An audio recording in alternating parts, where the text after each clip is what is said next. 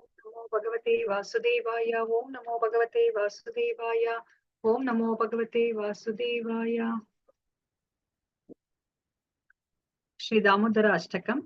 नमामीश्वरं सच्चिदानन्दरूपम् लसत्कुण्डलं गोकुले ब्राजमानं यशोदाभियूलूखालाधवमानम् परामृष्टमत्यन्ततो धृत्य गोप्या रुदन्तं मुहुर्नेत्रा युग्मं रुजन्तम् कराम्भोजयुग्मेन सातङ्कनेत्रम् मुहुश्वासकं पात्रीरेकाङ्ककण्ठा स्थितग्रैवं दामोदरं भक्तिबद्धम् इति दृक्स्वलीलाभिरानन्दकुण्डे स्वघोषं निमज्जन्तम् आख्यापयन्तम् तदीयेषितग्नेषु भक्तैर्जितत्वम् पुनः प्रेमतस्तं शतावृत्ति वन्दे वरं देवमोक्षं न मोक्षावधिं वा न चान्यं मृणेऽहं वरेशादपीह इदं ते वपुर्नाथ गोपालबालम् सदा मे मनस्या विरस्तां किमन्ये इदं ते मुक्ताम्भोजम् अत्यन्तनीलै ऋतं कुन्तलैः स्निग्धा रक्तैश्च गोप्या मुहुश्चुम्बितं बिम्बारक्तादरं मे मनस्या विरस्ताम् अलं लक्षलाभे नमो देवदामोदरनन्त विष्णो प्रसीद प्रभो दुःखाजलाब्धिमग्नम् कृपादृष्टिवृष्ट्यातिदिनं बतानु गृहाणेश मामग्नं मे दक्षिदृशः कुबेरात्मजौ बद्धामूर्तैव यद्वत् त्वया मोचितौ भक्तिभाजौ कृतौ च तथा प्रेम भक्तिं स्वकामे प्रयच्छ नमो शीघ्रहो मेऽस्ति दामोदरेह नमस्तेऽस्तु धाम्ने स्फुरद्दीप्तिधाम्ने त्वदीयोदरायाता विश्वस्य धाम्ने नमो राधिकायै त्वदीया प्रियायै नमो नन्तलीलाया देवाय तुभ्यम् हरे कृष्णा कृष्णा कृष्णा हरे हरे हरे रामा राम राम हरे हरे हरे कृष्णा कृष्णा कृष्णा हरे हरे हरे राम राम राम हरे हरे हरे कृष्णा सॉरी कृष्णा कृष्णा हरे हरे हरे राम राम राम हरे हरे ಹರೇ ಕೃಷ್ಣ. ಧನ್ಯವಾದಗಳು. ನಿಮ್ಗೆ ಇಲ್ಲಿ ಗೊತ್ತಿದ್ಯಾ ಈ ಲೀಲೆಯಲ್ಲಿ ಏನಾಗತ್ತೆ ಅಂತ ಹೇಳ್ಬಿಟ್ಟು, ಯಶೋಧ ಮಾತೆ ಆ ಪುಟ್ಟ ಕೃಷ್ಣನ ಹೊಟ್ಟೆಯನ್ನ ಅವಳು ಹಗ್ಗದಿಂದ ಕಟ್ಟಾಕ್ಲಿಕ್ಕೆ ನೋಡ್ತಾಳೆ ಅಲ್ವಾ? ಅವಾಗ ಏನಾಗತ್ತೆ ಅಂತ ಹೇಳ್ಬಿಟ್ಟು ಯಾರಿಗಾದ್ರೂ ಗೊತ್ತಿದ್ಯಾ? ಕಟ್ಟಾಕ್ಲಿಕ್ಕೆ ಆಗತ್ತಾ ಯಶೋಧ ಮಾತೆಗೆ? ಕಟ್ಟಾಕಲ್ಲ. ಏನಾಗುತ್ತೆ ಪ್ರಭುಜಿ? ಮತ್ತೆ 2 ಇಂಚು ತುಂಡಾಗ್ತಾ ಇರ್ತಾ ಬರ್ತಾ ಇರ್ತದೆ, ಯಾವ್ದೇ ಹಗ್ಗ ಸೇರ್ಸೋದ್ರಲ್ಲ. ಹಾ, ಓಕೆ. ಅದು ಏನನ್ನ ಸೂಚಿಸುತ್ತೆ? 2 ಇಂಚು ಕಡಿಮೆ ಆಗುತ್ತಲ್ಲ, ಅದು ಏನನ್ನ ಸೂಚಿಸುತ್ತೆ? ಅದೇನ್ ಇಂಡಿಕೇಟ್ ಮಾಡುತ್ತೆ ನಮ್ಗೆ? ಭಗವಂತನನ್ನ ಬಂಧಿಸೋದಕ್ಕಾಗಲ್ಲ ಅಂತನಾ? ಹಾ, ಭಗವಂತನ ಬಂಧಿಸ್ಲಿಕ್ಕೆ ಯಾರಿಗಾದ್ರೂ ಸಾಧ್ಯ ಇದೆಯಾ? ಯಾರಿಗೂ ಸಾಧ್ಯ ಇಲ್ಲ ಅಲ್ವಾ? ಆದ್ರೆ ಅಲ್ಲಿ ಕೊನೆಗೆ ಯಶೋಧ ಮಾತೆ ಭಗವಂತನನ್ನ ಬಂಧಿಸ್ಲಿಕ್ಕೆ ಅವಳಿಗೆ ಸಾಧ್ಯ ಆಗುತ್ತೆ. ಆದ್ರೆ ಪ್ರತಿ ಸತಿ ಅವಳ ಹಗ್ಗವನ್ನ ಅಷ್ಟು ಪುಟ್ಟ ಕೃಷ್ಣನ ಹೊಟ್ಟೆ ಅಲ್ವಾ, ಅದನ್ನ ಬಂಧಿಸ್ಬೇಕಂತಂದ್ರೆ ಯಶೋಧ ಮಾತೆ ಎಷ್ಟು ಹಗ್ಗಗಳನ್ನ ತಗೊಂಡ್ಬರ್ತಾಳೆ, ಹಗ್ಗದ ತುಂಡುಗಳನ್ನ ಅದನ್ನ ಗಂಟು ಹಾಕಿ ದೊಡ್ಡದ್ ಮಾಡ್ಲಿಕ್ಕೆ ಹೋಗ್ತಾಳೆ ಅಲ್ವಾ? ಪ್ರತಿ ಸತಿನೂ ಸಹ 2 ಇಂಚು ಕಡಿಮೆ ಬರ್ತಾ ಇರುತ್ತೆ. ಸೊ ಆ 2 ಇಂಚು ಏನನ್ನ ಸೂಚಿಸುತ್ತೆ ಅಂತಂದ್ರೆ, ಒಂದು ನಮ್ಮ ಪ್ರಯತ್ನವನ್ನ ಸೂಚಿಸುತ್ತೆ. ನೋಡಿ, ಯಶೋಧ ಮಾತೆ ಅವಳು ಎಷ್ಟೇ ಕಷ್ಟ ಆಗ್ತಿದ್ರು ಅವಳು ಬಿಡೋದೇ ಇಲ್ಲ, ಅವಳು ಪ್ರಯತ್ನ ಪಡ್ತಾನೆ ಇದ್ದಾಳೆ ಸೊ ಅದನ್ನ ಸೂಚಿಸುತ್ತೆ. ಅಂದ್ರೆ ಕಂಟಿನ್ಯೂಯಸ್ ಎಂಡವರ್ ಅಂತ ನಾವೇನ್ ಹೇಳ್ತೀವಿ, ನಮ್ಮ ಪ್ರಯತ್ನ, ಸತತ ಪ್ರಯತ್ನ, ಅದನ್ನ ಸೂಚಿಸುತ್ತೆ. ಮತ್ತೆ ಇನ್ನ ಒಂದು, ನಾವೆಷ್ಟೇ ಪ್ರಯತ್ನ ಪಟ್ರು ಭಗವಂತನ ಕೃಪೆ ಇಲ್ಲ ಅಂತಂದ್ರೆ ನಾವೇನು ಮಾಡ್ಲಿಕ್ಕೆ ಸಾಧ್ಯ ಇಲ್ಲ. ಸೊ ಅದಕ್ಕೋಸ್ಕರ ಇವಾಗ ಏನಾಗುತ್ತೆ, ಯಶೋಧ ಮತ್ತೆ ಅಷ್ಟು ಪ್ರಯತ್ನ ಪಡ್ತಿರ್ತಾಳೆ, ಕೊನೆಗೆ ಕೃಷ್ಣ ಏನ್ ಮಾಡ್ತಾರೆ, ಅಮ್ಮ ಅಷ್ಟು ಪ್ರಯತ್ನ ಪಟ್ಟು ದಣಿವಾಗಿರೋದನ್ನ ನೋಡ್ಲಿಕ್ಕೆ ಆಗೋದಿಲ್ಲ ಅವನಿಗೆ. ಅದಕ್ಕೆ ಅವನು ಕೃಪೆ ಮಾಡ್ತಾನೆ. ಅಂದ್ರೆ ಅಮ್ಮ ನಿನ್ನನ್ನ ಕಟ್ಟ ಹಾಕ್ಲೇಬೇಕು ಅಂತ ನೀನ್ ಇಚ್ಛೆ ಪಡ್ತಾ ಇದೀಯಾ ಅಂತ ಕೇಳ್ತಾನೆ. ಅವಾಗ ಹೌದು, ನನ್ಗೆ ಕಟ್ಟು ಹಾಕ್ಬೇಕು ಅಂತ ನನ್ಗೆ ಅನ್ನಿಸ್ತಾ ಇದೆ, ಆದ್ರೆ ನನ್ಗೆ ಅರ್ಥ ಆಗ್ತಾ ಇಲ್ಲ, ಯಾಕೆ ನೀನು ಇಷ್ಟೇ ಇಷ್ಟಿದೆ ನಿನ್ ಹೊಟ್ಟೆ, ಆದ್ರೆ ನನಗೆ ಅರ್ಥನೇ ಆಗ್ತಾ ಇಲ್ಲ, ಯಾಕೆ ನಿನ್ನ ಕಟ್ಟ ಹಾಕ್ಲಿಕ್ಕೆ ಆಗ್ತಿಲ್ಲ ಅಂತ. ಸರಿ, ನಿನಗೆ ಕಟ್ಟ ಹಾಕ್ಲೇಬೇಕು ಅಂತ ಅನ್ಸಿದ್ರೆ ನನ್ನನ್ನ ಕಟ್ಟ ಹಾಕು ಅಂತ ಹೇಳ್ಬಿಟ್ಟು ಕೃಷ್ಣ ಒಪ್ಕೋತಾರೆ. ಅಂದ್ರೆ ಕೃಷ್ಣ ಯಾವಾಗ ಅವರು ಆ ಕೃಪೆಯನ್ನ ತೋರಿಸ್ತಾರೋ ಅವಾಗ ಮಾತ್ರನೇ ಯಶೋಧ ಮಾತೆಗೆ ಕಟ್ಟಾಕ್ಲಿಕ್ಕೆ ಸಾಧ್ಯ. ಅಂದ್ರೆ ನಾವೇನನ್ನ ಅರ್ಥ ಮಾಡ್ಕೋಬೇಕು, ನಾವ್ ಎಷ್ಟೇ ಪ್ರಯತ್ನ ಪಟ್ರುನು ಭಗವಂತನ ಕೃಪೆ ಇಲ್ಲ ಅಂತಂದ್ರೆ ಯಾವುದೇ ಕಾರ್ಯದಲ್ಲಿ ಯಶಸ್ಸಾಗೋದಿಲ್ಲ. ಅದರ ಜೊತೆಯಲ್ಲಿ ನಾವು ಪ್ರಯತ್ನವನ್ನ ಪಡ್ಲಿಲ್ಲ ಅಂತಂದ್ರೆ ಭಗವಂತ ನಮ್ಮ ಮೇಲೆ ಕೃಪೆಯನ್ನ ತೋರಿಸೋದಿಲ್ಲ. ಸೊ ಅದಕ್ಕೆ ತುಂಬಾ ಮುಖ್ಯ, ಎರಡೂ ತುಂಬಾ ಮುಖ್ಯ. ನಾವು ಸತತ ಪ್ರಯತ್ನ ಮಾಡ್ಬೇಕು. ಅಯ್ಯೋ ನನ್ಗೆ ಯಾವ್ದ್ರಲ್ಲೂ ಸಕ್ಸಸ್ ಆಗ್ತಿಲ್ವಲ್ಲ ಅಂತ ಹೇಳ್ಬಿಟ್ಟು ನಾವು ಕೈ ಬಿಡೋ ಹಾಗಿಲ್ಲ. ಸೊ ನಾವ್ ಅದನ್ನ ಸತತ ಪ್ರಯತ್ನ, ಹೇಗೆ ಯಶೋಧೆ ಮತ್ತೆ ಕೃಷ್ಣನನ್ನ ಕಟ್ಟಾಕ್ಲಿಕ್ಕೆ ಪ್ರಯತ್ನ ಮಾಡಿದ್ಲು ಆತರ ನಾವು ಸತತ ಪ್ರಯತ್ನ ಮಾಡ್ಬೇಕು. ಅವಾಗ ಭಗವಂತ ಖಂಡಿತ ನಮ್ಮ ಮೇಲೆ ಕೃಪೆಯನ್ನ ತೋರಿಸ್ತಾರೆ ಅಲ್ವಾ. ಆದ್ರೆ ಜಗದೋದ್ಧಾರಕ ಅಲ್ವಾ, ಕೃಷ್ಣನನ್ನ ಯಾರಾದ್ರೂ ಕಟ್ಟಾಕ್ಲಿಕ್ಕೆ ಸಾಧ್ಯನಾ? ಯಾರು ಕಟ್ಟಾಕ್ಲಿಕ್ಕೆ ಸಾಧ್ಯ ಇಲ್ಲ ಅಲ್ವಾ. ಕೃಷ್ಣನನ್ನ ಆ ಪ್ರೀತಿ ಎಂಬ ಬಂಧನದಿಂದ ಮಾತ್ರನೇ ನಾವು ನಮ್ಮ ಹೃದಯದಲ್ಲಿ ಅವ್ರನ್ನ ಕಟ್ಟಾಕೊಂಡ್ಲಿಕ್ಕೆ ಸಾಧ್ಯ. ಸೊ ಅದಕ್ಕೆ ಈ ದಾಮೋದರ ಮಾಸ ತುಂಬಾನೇ ಮುಖ್ಯವಾದದ್ದು. ಇದು ನಿಮ್ಗೆ ಸಿಕ್ಕಿದೆ. ಸೊ ನೀವು ಇವಾಗ ಆ ತುಪ್ಪದ ದೀಪವನ್ನ ಹಚ್ಚಿ ನೀವು ಭಗವಂತನ ಕೃಪಾ ಕಟಾಕ್ಷಕ್ಕೆ ನೀವು ಅನುಗ್ರಹಕ್ಕೆ ಪಾತ್ರರಾಗಿ ಅಂತ ಹೇಳ್ಬಿಟ್ಟು ನಾನು ಇಲ್ಲಿ ಹೇಳ್ತಾ ಇದ್ದೀನಿ. ಸೊ ಇವತ್ತಿನ ಕ್ಲಾಸಿಗೆ ಹೋಗೋಣಂತೆ. ಸೊ ಇವತ್ತಿನ ಕ್ಲಾಸ್ಗೆ ಹೋಗಿನ ಮುಂಚೆ ನೆನ್ನೆಯ ಅಧ್ಯಾಯ 14ನೇ ಅಧ್ಯಾಯದ ಹೆಸರನ್ನ ಯಾರಾದ್ರೂ ಹೇಳ್ತೀರಾ? ಹರೇ ಕೃಷ್ಣ.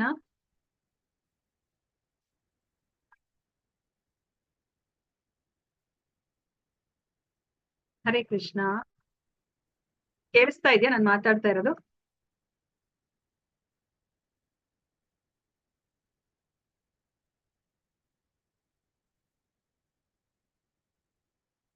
ಕೋಮಲ ಮಾತಾಜಿ ಕೇಳಿಸ್ತಾ ಇದೆಯಾ? ಹೌದು, ಕೇಳಿಸ್ತದೆ. ಹಾ, ಓಕೆ, ಆಯ್ತು. ನಾನು ಇವತ್ತಿನ ಕ್ಲಾಸ್ ಅನ್ನ ಶುರು ಮಾಡ್ತೀನಿ. ಓಂ ನಮೋ ಭಗವತೆ ವಾಸುದೇವಾಯ, ಓಂ ನಮೋ ಭಗವತೆ ವಾಸುದೇವಾಯ, ಓಂ ನಮೋ ಭಗವತೆ ವಾಸುದೇವಾಯ. ಇಸ್ಕಾನ್ ಮಂಗಳೂರು ಶ್ರೀ ಶ್ರೀ ರಾಧಾ ಗೋವಿಂದ ದೇವಸ್ಥಾನದ ವತಿಯಿಂದ ನಡೆಸಿಕೊಡುತ್ತಿರುವ 18 ದಿನಗಳ ಭಗವದ್ಗೀತೆ ಕಾರ್ಯಕ್ರಮಕ್ಕೆ ಎಲ್ಲರಿಗೂ ಸ್ವಾಗತವನ್ನ ಕೋರುತ್ತಾ ಇದ್ದೀನಿ. ಶ್ರೀ ಶ್ರೀ ರಾಧಾ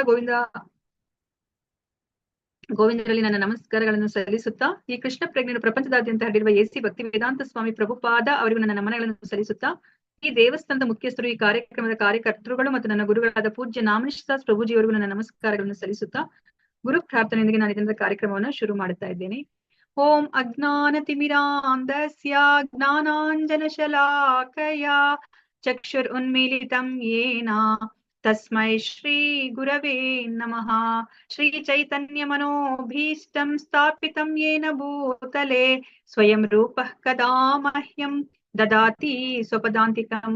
ವಂದೇಹಂ ಶ್ರೀ ಗುರೋಃ ಶ್ರೀಯುತ ಪದಕಮಲಂ ಶ್ರೀ ಗುರುನ್ ವೈಷ್ಣವಾಂಶ್ಚ ಶ್ರೀರೂಪಂ ಸಾಗ್ರಜಾತಂ ಸಹಗಣ ರಘುನಾಥಾನ್ವಿತಂ ತಂ ಸಜೀವಂ ಸಾದ್ವೈತಂ ಸಾವಧೂತಂ ಪರಿಜನ ಸಹಿತಂ ಕೃಷ್ಣ ಚೈತನ್ಯ ದೇವಂ ಶ್ರೀ ರಾಧಾ ಕೃಷ್ಣ ಪಾದಾನ್ ಸಹಗಣ ಲಲಿತಾ ಶ್ರೀ ವಿಶಾಖಾನ್ವಿತಾಂಶ್ಚ. ಹೇ ಕೃಷ್ಣ ಕರುಣಾ ಸಿಂಧೋ ದೀನಬಂಧೋ ಜಗತ್ಪತೆ ಗೋಪೇಶ ಗೋಪಿಕಾ ಕಾಂತ ರಾಧಾ ಕಾಂತ ನಮೋಸ್ತುತೆ. ತಪ್ತ ಕಾಂಚನ ಗೌರಾಂಗಿ ರಾಧೆ ವೃಂದಾವನೇಶ್ವರಿ ವೃಷಭಾನುಸುತೆ ದೇವಿ ಪ್ರಣಮಾಮಿ ಹರಿಪ್ರಿಯೆ. ವಾಂಚಾ ಕಲ್ಪತರುಭ್ಯಶ್ಚ ಕೃಪಾ ಸಿಂಧುಭ್ಯ ಏವ ಚ ಪತಿತಾನಾಂ ಪಾವನೇಭ್ಯೋ ವೈಷ್ಣವೇಭ್ಯೋ ನಮೋ ನಮಃ. ನಮೋ ಓಂ ವಿಷ್ಣು ಪದಾಯ ಕೃಷ್ಣ ಪೃಷ್ಠಾಯ ಭೂತಲೆ ಶ್ರೀಮತೆ ಭಕ್ತಿ ವೇದಾಂತ ಸ್ವಾಮಿನ್ ಇತಿ ನಾಮಿನೆ. ನಮಸ್ತೆ ಸರಸ್ವತೆ ದೇವೆ ಗೌರವಾಣಿ ಪ್ರಚಾರಿಣೆ ನಿರ್ವಿಶೇಷ ಶೂನ್ಯವಾದಿ ಪಾಶ್ಚಾತ್ಯ ದೇಶತಾರಿಣೆ. ಜಯ ಶ್ರೀ ಕೃಷ್ಣ ಚೈತನ್ಯ ಪ್ರಭು ನಿತ್ಯಾನಂದ ಶ್ರೀ ಅದ್ವೈತ ಗದಾಧರ ಶ್ರೀವಾಸಾದಿ ಗೌರ ಭಕ್ತ ವೃಂದ ಹರೇ ಕೃಷ್ಣ ಕೃಷ್ಣ ಕೃಷ್ಣ ಹರೇ ಹರೇ ಹರೇ ರಾಮ ರಾಮ ರಾಮ ಹರೇ ಹರೇ ಹರೇ ಕೃಷ್ಣ ಕೃಷ್ಣ ಕೃಷ್ಣ ಹರೇ ಹರೇ ಹರೇ ರಾಮ ರಾಮ ರಾಮ ಹರೇ ಹರೇ ಹರೇ ಕೃಷ್ಣ ಕೃಷ್ಣ ಕೃಷ್ಣ ಹರೇ ಹರೇ ಹರೇ ರಾಮ ರಾಮ ರಾಮ ಹರೇ ಹರೇ. ಹರೇ ಕೃಷ್ಣ. ಎಲ್ಲರೂ ರಾಧಾ ಗೋವಿಂದರಲ್ಲಿ ಪ್ರಾರ್ಥನೆಯನ್ನ ಮಾಡ್ಕೊಳ್ಳಿ. ನಿಮ್ಗೆ ಈ ಭಗವದ್ಗೀತೆ ಜ್ಞಾನ ಚೆನ್ನಾಗಿ ಅರ್ಥ ಆಗಿ ಅದನ್ನ ನಿಮ್ಮ ಜೀವನದಲ್ಲಿ ಅಳವಡಿಸ್ಕೊಳ್ಳೋ ತರ ಆಗ್ಲಿ ಅಂತ ಹೇಳ್ಬಿಟ್ಟು ನಾನು ಸಹ ಶ್ರೀ ರಾಧಾ ಗೋವಿಂದರಲ್ಲಿ ನಾನು ಪ್ರಾರ್ಥನೆ ಮಾಡ್ಕೋತೀನಿ. ಈ ಜ್ಞಾನವನ್ನ ನಿಮ್ಗೆ ಅರ್ಥ ಆಗೋ ರೀತಿಯಲ್ಲಿ ತಲುಪಿಸುವಂತ ಶಕ್ತಿ ನನಗೆ ಕೊಡ್ಲಿ ಅಂತ ಹೇಳ್ಬಿಟ್ಟು ಹರೇ ಕೃಷ್ಣ ಕೃಷ್ಣ ಕೃಷ್ಣ ಹರೇ ಹರೇ ಹರೇ ರಾಮ ರಾಮ ರಾಮ ಹರೇ ಹರೇ. ಹರೇ ಕೃಷ್ಣ.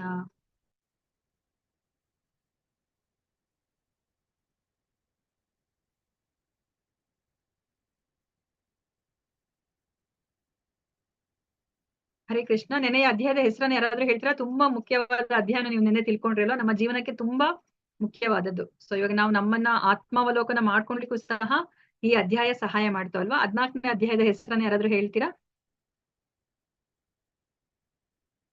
ಹರೇ ಕೃಷ್ಣ. ಜ್ಞಾನಯೋಗ. ಆ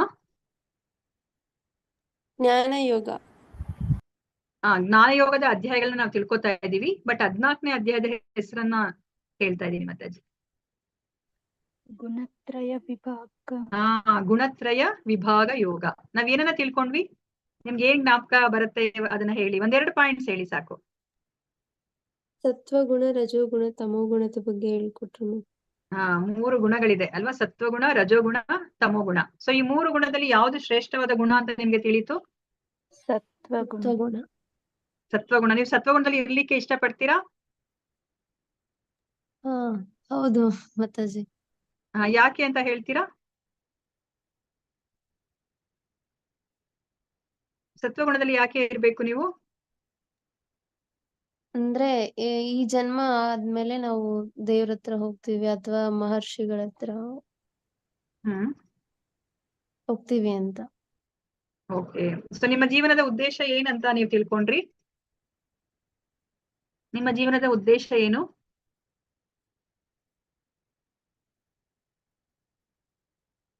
ಮುಂದಿನ ಜನ್ಮ ಇದೆ ಅಂತ ನೀವು ತಿಳ್ಕೊಂಡ್ರಾ? ಅಥವಾ ಮುಂದಿನ ಜನ್ಮದ ಬಗ್ಗೆ ನಂಬಿಕೆ ಇದೆಯಾ ಇಲ್ವಾ? ಇದೆ ಮಾತಾಜಿ. ಮುಂದಿನ ಜನ್ಮದ ಬಗ್ಗೆ ನಂಬಿಕೆ ಇದೆ. ಸೊ ಇವಾಗ ಮುಂದಿನ ಜನ್ಮದ ಬಗ್ಗೆ ನಂಬಿಕೆ ಇದೆ ಅಂದ್ರೆ ಮುಂದಿನ ಜನ್ಮದಲ್ಲಿ ನೀವ್ ಏನ್ ಆಗ್ಬೇಕಂತ ಇಷ್ಟಪಡ್ತೀರಾ?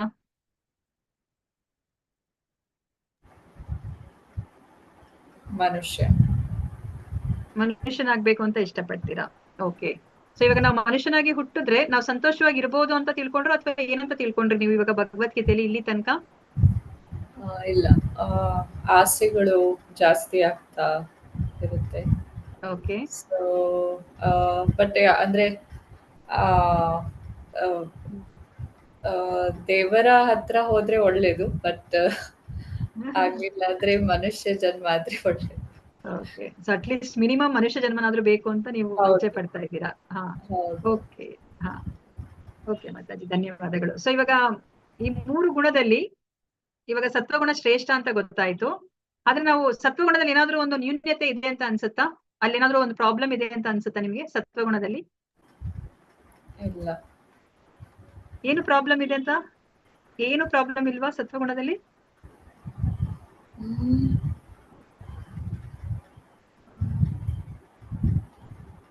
ಓಕೆ. ನಾನು ನಿಮ್ಗೊಂದು ಪ್ರಶ್ನೆನ ಕೇಳ್ತೀನಿ. ಇವಾಗ ಒಬ್ಬ ವ್ಯಕ್ತಿಯನ್ನ ಒಬ್ಬ ಪೊಲೀಸ್ ಬಂಧಿಸ್ತಾನೆ ಅನ್ಕೊಳ್ಳಿ. ಸೊ ಅವ್ನು ಇವಾಗ ಬಂಧಿಸ್ಲಿಕ್ಕೆ ಅವನು ಕಬ್ಬಿಣದ ಬೇಡಿಯನ್ನ ಉಪಯೋಗಿಸ್ಬೋದು ಅಥವಾ ಸಿಲ್ವರ್ ಬೇಡಿಯನ್ನ ಉಪಯೋಗಿಸ್ಬೋದು, ಇಲ್ಲಾಂದ್ರೆ ಬಂಗಾರದ ಬೇಡಿಯನ್ನ ಉಪಯೋಗಿಸ್ಬೋದು. ಓಕೆ. ಈ 3 ಬೇಡಿಯಲ್ಲಿ ಯಾವ್ದು ತುಂಬಾ ಶ್ರೇಷ್ಠ?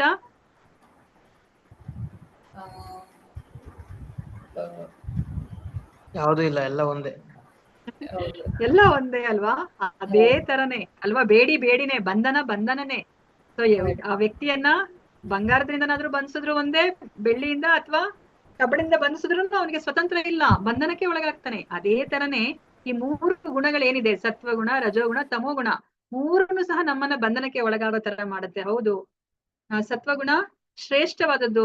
ಆದ್ರೆ ಸತ್ವಗುಣದಲ್ಲಿ ಏನ್ ತೊಂದರೆ ಇದೆ ಅಂತಂದ್ರೆ ನಾವು ಭಗವಂತನ ಲೋಕಕ್ಕೆ ಹೋಗ್ಲಿಕ್ಕೆ ಆಗೋದಿಲ್ಲ. ಸತ್ವಗುಣದಿರುವಂತಹ ವ್ಯಕ್ತಿ ತುಂಬಾ ಸಂತೋಷವಾಗಿರ್ತಾನೆ. ಇವಾಗ ನಾವು ನೋಡ್ತೀವಲ್ಲ, ಈ ಭೌತಿಕ ಪ್ರಪಂಚದಲ್ಲಿ ಎಷ್ಟೊಂದ್ ಜನ ತುಂಬಾ ಸಂತೋಷವಾಗಿದ್ದಾರೆ. ಮತ್ತೆ ಅವರು ಜ್ಞಾನವಂತರಾಗಿರ್ತಾರೆ. ಏನನ್ನ ಮಾಡ್ಬೇಕು ಜೀವನದಲ್ಲಿ, ಏನನ್ನ ಮಾಡಬಾರ್ದು, ಮನುಷ್ಯನಾಗಿ ಹುಟ್ಟಿ ಅದೆಲ್ಲ ಅವ್ರಿಗೆ ಗೊತ್ತಿರುತ್ತೆ. ಸೊ ನಮ್ಗೆ ಏನನ್ನ ಮಾಡ್ಬೇಕು, ಏನನ್ನ ಮಾಡಬಾರ್ದು ಅಂತ ಗೊತ್ತಾದಾಗ ನಾವು ಪಾಪದ ಕೆಲಸಗಳನ್ನ ಮಾಡೋದೇ ಇಲ್ಲ. ನಮ್ಮ ಅಕೌಂಟ್ ಅಲ್ಲಿ ಪಾಪ ಇಲ್ಲ ಅಂದ್ರೆ ಖಂಡಿತ ನಮ್ಗೆ ಪುಣ್ಯ ಬರುತ್ತೆ. ಪುಣ್ಯ ಅಂತಂದ್ರೆ ನಾವು ಅದನ್ನ ನಾವು ಮನುಷ್ಯ ಜನ್ಮದಲ್ಲಿ ಹುಟ್ಟಿದಾಗ ನಾವು ಸಂತೋಷವಾಗಿ ಇರ್ತೀವಿ ಅಲ್ವಾ.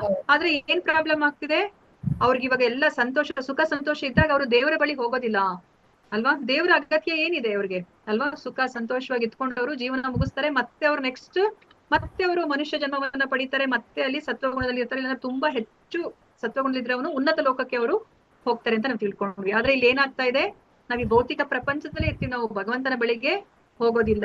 ಸೊ ಅದಕ್ಕೋಸ್ಕರ ಸತ್ವಗುಣವೂ ಸಹ ಬಂಧನಕ್ಕೆ ಹಾಗೆ ಮಾಡುತ್ತೆ. ಮತ್ತೆ ಏನ್ ಮಾಡ್ಬೇಕು, ಕೃಷ್ಣ ಏನ್ ಹೇಳಿದ್ರು ನಮ್ಗೆ, ಮತ್ತೇನ್ ಮಾಡ್ಬೇಕು ನಾವು. ಸತ್ವಗುಣ ಒಳ್ಳೇದು, ಆದ್ರೆ ಅದು ಬಂಧನಕ್ಕೆ ಒಳಗಾಗುತ್ತೆ ಅಂದ್ರೆ ಮತ್ ನಾವ್ ಹೇಗ್ ಜೀವನವನ್ನ ಮಾಡ್ಬೇಕು, ಭಕ್ತಿ ಮಾರ್ಗದಲ್ಲಿ. ಭಕ್ತಿ ಮಾಡ್ಬೇಕು. ಸೊ ಅದನ್ನ ಏನಂತ ಕರೀತಾರೆ, ಅದನ್ನ ಎಂತಹ ಗುಣ ಅಂತ ಕರೀತಾರೆ, ಶುದ್ಧ ಸತ್ವಗುಣ. ಈ ಮೂರು ಗುಣಗಳಿಂದ ಮೀರಿರುವಂತಹ, ಈ ಮೂರು ಗುಣಗಳನ್ನು ಮೀರಿರುವಂತಹ ಹಂತ. ಆ ಶುದ್ಧ ಸತ್ವಗುಣದಲ್ಲಿ ನಾವು ಯಾವುದೇ ಒಂದು ಕಾರ್ಯವನ್ನ ಮಾಡಿದ್ರೆ ಅವಾಗ ಏನಾಗುತ್ತೆ, ನಾವು ಬಂಧನಕ್ಕೆ ಒಳಗಾಗೋದಿಲ್ಲ. ಇವಾಗ ನಾವು ನೋಡಿದ್ವಿ ಅಲ್ವಾ, ಅರ್ಜುನ ಇವಾಗ ಮೊದ್ಲು ನಾನು ಯುದ್ಧ ಮಾಡಲ್ಲ ಅಂತ ಹೇಳ್ತಾರೆ. ಅದಾದ್ಮೇಲೆ ನಾವ್ ಇವಾಗ 18ನೇ ಅಧ್ಯಾಯದಲ್ಲಿ ನಾವು ತಿಳ್ಕೊತೀವಿ, ಇಲ್ಲ ಕೃಷ್ಣ ನೀನ್ ಏನ್ ಹೇಳ್ತಿದ್ಯೋ ಅದೇ ತರ ನಾನು ಯುದ್ಧವನ್ನ ಮಾಡ್ತೀನಿ ಅಂತ ಹೇಳ್ತಾರೆ ಅಲ್ವಾ. ಯುದ್ಧ ಮಾಡಿದ್ಮೇಲೆ ಏನಾಗುತ್ತೆ, ಅವ್ರಿಗೆ ಯಾವುದೇ ಒಂದು ಪಾಪ ತಟ್ಟೋದಿಲ್ಲ. ಯಾಕೆ ಅಂತಂದ್ರೆ ಅವರು ಕೃಷ್ಣನ ಆಜ್ಞೆಯ ಮೇರೆಗೆ ಅವ್ರು ಯುದ್ಧವನ್ನ ಮಾಡಿರ್ತಾರೆ ಅಲ್ವಾ. ಇವಾಗ ಅದನ್ನ ಹೇಗೆ ಅರ್ಥ ಮಾಡ್ಕೋಬಹುದು, ಇವಾಗ ನಮ್ಮ ದೇಶದ ಗಡಿಯನ್ನ ಕಾಯೋರು ಸೈನಿಕರು ಶತ್ರು ಸೈನ್ಯದ ಮೇಲೆ ಯುದ್ಧ ಮಾಡಿ ಎಷ್ಟೊಂದು ಸೈನಿಕರನ್ನ ಅವರು ಕೊಲೆ ಮಾಡ್ತಾರೆ, ಹತ್ಯೆ ಮಾಡ್ತಾರೆ ಅಲ್ವಾ. ಆದ್ರೆ ಅವ್ರಿಗೆ ನಮ್ಮ ದೇಶ ಯಾವುದೇ ಒಂದು ಅವ್ರಿಗೆ ಏನು, ನೀನ್ ಎಷ್ಟೊಂದ್ ಜನರನ್ನ ಕೊಂದಿದ್ಯಾ ಅಂತ ಹೇಳ್ಬಿಟ್ಟು ಶಿಕ್ಷೆ ಕೊಡೋದಿಲ್ಲ. ಅದ್ರ ಬದಲು ಅವ್ರಿಗೆ ಪಾರಿತೋಷಕವನ್ನ ಕೊಡ್ತಾರೆ ಅಲ್ವಾ. ಸೊ ವೀರ ಚಕ್ರಗಳನ್ನ ಅವ್ರಿಗೆ ಕೊಡ್ತಾರೆ ಅಲ್ವಾ. ಯಾಕೆಂದ್ರೆ ಅವರು ತಮ್ಮ ಸಂತೋಷಕ್ಕೋಸ್ಕರ ಮಾಡಿಲ್ಲ, ಅವರು ದೇಶವನ್ನ ರಕ್ಷಣೆ ಮಾಡ್ಲಿಕ್ಕೋಸ್ಕರ ಮಾಡಿದ್ದಾರೆ. ಆದ್ರೆ ಅದೇ ಸೈನಿಕ ಅವನೇನಾದ್ರೂ ತನ್ನ ಹಳ್ಳಿಗೆ ಬಂದು ಅಲ್ಲಿ ಪಕ್ಕದ ಮನೆಯವ್ರ ಜೊತೆ ಜಗಳ ಆಡ್ಕೊಂಡು ಪಕ್ಕದ ಮನೆಯ ವ್ಯಕ್ತಿಯನ್ನ ಅವ್ರು ಕೊಂದ್ರೆ ಏನಾಗುತ್ತೆ, ಅವಾಗ ಏನ್ ಮಾಡುತ್ತೆ ಅದೇ ಸರ್ಕಾರ, ಏನ್ ಮಾಡುತ್ತೆ,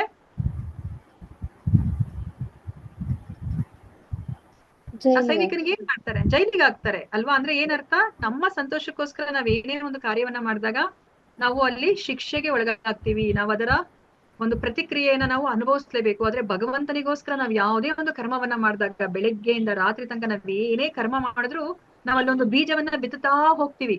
ಬೀಜವನ್ನ ಬಿತ್ತುತ್ತಾ ಇದ್ರೆ ಅದು ಯಾವಾಗ ಬೇಕಾದ್ರೂ ಮೊಳಕೆ ಹೊಡಿಬಹುದು. ಒಂದೊಂದು ಇವಾಗ ಕೊತ್ತಂಬರಿ ಬೀಜ ಬೇಗ ಮೊಳಕೆ ಹೊಡೆಯುತ್ತೆ. ಅದೇ ನಾನು ಮಾವಿನ ಬೀಜವನ್ನ ಹಾಕಿದ್ರೆ ಅದು ಬರ್ಲಿಕ್ಕೆ ತುಂಬಾ ಸಮಯ ಬೇಕಾಗುತ್ತೆ. ಇದೇ ತರ ನಾನು ಯಾವುದೇ ಒಂದು ಕೆಲಸವನ್ನ ಮಾಡಿದಾಗ, ಬೆಳಗ್ಗೆಯಿಂದ ರಾತ್ರಿ ತನಕ ನಾನು ಕೃಷ್ಣನಿಗೋಸ್ಕರ ಮಾಡ್ದಲೆ ನನ್ನ ಸಂತೋಷಕ್ಕೋಸ್ಕರ ಮಾಡಿದ್ರೆ, ಸ್ನಾನ ಮಾಡೋದ್ರಿಂದ ಇಟ್ಕೊಂಡು ಊಟ ಮಾಡಿ ತಿಂಡಿ ತಿಂದು ಮಲಕೊಂಡ ತನಕ ನಾವು ಮಾಡೋ ಕೆಲಸಗಳನ್ನ ಏನೇ ಮಾಡಿದ್ರು ನನ್ನ ಸಂತೋಷಕ್ಕೋಸ್ಕರ ಮಾಡಿದ್ರೆ ಅಲ್ಲಿ ನಾನು ಬೀಜ ಬಿತ್ತುತ್ತಾ ಹೋಗ್ತೀನಿ. ಅದು ಏನು ಮೊಳಕೆ ಹೊಡೆದು ಹಣ್ಣು ಕೊಡುದು ಬೇರೆ ಬೇರೆ ಸಮಯದಲ್ಲಿ ಇರುತ್ತೆ.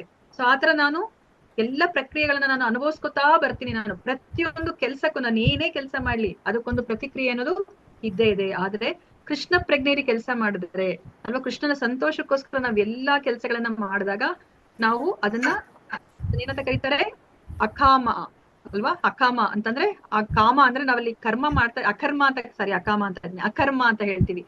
ಕರ್ಮ ಮಾಡ್ತೀವಿ ಆದ್ರೆ ಅದಕ್ಕೆ ಒಳ್ಳೆಯ ಫಲವೇ ಆಗ್ಲಿ ಕೆಟ್ಟ ಫಲವೇ ಆಗ್ಲಿ ಅದಕ್ಕೆ ಇರೋದಿಲ್ಲ. ಸೊ ಅದನ್ನ ನಾವು ಅರ್ಥ ಮಾಡ್ಕೋಬೇಕಾದ್ದು. ಸೊ ಕೃಷ್ಣ ನಮ್ಗೆ ಏನ್ ಹೇಳ್ತಿದ್ರೆ, ಆ ಮೂರು ಗುಣಗಳನ್ನ ಮೀರಿ, ಯಾಕಂದ್ರೆ ಆ ಮೂರು ಗುಣದಲ್ಲಿ ಯಾವುದೇ ಗುಣದಲ್ಲಿ ಇದ್ರೂ ಸಹ ನಿಮ್ಗೆ ನೀವು ಬಂಧನಕ್ಕೆ ಒಳಗಾಗ್ತೀರಾ. ನೀವು ಕೃಷ್ಣ ಪ್ರಜ್ಞೆಯಲ್ಲಿ ಕಾರ್ಯವನ್ನ ಮಾಡಿ ಶುದ್ಧ ಸತ್ವ ಗುಣಕ್ಕೆ ಬನ್ನಿ ನೀವು ಅಂತ ಹೇಳ್ಬಿಟ್ಟು ನಮ್ಗೆ ಹಿಂದಿನ ವಾರದಲ್ಲಿ, ಅಂದ್ರೆ ಸಾರಿ ಹಿಂದಿನ ಅಧ್ಯಾಯದಲ್ಲಿ ನಮ್ಗೆ ಕೃಷ್ಣ ತಿಳಿಸಿಕೊಟ್ರು. ಸೊ ಇವತ್ತಿನ ಅಧ್ಯಾಯ 15ನೇ ಅಧ್ಯಾಯ, ಇದನ್ನ ಪುರುಷೋತ್ತಮ ಯೋಗ ಅಂತ ಕರೀತಾರೆ. ಸೊ ಇದರಲ್ಲಿ 20 ಶ್ಲೋಕಗಳಿದೆ. ಇವಾಗ ಭಕ್ತಿ ಯೋಗವನ್ನ ನೀವು ತಿಳ್ಕೊಂಡ್ರಿ ಅಲ್ವಾ, ಅದ್ರಲ್ಲೂ ಸಹ 20 ಶ್ಲೋಕಗಳಿದೆ. ಮತ್ತೆ ಇನ್ನ ಒಂದು ತುಂಬಾ ಮುಖ್ಯವಾದದ್ದು ಏನಂದ್ರೆ, ಈ ದಾಮೋದರ ಮಾಸದಲ್ಲಿ ಈ ಪುರುಷೋತ್ತಮ ಯೋಗವನ್ನ ಓದಿದ್ರೆ ತುಂಬಾ ನಮ್ಗೆ ಏನು ಒಳ್ಳೇದು ಅಂತ ಹೇಳ್ಬಿಟ್ಟು ಹೇಳ್ತಾರೆ. ಸೊ ಅಂದ್ರೆ ಎಲ್ಲರೂ ಸಹ ಈ ಪುರುಷೋತ್ತಮ ಯೋಗವನ್ನ ಓದ್ತಾರೆ ಇದನ್ನ. ಸೊ ನೀವು ಸಹ 20 ಶ್ಲೋಕಗಳಿದೆ, ಒಂದ್ 5 ನಿಮಿಷ ಟೈಮ್ ಆಗುತ್ತೆ, ನೀವು ಓದ್ಬೋದು. ಬರೇ ಶ್ಲೋಕಗಳನ್ನ, ಅರ್ಥ ಭಾವಾರ್ಥ ಏನ್ ಬೇಡ, ಬರೇ ಶ್ಲೋಕಗಳನ್ನ ನೀವು ಓದ್ಕೊಂಡು ಹೋದ್ರೂ ಸಹ ತುಂಬಾ ಫಲ ನಿಮ್ಗೆ ಸಿಗುತ್ತೆ. ಸೊ ಪುರುಷೋತ್ತಮ ಯೋಗ. ಸೊ ಇಲ್ಲಿ ಏನ್ ಹೇಳ್ತಾ ಇದ್ರೆ ಪುರುಷ ಅಂದ್ರೆ ನೀವು ತಿಳ್ಕೊಂಡ್ರಿ ಅಲ್ವಾ. ಸೊ ನೀವು 13ನೇ ಅಧ್ಯಾಯದಲ್ಲಿ ಅರ್ಜುನ 6 ಪ್ರಶ್ನೆಗಳನ್ನ ಕೇಳ್ತಾರೆ ಅಲ್ವಾ. ಸೊ ಯಾವ್ಯಾವ ಪ್ರಶ್ನೆಗಳನ್ನ ಕೇಳ್ತಾರೆ ಏನಾದ್ರು ಜ್ಞಾಪಕ ಇದೆಯಾ ಯಾರಿಗಾದ್ರೂ? ಕೃಷ್ಣನಿಗೆ 6 ಪ್ರಶ್ನೆಗಳನ್ನ ಕೇಳ್ತಾರೆ 13ನೇ ಅಧ್ಯಾಯದಲ್ಲಿ. ಯಾವ ಪ್ರಶ್ನೆ ಅಂತ ಗೊತ್ತಾ?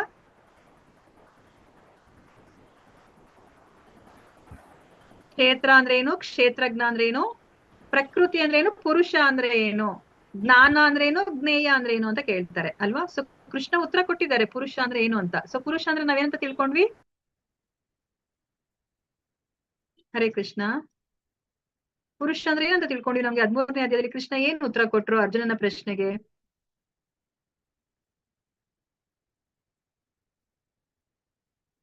ಪುರುಷ ಅಂತ ಯಾರನ್ನ ಕರೀತಾರೆ? ಈ ಪ್ರಕೃತಿಯನ್ನು ಯಾರು ಭೋಗಿಸ್ತಾರೆ, ಯಾರು ಈ ಪ್ರಕೃತಿಯನ್ನ ಅನುಭವಿಸ್ತಾರೋ ಅವ್ರನ್ನ ಪುರುಷ ಅಂತ ಕರೀತಾರೆ ಅಲ್ವಾ. ಸೊ ಪುರುಷ, ನಿಜವಾದ ಪುರುಷ ಒಬ್ನೇ ಇರೋದು, ದೇವೋತ್ತಮ ಪರಮ ಪುರುಷ ಅಲ್ವಾ. ಯಾಕಂದ್ರೆ ಈ ಇಡೀ ಸೃಷ್ಟಿಗೆ ಅವನು ಒಡೆಯ ಅಲ್ವಾ. ಯಾರು ಒಡೆಯಾಗಿರ್ತಾರೋ ಅವ್ರು ಅದನ್ನ ಅನುಭವಿಸ್ಬೇಕು ಅಲ್ವಾ. ಇವಾಗ ನಮ್ಮ ಮನೆಯಲ್ಲಿ ನಾವು ಕೆಲಸದವ್ರನ್ನ ಇಟ್ಕೊಂಡಾಗ ನನ್ನ ಕೆಲಸದವ್ರು ಬಂದ್ಬಿಟ್ಟು ನನ್ನ ಬೆಡ್ ಅನ್ನ ಅಥವಾ ನನ್ನ ಸಾಮಾನುಗಳನ್ನ ಮುಟ್ಟಿದ್ರೆ ನಾವು ಸುಮ್ನೆ ಇರ್ತೀವ? ನಮ್ಗೆ ಎಷ್ಟು ಕೋಪ ಬರುತ್ತೆ ಅಲ್ವಾ. ಯಾಕಂದ್ರೆ ನಾವು ಅದರ ಒಡೆಯರು, ನಾವ್ ಅದನ್ನ ಅನುಭವಿಸ್ಬೇಕು ಅನ್ನೋ ಒಂದು ಇಚ್ಛೆ ಇದೆ. ಅದೇ ತರನೇ ಇಡೀ ಸೃಷ್ಟಿ ಭಗವಂತನಿಗೆ ಸೇರಿರೋದು ಅಲ್ವಾ. ಅವರೇ ಒಡೆಯ, ಅವರು ನಿಜವಾದ ಪುರುಷ. ಆದ್ರೆ ನಾವೆಲ್ಲ ಏನು ಇವಾಗ ಯೋಚನೆ ಮಾಡ್ತಾ ಇದೀವಿ, ಮನುಷ್ಯರೆಲ್ಲರೂ ಸಹ ಈ ಇಡೀ ಪ್ರಕೃತಿ ಇರೋದೇ ನಾವು ಎಂಜಾಯ್ ಮಾಡ್ಲಿಕ್ಕೆ ಅಂತ ನಾವು ಯೋಚನೆ ಮಾಡ್ತಾ ಇದೀವಿ ಅಲ್ವಾ. ಆದ್ರೆ ನಿಜವಾದ ಪುರುಷ ಒಬ್ನೇ. ಆದ್ರೆ ಇಲ್ಲಿ ಸ್ತ್ರೀ ಪುರುಷ ಅಂತ ನಾವ್ ಯಾರೆಲ್ಲ ಇದೀವಿ, ಯಾರೆಲ್ಲ ಈ ಪ್ರಕೃತಿಯನ್ನ ಅನುಭವಿಸ್ತಾ ಇದಾರೆ ಅವರೆಲ್ಲರೂ ಸಹ ಇವಾಗ ಪುರುಷರಾಗ್ಲಿಕ್ಕೆ ಹೊರಟಿರೋದು ಅಲ್ವಾ. ಆದ್ರೆ ಒಬ್ಬ ಉತ್ತಮ ಪುರುಷ ಇದ್ದಾರೆ ಅಲ್ವಾ, ಪುರುಷೋತ್ತಮ. ಎಲ್ಲ ಪುರುಷರಲ್ಲಿ ಯಾರೆಲ್ಲ ಈ ಪ್ರಕೃತಿಯನ್ನ ಅನುಭವಿಸ್ಬೇಕು ಅಂತ ಇಚ್ಛೆ ಪಡ್ತಾ ಇದಾರೆ, ಆ ಎಲ್ಲ ಪುರುಷರಲ್ಲಿ ಒಬ್ಬ ಉತ್ತಮ ಪುರುಷ ಇದ್ದಾರೆ, ಅವರೇ ದೇವೋತ್ತಮ ಪರಮ ಪುರುಷ ಕೃಷ್ಣ. ಈ ಜ್ಞಾನವನ್ನ ಅರ್ಥ ಮಾಡ್ಕೊಂಡು ನಾವು ಹೇಗೆ ಭಗವಂತನನ್ನ ನಾವು ಸೇರೋದು ಅನ್ನೋದನ್ನ ನಮ್ಗೆ ಈ 15ನೇ ಅಧ್ಯಾಯದಲ್ಲಿ ಕೃಷ್ಣ ತಿಳಿಸಿಕೊಡ್ತಾ ಇದ್ದಾರೆ. ಸೊ ಈ ಅಧ್ಯಾಯದಲ್ಲಿ 20 ಶ್ಲೋಕಗಳಿದೆ. ಇಲ್ಲಿ ನಮ್ಗೆ ಕೃಷ್ಣ ಏನನ್ನ ಹೇಳ್ತಾ ಇದ್ದಾರೆ ಅಂತಂದ್ರೆ, ಈ ಭೌತಿಕ ಪ್ರಪಂಚದಿಂದ ನಾವ್ ಹೇಗೆ ಬೇರ್ಪಡೋದು ಅಂತ ಹೇಳ್ತಾ ಇದ್ದಾರೆ 5 ಶ್ಲೋಕಗಳಲ್ಲಿ. ಅದಾದ್ಮೇಲೆ ಟ್ರಾನ್ಸ್ ಮೈಗ್ರೇಷನ್ ಆಫ್ ಸೋಲ್ ತುಂಬಾ ಮುಖ್ಯ ಅಲ್ವಾ. ಸೊ ಇವಾಗ ನಾವು ಇನ್ನ ಒಂದು ದೇಹವನ್ನ ನಾವು ಪಡಿತೀವಿ ಅಂತ ನಾವು ತಿಳ್ಕೊಂಡಿದೀವಿ ಅಲ್ವಾ. ಹೇಗೆ ಮತ್ತೆ ನಮ್ಮ ಆತ್ಮ ಇನ್ನೊಂದು ದೇಹಕ್ಕೆ ಹೋಗುತ್ತೆ, ಆ ಪ್ರಸರಣ ಕ್ರಿಯೆ ಅಂತ ನಾವ್ ಏನ್ ಕರಿತೀವಿ, ಟ್ರಾನ್ಸ್ ಮೈಗ್ರೇಷನ್ ಆಫ್ ಸೋಲ್, ಅದನ್ನ ಕೃಷ್ಣ 6ರಿಂದ 11ನೇ ಶ್ಲೋಕದಲ್ಲಿ ತಿಳಿಸಿಕೊಡ್ತಾರೆ. ಅದಾದ್ಮೇಲೆ ನಮಗೆ ಕೃಷ್ಣ ಹೇಳ್ತಾರೆ, ಸೊ ನಿಮ್ಗೆ ಅದೆಲ್ಲ ಅರ್ಥ ಮಾಡ್ಕೊಳ್ಲಿಕ್ಕೆ ಸಾಧ್ಯ ಇಲ್ವಾ? ಹಾಗಾದ್ರೆ ನಿಮ್ಮ ಕಣ್ಣು ಮುಂದೆ ಏನೆಲ್ಲ ಕಾಣಿಸ್ತಾ ಇದೆ, ಸೊ ಅದರ ಕುರಿತಾಗಿ ನೀವು ಯೋಚನೆ ಮಾಡಿ ಅಲ್ವಾ. ನಿಮ್ಗೆ ಅಲ್ಲಿ ಯಾರಿಗೂ ನನಗೆ ಸೂರ್ಯ ಗೊತ್ತಿಲ್ಲ ಅಂತ ಹೇಳಂಗಿಲ್ಲ, ಎಲ್ಲರಿಗೂ ಸೂರ್ಯ ಅಲ್ಲಿ ಕಾಣ್ತಾನೆ, ಚಂದ್ರ ಕಾಣ್ತಾನೆ, ನಕ್ಷತ್ರಗಳು ಕಾಣುತ್ತೆ, ಅಗ್ನಿ ಕಾಣುತ್ತೆ ಅಲ್ವಾ. ಸೊ ಇದರ ಮೂಲ ಎಲ್ಲಿ, ಯಾರಿಂದ ಇದು ಬರ್ತಿದೆ ಅಂತ ನೀವು ಯೋಚನೆ ಮಾಡಿ, ನಿಮ್ಮ ಈ ಪ್ರಕೃತಿ ಬಗ್ಗೆ ನೀವು ಯೋಚನೆ ಮಾಡಿ, ಆಗ ಗೊತ್ತಾಗತ್ತೆ. ಸೊ ಎಲ್ಲದರ ಮೂಲ, ಎಲ್ಲವನ್ನ ನಿರ್ವಹಿಸ್ತಾ ಇರೋದು ಸೂರ್ಯ. ಸರಿಯಾದ ಸಮಯಕ್ಕೆ ಹುಟ್ತಾನೆ, ಸೂರ್ಯ ಸರಿಯಾದ ಸಮಯಕ್ಕೆ ಮುಳುಗ್ತಾನೆ, ಯಾರು ಅವ್ರಿಗೆ ಏನು ತಡಿಲಿಕ್ಕೆ ಆಗೋದಿಲ್ಲ ಅಲ್ವಾ. ಸೊ ನಾವ್ ಸೈನ್ಸ್ ಎಷ್ಟೇ ಮುಂದೆ ಹೊರದ್ರೂ ಸಹ ನಾವು ಸೂರ್ಯನನ್ನ ಕಂಟ್ರೋಲ್ ಮಾಡ್ಲಿಕ್ಕೆ ಆಗೋದಿಲ್ಲ ಅಲ್ವಾ. ಈ ಮಳೆಯನ್ನ ನಾವು ನಿಲ್ಲಿಸ್ಲಿಕ್ಕೆ ಆಗೋದಿಲ್ಲ. ಸೊ ಇದೆಲ್ಲವನ್ನ ನಿರ್ವಹಿಸ್ತಾ ಇರೋರು ಯಾರು? ಕೃಷ್ಣ ಹೇಳ್ತಾರೆ ಕೃಷ್ಣ ಹೇಳ್ತಾ ಇದ್ರೆ ನಿರ್ವಾಹಕರು, ಪಾಲಕ, ನಾನೇ ನಿರ್ವಾಹಕ ಅಂತ ಹೇಳ್ಬಿಟ್ಟು ಹೇಳ್ತಾರೆ. ಅದಾದ್ಮೇಲೆ ಇಲ್ಲಿ ವೇದಾಂತ ಸೂತ್ರದ ಸಾರಾಂಶ ನಮ್ಗೆ ಗೊತ್ತಿರೋ ಹಾಗೇನೆ, ಭಗವಂತ ನಮ್ಮನ್ನ ಇಲ್ಲಿ ಸೃಷ್ಟಿ ಮಾಡಿ ಕಳಿಸಿದಾಗ ಸುಮ್ನೆ ಕಳಿಸಿಲ್ಲ. ನಾವು ಹೌದು ಹಠ ಮಾಡಿದ್ವಿ, ನಾವೇ ಈ ಭೌತಿಕ ಪ್ರಪಂಚಕ್ಕೆ ಬರ್ಬೇಕು, ನಾನು ಒಡೆಯನಾಗ್ಬೇಕು, ಎಲ್ಲವನ್ನ ನಾನು ಅನುಭವಿಸ್ಬೇಕು ಅಂತ ಇಚ್ಛೆ ಪಟ್ವಿ. ಆದ್ರೆ ಭಗವಂತ ತುಂಬಾ ಕರುಣಾಮಯಿ ಅಲ್ವಾ. ಆಯ್ತು ಹೋಗಿ ನೀವು ಅಂತ ಹೇಳಿ ನಮ್ಗೆ ಈ ಭೌತಿಕ ಪ್ರಪಂಚವನ್ನ ಸೃಷ್ಟಿ ಮಾಡಿ ಕಳ್ಸಿಲ್ಲ. ಅವ್ರು ನಮ್ಗೆ ವೇದಗಳನ್ನ ಕೊಟ್ರು, ಇದನ್ನ ಓದ್ಕೊಳ್ಳಿ, ಇದ್ರಲ್ಲಿ ನಿಮ್ಗೆ ಹೇಗೆ ಜೀವನವನ್ನ ಮಾಡ್ಬೇಕು ಅಂತ ಹೇಳ್ಬಿಟ್ಟು ಇದ್ರಲ್ಲಿ ನಾನು ಹೇಳಿದೀನಿ ಅಂತ ಹೇಳ್ಬಿಟ್ಟು ವೇದಗಳನ್ನ ಕೊಟ್ರು. ಆದ್ರೆ ವೇದಗಳು ತುಂಬಾ ಕಠಿಣ ನಮ್ಗೆ ಅರ್ಥ ಮಾಡ್ಕೊಳ್ಲಿಕ್ಕೆ, ನಮ್ಮಂತ ಸಾಮಾನ್ಯ ಜನಗಳಿಗೆ. ಅದಕ್ಕೋಸ್ಕರ ಇಲ್ಲಿ ವೇದಾಂತದ ಸೂತ್ರದ ಸಾರಾಂಶವನ್ನ ಇಲ್ಲಿ ಹೇಳ್ತಾ ಇದ್ದಾರೆ. ಅದನ್ನ ತ್ರಿಶ್ಲೋಕಿ ಭಗವದ್ಗೀತಾ ಅಂತ ಕರೀತಾರೆ. ನಾವು ಇದಕ್ಕಿಂತ ಮುಂಚೆ ಚತುಶ್ಲೋಕಿ ಭಗವದ್ಗೀತೆಯನ್ನ ನಾವು ತಿಳ್ಕೊಂಡ್ವಿ ಅಲ್ವಾ. ಯಾರಾದ್ರೂ ಹೇಳ್ತೀರಾ ಯಾವ ಅಧ್ಯಾಯದಲ್ಲಿ ನಾವು ಚತುಶ್ಲೋಕಿ ಭಗವದ್ಗೀತೆ, ಇಡೀ ಭಗವದ್ಗೀತೆಯನ್ನ 4 ಶ್ಲೋಕಗಳಲ್ಲಿ ನಾವು ತಿಳ್ಕೊಂಡ್ವಿ, ಅದನ್ನ ಚತುಶ್ಲೋಕಿ ಭಗವದ್ಗೀತಾ ಅಂತ ಕರೀತಾರೆ. ಯಾರಾದ್ರೂ ಹೇಳ್ತೀರಾ? ಹರೇ ಕೃಷ್ಣ. ಯಾವ ಅಧ್ಯಾಯದಲ್ಲಿ ನಾವು ತಿಳ್ಕೊಂಡ್ವಿ ಚತುಶ್ಲೋಕಿ ಭಗವದ್ಗೀತೆಯನ್ನ?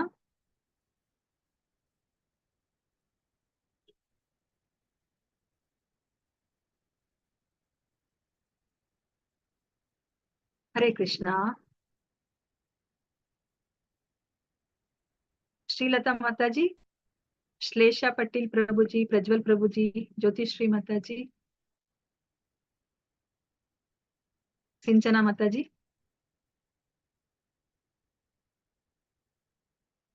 ನಾನು ಹೇಳ್ತಾ ಇರೋದು ಕೇಳಿಸ್ತಾ ಇದ್ಯಾ? ಕೇಳಿಸ್ತಿದೆ ಮತ್ತೆ.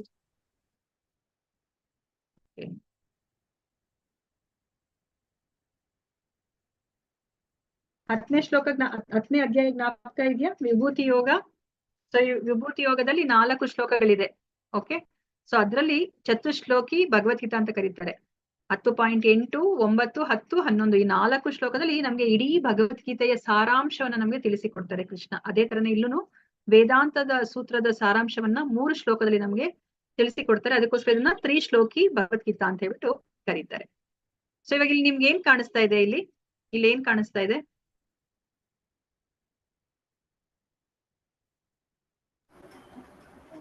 ಮಾವಿನ ಚಿತ್ರ, ಮಾವಿನ ಹಣ್ಣು ಕಾಣಿಸ್ತಾ ಇದೆ. ಮತ್ತೆ ಇದೇನ್ ಕಾಣಿಸ್ತಾ ಇದೆ? ಇದು ನೀರಿನ ಬಿಂಬ, ಅಂದ್ರೆ ಮರದ್ದು ಶಾಡೋ ಕಾಣಿಸ್ತಾ ಇದೆ. ಓಕೆ, ಮರದ್ದು ಪ್ರತಿಬಿಂಬ ನೀರಲ್ಲಿರೋದು ಕಾಣಿಸ್ತಾ ಇದೆ ಅಲ್ವಾ? ಸೊ ಇಲ್ಲೊಂದು ಮಾವಿನ ಹಣ್ಣನ್ನು ಸಹ ಇದೆ. ಸೊ ಈ ಮಾವಿನ ಹಣ್ಣನ್ನ ನೀವು ಪಡ್ಕೋಬೇಕು ಅಂದ್ರೆ ಏನ್ ಮಾಡ್ಬೇಕು? ಈ ಮಾವಿನ ಹಣ್ಣಿದೆ, ಒಂದು ರಸಭರಿತವಾದ ಮಾವಿನ ಹಣ್ಣು ನಿಮ್ಗೆ ಕಾಣಿಸ್ತಾ ಇದೆ ಅದ್ರಲ್ಲಿ. ಸೊ ನೀವು ಅದನ್ನ ಪಡ್ಕೋಬೇಕಂದ್ರೆ ಏನ್ ಮಾಡ್ಬೇಕು? ಮರ ಹತ್ಬೇಕು. ಮರ ಹತ್ತಿ, ನಿಜವಾದ ಮರವನ್ನ ಹತ್ತಿ ಅಲ್ಲಿರೋ ಮಾವಿನ ಹಣ್ಣನ್ನ ತಗೋಬೇಕು. ಬುದ್ಧಿವಂತರಾದವರು ಅದನ್ನೇ ಮಾಡೋದು ಅಲ್ವಾ? ಇಲ್ಲ ನನಗಿಲ್ಲಿ ಮರ ಇಲ್ಲಿ ಕಾಣಿಸ್ತಾ ಇದೆ, ನನಗೆ ಇಲ್ಲೊಂದು ಮಾವಿನ ಹಣ್ಣು ಅಂತ ಹೇಳ್ಬಿಟ್ಟು ನಾನು ನೀರಿಗೆ ಧುಮುಕಿ ಇದನ್ನ ಇಡಿಲಿಕ್ಕೆ ನಾನು ಹೋದ್ರೆ ಎಷ್ಟೇ ಕಷ್ಟಪಟ್ರು ನಂಗೆ ಸಿಗತ್ತಾ? ಇಲ್ಲ ಅಲ್ವಾ? ಅಂದ್ರೆ ಏನರ್ಥ? ಸೊ ಇದು ಪ್ರತಿಬಿಂಬದಲ್ಲಿರೋದು ಅದು ನಿಜವಾದದಲ್ಲ ಅಲ್ವಾ? ಸೊ ಅದೇ ತರನೇ ಈ ಭೌತಿಕ ಪ್ರಪಂಚ ಹೇಗೆ ಸೃಷ್ಟಿ ಮಾಡಿದ್ದಾರೆ ಭಗವಂತ ಅಂತಂದ್ರೆ ಇದನ್ನ ದುಃಖಾಲಯಂ ಅಶಾಶ್ವತಂ. ಕೃಷ್ಣನೇ ಹೇಳಿದ್ದಾರೆ ದುಃಖಾಲಯಂ ಅಶಾಶ್ವತಂ. ಈ ಭೌತಿಕ ಪ್ರಪಂಚದಲ್ಲಿ ನಾವು ಸುಖವನ್ನ ಹರಿಸ್ತಾ ಹೋದ್ರೆ ನಮ್ಗೆ ಸಿಗೋದಿಲ್ಲ. ಯಾಕಂದ್ರೆ ಇದನ್ನ ಸೃಷ್ಟಿ ಮಾಡಿರೋದೇ ಹಾಗೆ ಅಲ್ವಾ? ನನಗೆ ಕಾಯಿಲೆ ಬಂದಿದೆ, ನಾನು ಇವಾಗ ಡಾಕ್ಟರ್ ಶಾಪ್ ಹತ್ರ ಹೋಗಿ ಅಥವಾ ಹಾಸ್ಪಿಟಲ್ಗೆ ಹೋಗ್ಬಿಟ್ಟು ನನ್ನ ಕಾಯಿಲೆ, ನನ್ನ ಏನು ರೋಗಕ್ಕೆ ಮದ್ದನ್ನ ಅವ್ರು ಕೊಟ್ಟಾಗ ಅಯ್ಯೋ ನಾನ್ ಮದ್ದನ್ನ ತಗೊಳೋದಿಲ್ಲ ಅಂತಂತಂದ್ರೆ ಸಾಧ್ಯ ಇದೆಯಾ?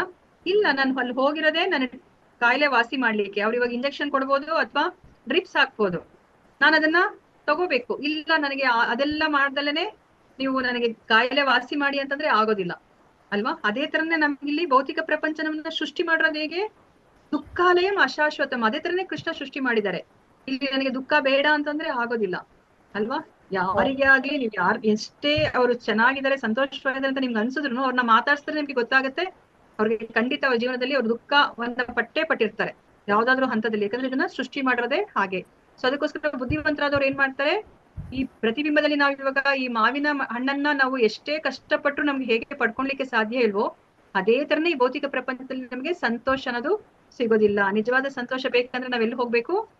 ಆ ನಿಜವಾದ ಮರ ಎಲ್ಲಿದೆ ಅಲ್ಲಿ ಹೋಗಿ ನಾವು ಈ ಹಣ್ಣನ್ನ ತಗೊಳ್ಲಿಕ್ಕೆ ಪ್ರಯತ್ನ ಪಡ್ಬೇಕು. ಅದೇ ತರನೇ ಆ ನಿಜವಾದ ಸಂತೋಷ ಅನ್ನೋದು ಎಲ್ಲಿದೆ? ಭಗವಂತನ ಲೋಕದಲ್ಲಿದೆ ಅಲ್ವಾ? ಗೋಲೋಕ ವೃಂದಾವನ ಅಂತ ನಾವೇನ್ ಕರಿತೀವೋ ಅಲ್ಲಿದೆ. ಅಲ್ಲಿಗೆ ಹೋದ್ರೆ ಮಾತ್ರನೇ ನಮ್ಗೆ ನಿಜವಾದ ಸಂತೋಷ ಸಿಗೋದು. ಸೊ ನಾವು ಬುದ್ಧಿವಂತರಾದವರು ಆ ನಿಜವಾದ ಮರವನ್ನ ಹತ್ತಿ ಈ ಮಾವಿನ ಹಣ್ಣನ್ನ ಹೇಗೆ ಪಡ್ಕೋತಾರೋ ಹಾಗೆ ನಾವು ಸಹ ಭಗವಂತನ ಲೋಕಕ್ಕೆ ಹೋಗ್ಲಿಕ್ಕೆ ಪ್ರಯತ್ನವನ್ನ ಪಡ್ಲಿಕ್ಕೆ ಈ ಮನುಷ್ಯ ಜನ್ಮವನ್ನ ನಾವು ಉಪಯೋಗಿಸ್ಕೋಬೇಕು. ಅದನ್ನೇ ನಮ್ಗೆ ಕೃಷ್ಣ ಈ ಅಧ್ಯಾಯದಲ್ಲಿ ಹೇಳ್ತಾ ಇದ್ದಾರೆ. ಸೊ ಇಲ್ಲಿ ನಮ್ಗೆ ಕೃಷ್ಣನ ಈ ಶ್ಲೋಕದಿಂದ ಶುರುವಾಗ್ತಾ ಇದೆ. ಶ್ರೀ ಭಗವಾನು, ಇದು ಯಾರಿಗಾದ್ರೂ ಓದ್ಲಿಕ್ಕೆ ಬರುತ್ತಾ? ಓದ್ತೀರಾ ಶ್ಲೋಕವನ್ನ? ಓದಿ. ಅರ್ಧ ಗಂಟೆ ಆಗೋಗಿದೆ, ಇನ್ನು ಅರ್ಧ ಗಂಟೆಲಿ ನಾನು ಮುಗಿಸ್ಬೇಕು. 8 ಗಂಟೆ ಆವಾಗ್ಲೇ. ಓಕೆ. ಶ್ರೀ ಭಗವಾನುವಾಚ ಊರ್ಧ್ವಮೂಲಂ ಅಧಃಶಾಖಂ ಅಶ್ವತ್ಥಂ ಪ್ರಾಹುರವ್ಯಯಂ ಛಂದಾಂಸಿ ಯಸ್ಯ ಪರ್ಣಾನಿ ಯಸ್ತಂ ವೇದ ಸ ವೇದವಿತ್. ದೇವೋತ್ತಮ ಪರಮ ಪುರುಷನು ಹೀಗೆ ಹೇಳಿದನು, ಬೇರುಗಳು ಮೇಲಿರುವ ಮತ್ತು ರೆಂಬೆ ಕೆಳಗಿರುವ ಅವಿನಾಶಿಯಾದ ಅಶ್ವತ್ಥ ವೃಕ್ಷ ಹೊಂದಿದೆ. ಅದರ ಎಲೆಗಳು ವೇದ ಮಂತ್ರಗಳು ಎಂದು ಹೇಳುತ್ತಾರೆ. ಈ ಮರವನ್ನು ತಿಳಿದವನು ವೇದಗಳನ್ನು ತಿಳಿದವನು ಅಂತ ಹೇಳ್ಬಿಟ್ಟು ಇಲ್ಲಿ ಕೃಷ್ಣ ಈ ಭೌತಿಕ ಪ್ರಪಂಚವನ್ನ ಏನಕ್ಕೆ ಹೋಲಿಸ್ತಾ ಇದ್ದಾರೆ? ಯಾರಾದ್ರೂ ಹೇಳ್ತೀರಾ? ಈ ಭೌತಿಕ ಪ್ರಪಂಚವನ್ನ ಕೃಷ್ಣ ಏನಕ್ಕೆ ಹೋಲಿಸ್ತಾ ಇದ್ದಾರೆ? ಅಲ್ಲಿ ಕೆಳಗಾಗಿರುವಂತಹ ಮರಕ್ಕೆ ಹೋಲಿಸ್ತಾ ಇದ್ದಾರೆ. ಅದ್ ಯಾವ್ದದು? ಅಶ್ವತ್ಥ ವೃಕ್ಷ. ಅಶ್ವತ್ಥ ವೃಕ್ಷದಲ್ಲಿ ಏನಾಗ್ತಾ ಇದೆ? ಬೇರುಗಳು ಅಲ್ಲಿ ಮೇಲೆ ಇದೆ, ಅದರ ಕೊಂಬೆ ರೆಂಬೆಗಳೆಲ್ಲ ಕೆಳಗಡೆ ಇದೆ. ಅಂತಹ ಒಂದು ಮರಕ್ಕೆ ಇಲ್ಲಿ ಹೋಲಿಸ್ತಾ ಇದ್ದಾರೆ ಅಲ್ವಾ? ಯಾಕೆಂತಂದ್ರೆ ನಮ್ಮ ಈ ಭೌತಿಕ ಪ್ರಪಂಚ ಆಧ್ಯಾತ್ಮಿಕ ಪ್ರಪಂಚದ ಪ್ರತಿಬಿಂಬ. ಸೊ ಇಲ್ಲಿ ಈ ಮರ ಯಾವ ತರ ಇದೆ ಅಂತಂದ್ರೆ ನೋಡಿ, ಇಲ್ಲಿ ನಮ್ಗೆ ಬೇರುಗಳು ಮೇಲ್ಗಡೆ ಇದೆ. ಸೊ ಇಲ್ಲಿ ಮೇಲ್ಗಡೆ ಇರೋ ಒಂದು ಬೇರುಗಳಲ್ಲಿ ನಮಗ್ ಗೊತ್ತಿರೋನೆ ಈ ಭೌತಿಕ ಪ್ರಪಂಚದಲ್ಲಿ 14 ಲೋಕಗಳಿದೆ ಅಲ್ವಾ. ಈ 14 ಲೋಕದಲ್ಲಿ ಉನ್ನತ ಲೋಕ ಯಾವುದು? ಬ್ರಹ್ಮನ ಲೋಕ. ಸೊ ಅದಕ್ಕೋಸ್ಕರ ಈ ಮೂಲ ಬೇರು ಎಲ್ಲಿದೆಯೋ ಅದನ್ನ ಬ್ರಹ್ಮನ ಲೋಕಕ್ಕೆ ಹೋಲಿಸ್ತಾ ಇದ್ದಾರೆ. ಅದಾದ್ಮೇಲೆ ಈ ಕೆಳಗಡೆ ಎಷ್ಟೊಂದು ರೆಂಬೆ ಕೊಂಬೆಗಳಿದೆಯಲ್ಲ, ಸೊ ಮೇಲಿನ ರೆಂಬೆ ಕೊಂಬೆಗಳನ್ನ ಉನ್ನತ ಲೋಕಕ್ಕೆ ಹೋಲಿಸ್ತಾ ಇದ್ದಾರೆ. ಮತ್ತೆ ಇನ್ನೊಂದ್ ಸ್ವಲ್ಪ ಕೆಳಗಡೆ ಇರೋ ರೆಂಬೆ ಕೊಂಬೆಗಳನ್ನ ಅದನ್ನ ಈ ಭೂಮಿಗೆ ಹೋಲಿಸ್ತಾ ಇದ್ದಾರೆ. ಸೊ ಈ ಭೂಮಿಯಲ್ಲಿ ನಾವೇನ್ ಮಾಡ್ತಾ ಇದೀವಿ, ಎಲ್ಲಾ ಮನುಷ್ಯರೆಲ್ಲರನ್ನೂ ಸಹ ಧರ್ಮ, ಅರ್ಥ, ಕಾಮ, ಮೋಕ್ಷ ಈ 4 ಆಚರಿಸ್ತಾ ಇದ್ದಾರೆ ಅಲ್ವಾ. ಸೊ ಅದಾದ್ಮೇಲೆ ಇನ್ನ ಕೆಳಗಡೆ ಇರುವಂತಹ ರೆಂಬೆ ಕೊಂಬೆಗಳನ್ನ ಏನಕ್ಕೆ ಹೋಲಿಸ್ತಾ ಇದ್ದಾರೆ ಅಂತಂದ್ರೆ ಇನ್ನ ಕೆಳಗಿನ ಜೀವರಾಶಿಗಳಿಗೆ ಹೋಲಿಸ್ತಾ ಇದ್ದಾರೆ. ನೋಡಿ, ಈ ಕೆಳಗಿನ ಜೀವರಾಶಿಗಳೆಲ್ಲನೂ ಸಹ ಈ ಕೆಳಗಿನ ರೆಂಬೆಗಳಲ್ಲಿದ್ದಾರೆ. ಅಂದ್ರೆ ಏನರ್ಥ? ಸೊ ನಾವಿಲ್ಲಿ ನಮ್ಮ ಧರ್ಮವನ್ನ ಆಚರಿಸಿದ್ರೆ ನಮ್ಗೆ ಅರ್ಥ ಸಿಗುತ್ತೆ, ಅಂದ್ರೆ ಹಣ ಸಿಗುತ್ತೆ. ಹಣ ಸಿಕ್ಕಿದಾಗ ಏನ್ ಮಾಡ್ತೀವಿ, ನಾವು ನಮ್ಮೆಲ್ಲ ಕಾಮನೆಗಳನ್ನ ನಾವು ತೀರಿಸ್ಕೊತೀವಿ.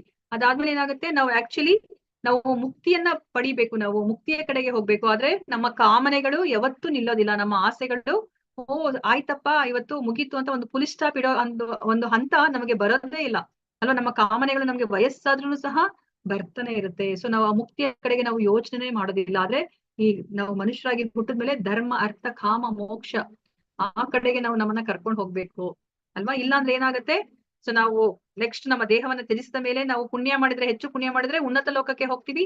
ಕಡಿಮೆ ಪುಣ್ಯ ಮಾಡಿದ್ರೆ ಅಥವಾ ಪಾಪಗಳನ್ನ ಮಾಡಿದ್ರೆ ಏನಾಗುತ್ತೆ, ನಾವು ಈ ಕೆಳಗಿನ ವರ್ಗದಲ್ಲಿ ನಾವು ಹುಟ್ಟುತ್ತೀವಿ. ಸೊ ಅದನ್ನ ಈ ಆಲದ ಮರ ಸೂಚಿಸುತ್ತೆ. ಸೊ ಇದ್ರಲ್ಲಿ ನಿಮ್ಗೆ ಕೃಷ್ಣ ಇನ್ನ ಡೀಟೇಲ್ ಆಗಿ ಹೇಳಿದ್ದಾರೆ. ಎಲೆಗಳನ್ನ ವೇದ ಮಂತ್ರಗಳಿಗೆ ಹೋಲಿಸ್ತಾ ಇದ್ದಾರೆ.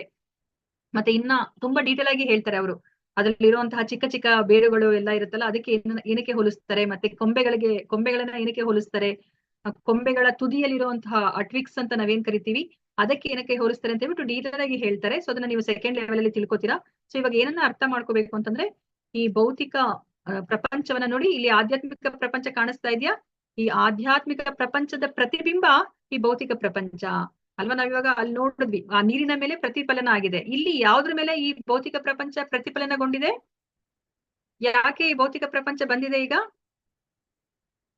ಕೃಷ್ಣನಿಗೆ ಖಂಡಿತ ಈ ಭೌತಿಕ ಪ್ರಪಂಚವನ್ನು ಸೃಷ್ಟಿ ಮಾಡ್ಲಿಕ್ಕೆ ಇಷ್ಟ ಇರಲಿಲ್ಲ, ನಾವೇನೆ ಇಚ್ಛೆಯನ್ನ ಪಟ್ವಿ. ನೋಡಿ, ಡಿಸೈರ್. ಈ ಭೌತಿಕ ಪ್ರಪಂಚ ಹೇಗೆ ಬಂದಿದೆ ಅಂತಂದ್ರೆ ನಮ್ಮ ಆಸೆಯಿಂದ ಬಂದಿದೆ. ನಾವ್ ಇಚ್ಛೆಯನ್ನ ಪಟ್ಟಿದ್ದಕ್ಕೆ ಈ ಭೌತಿಕ ಪ್ರಪಂಚವನ್ನ ಸೃಷ್ಟಿ ಮಾಡಿದ್ರು ಅಲ್ವಾ.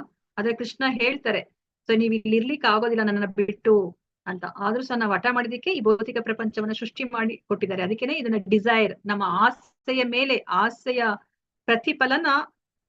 ಪ್ರತಿಫಲನದಲ್ಲಿ ಈ ಭೌತಿಕ ಪ್ರಪಂಚ ಇದೆ.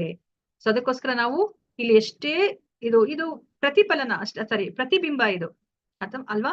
ಸೊ ಅದಕ್ಕೋಸ್ಕರ ಇಲ್ಲಿ ನಾವು ನಿಜವಾದ ಸುಖವನ್ನ ಹರಿಸ್ಲಿಕ್ಕೆ ಆಗೋದಿಲ್ಲ. ಹೇಗೆ ಆ ಮಾವಿನ ಹಣ್ಣನ್ನ ನೀವು ಆ ಪ್ರತಿಬಿಂಬದಲ್ಲಿ ನೀವು ಪಡಿಲಿಕ್ಕೆ ಆಗೋದಿಲ್ವೋ, ಅದೇ ತರನೇ ಈ ಪ್ರತಿಬಿಂಬದಲ್ಲಿ, ಈ ಆಧ್ಯಾತ್ಮಿಕ ಪ್ರಪಂಚದ ಪ್ರತಿಬಿಂಬದಲ್ಲಿ ಇಲ್ಲಿ ಸಂತೋಷವನ್ನು ನೀವು ಪಡಿಲಿಕ್ಕೆ ಆಗೋದಿಲ್ಲ. ಸೊ ಬುದ್ಧಿವಂತರಾದವರು ಏನ್ ಮಾಡ್ಬೇಕು, ಈ ಭೌತಿಕ ಪ್ರಪಂಚವನ್ನ ನಾವು ದಾಟಿ ನಾವು ಶುದ್ಧ ಸತ್ವಕ್ಕೆ ಬಂದ್ರೆ ಎಲ್ಲಿಗೆ ಹೋಗ್ಬೋದು?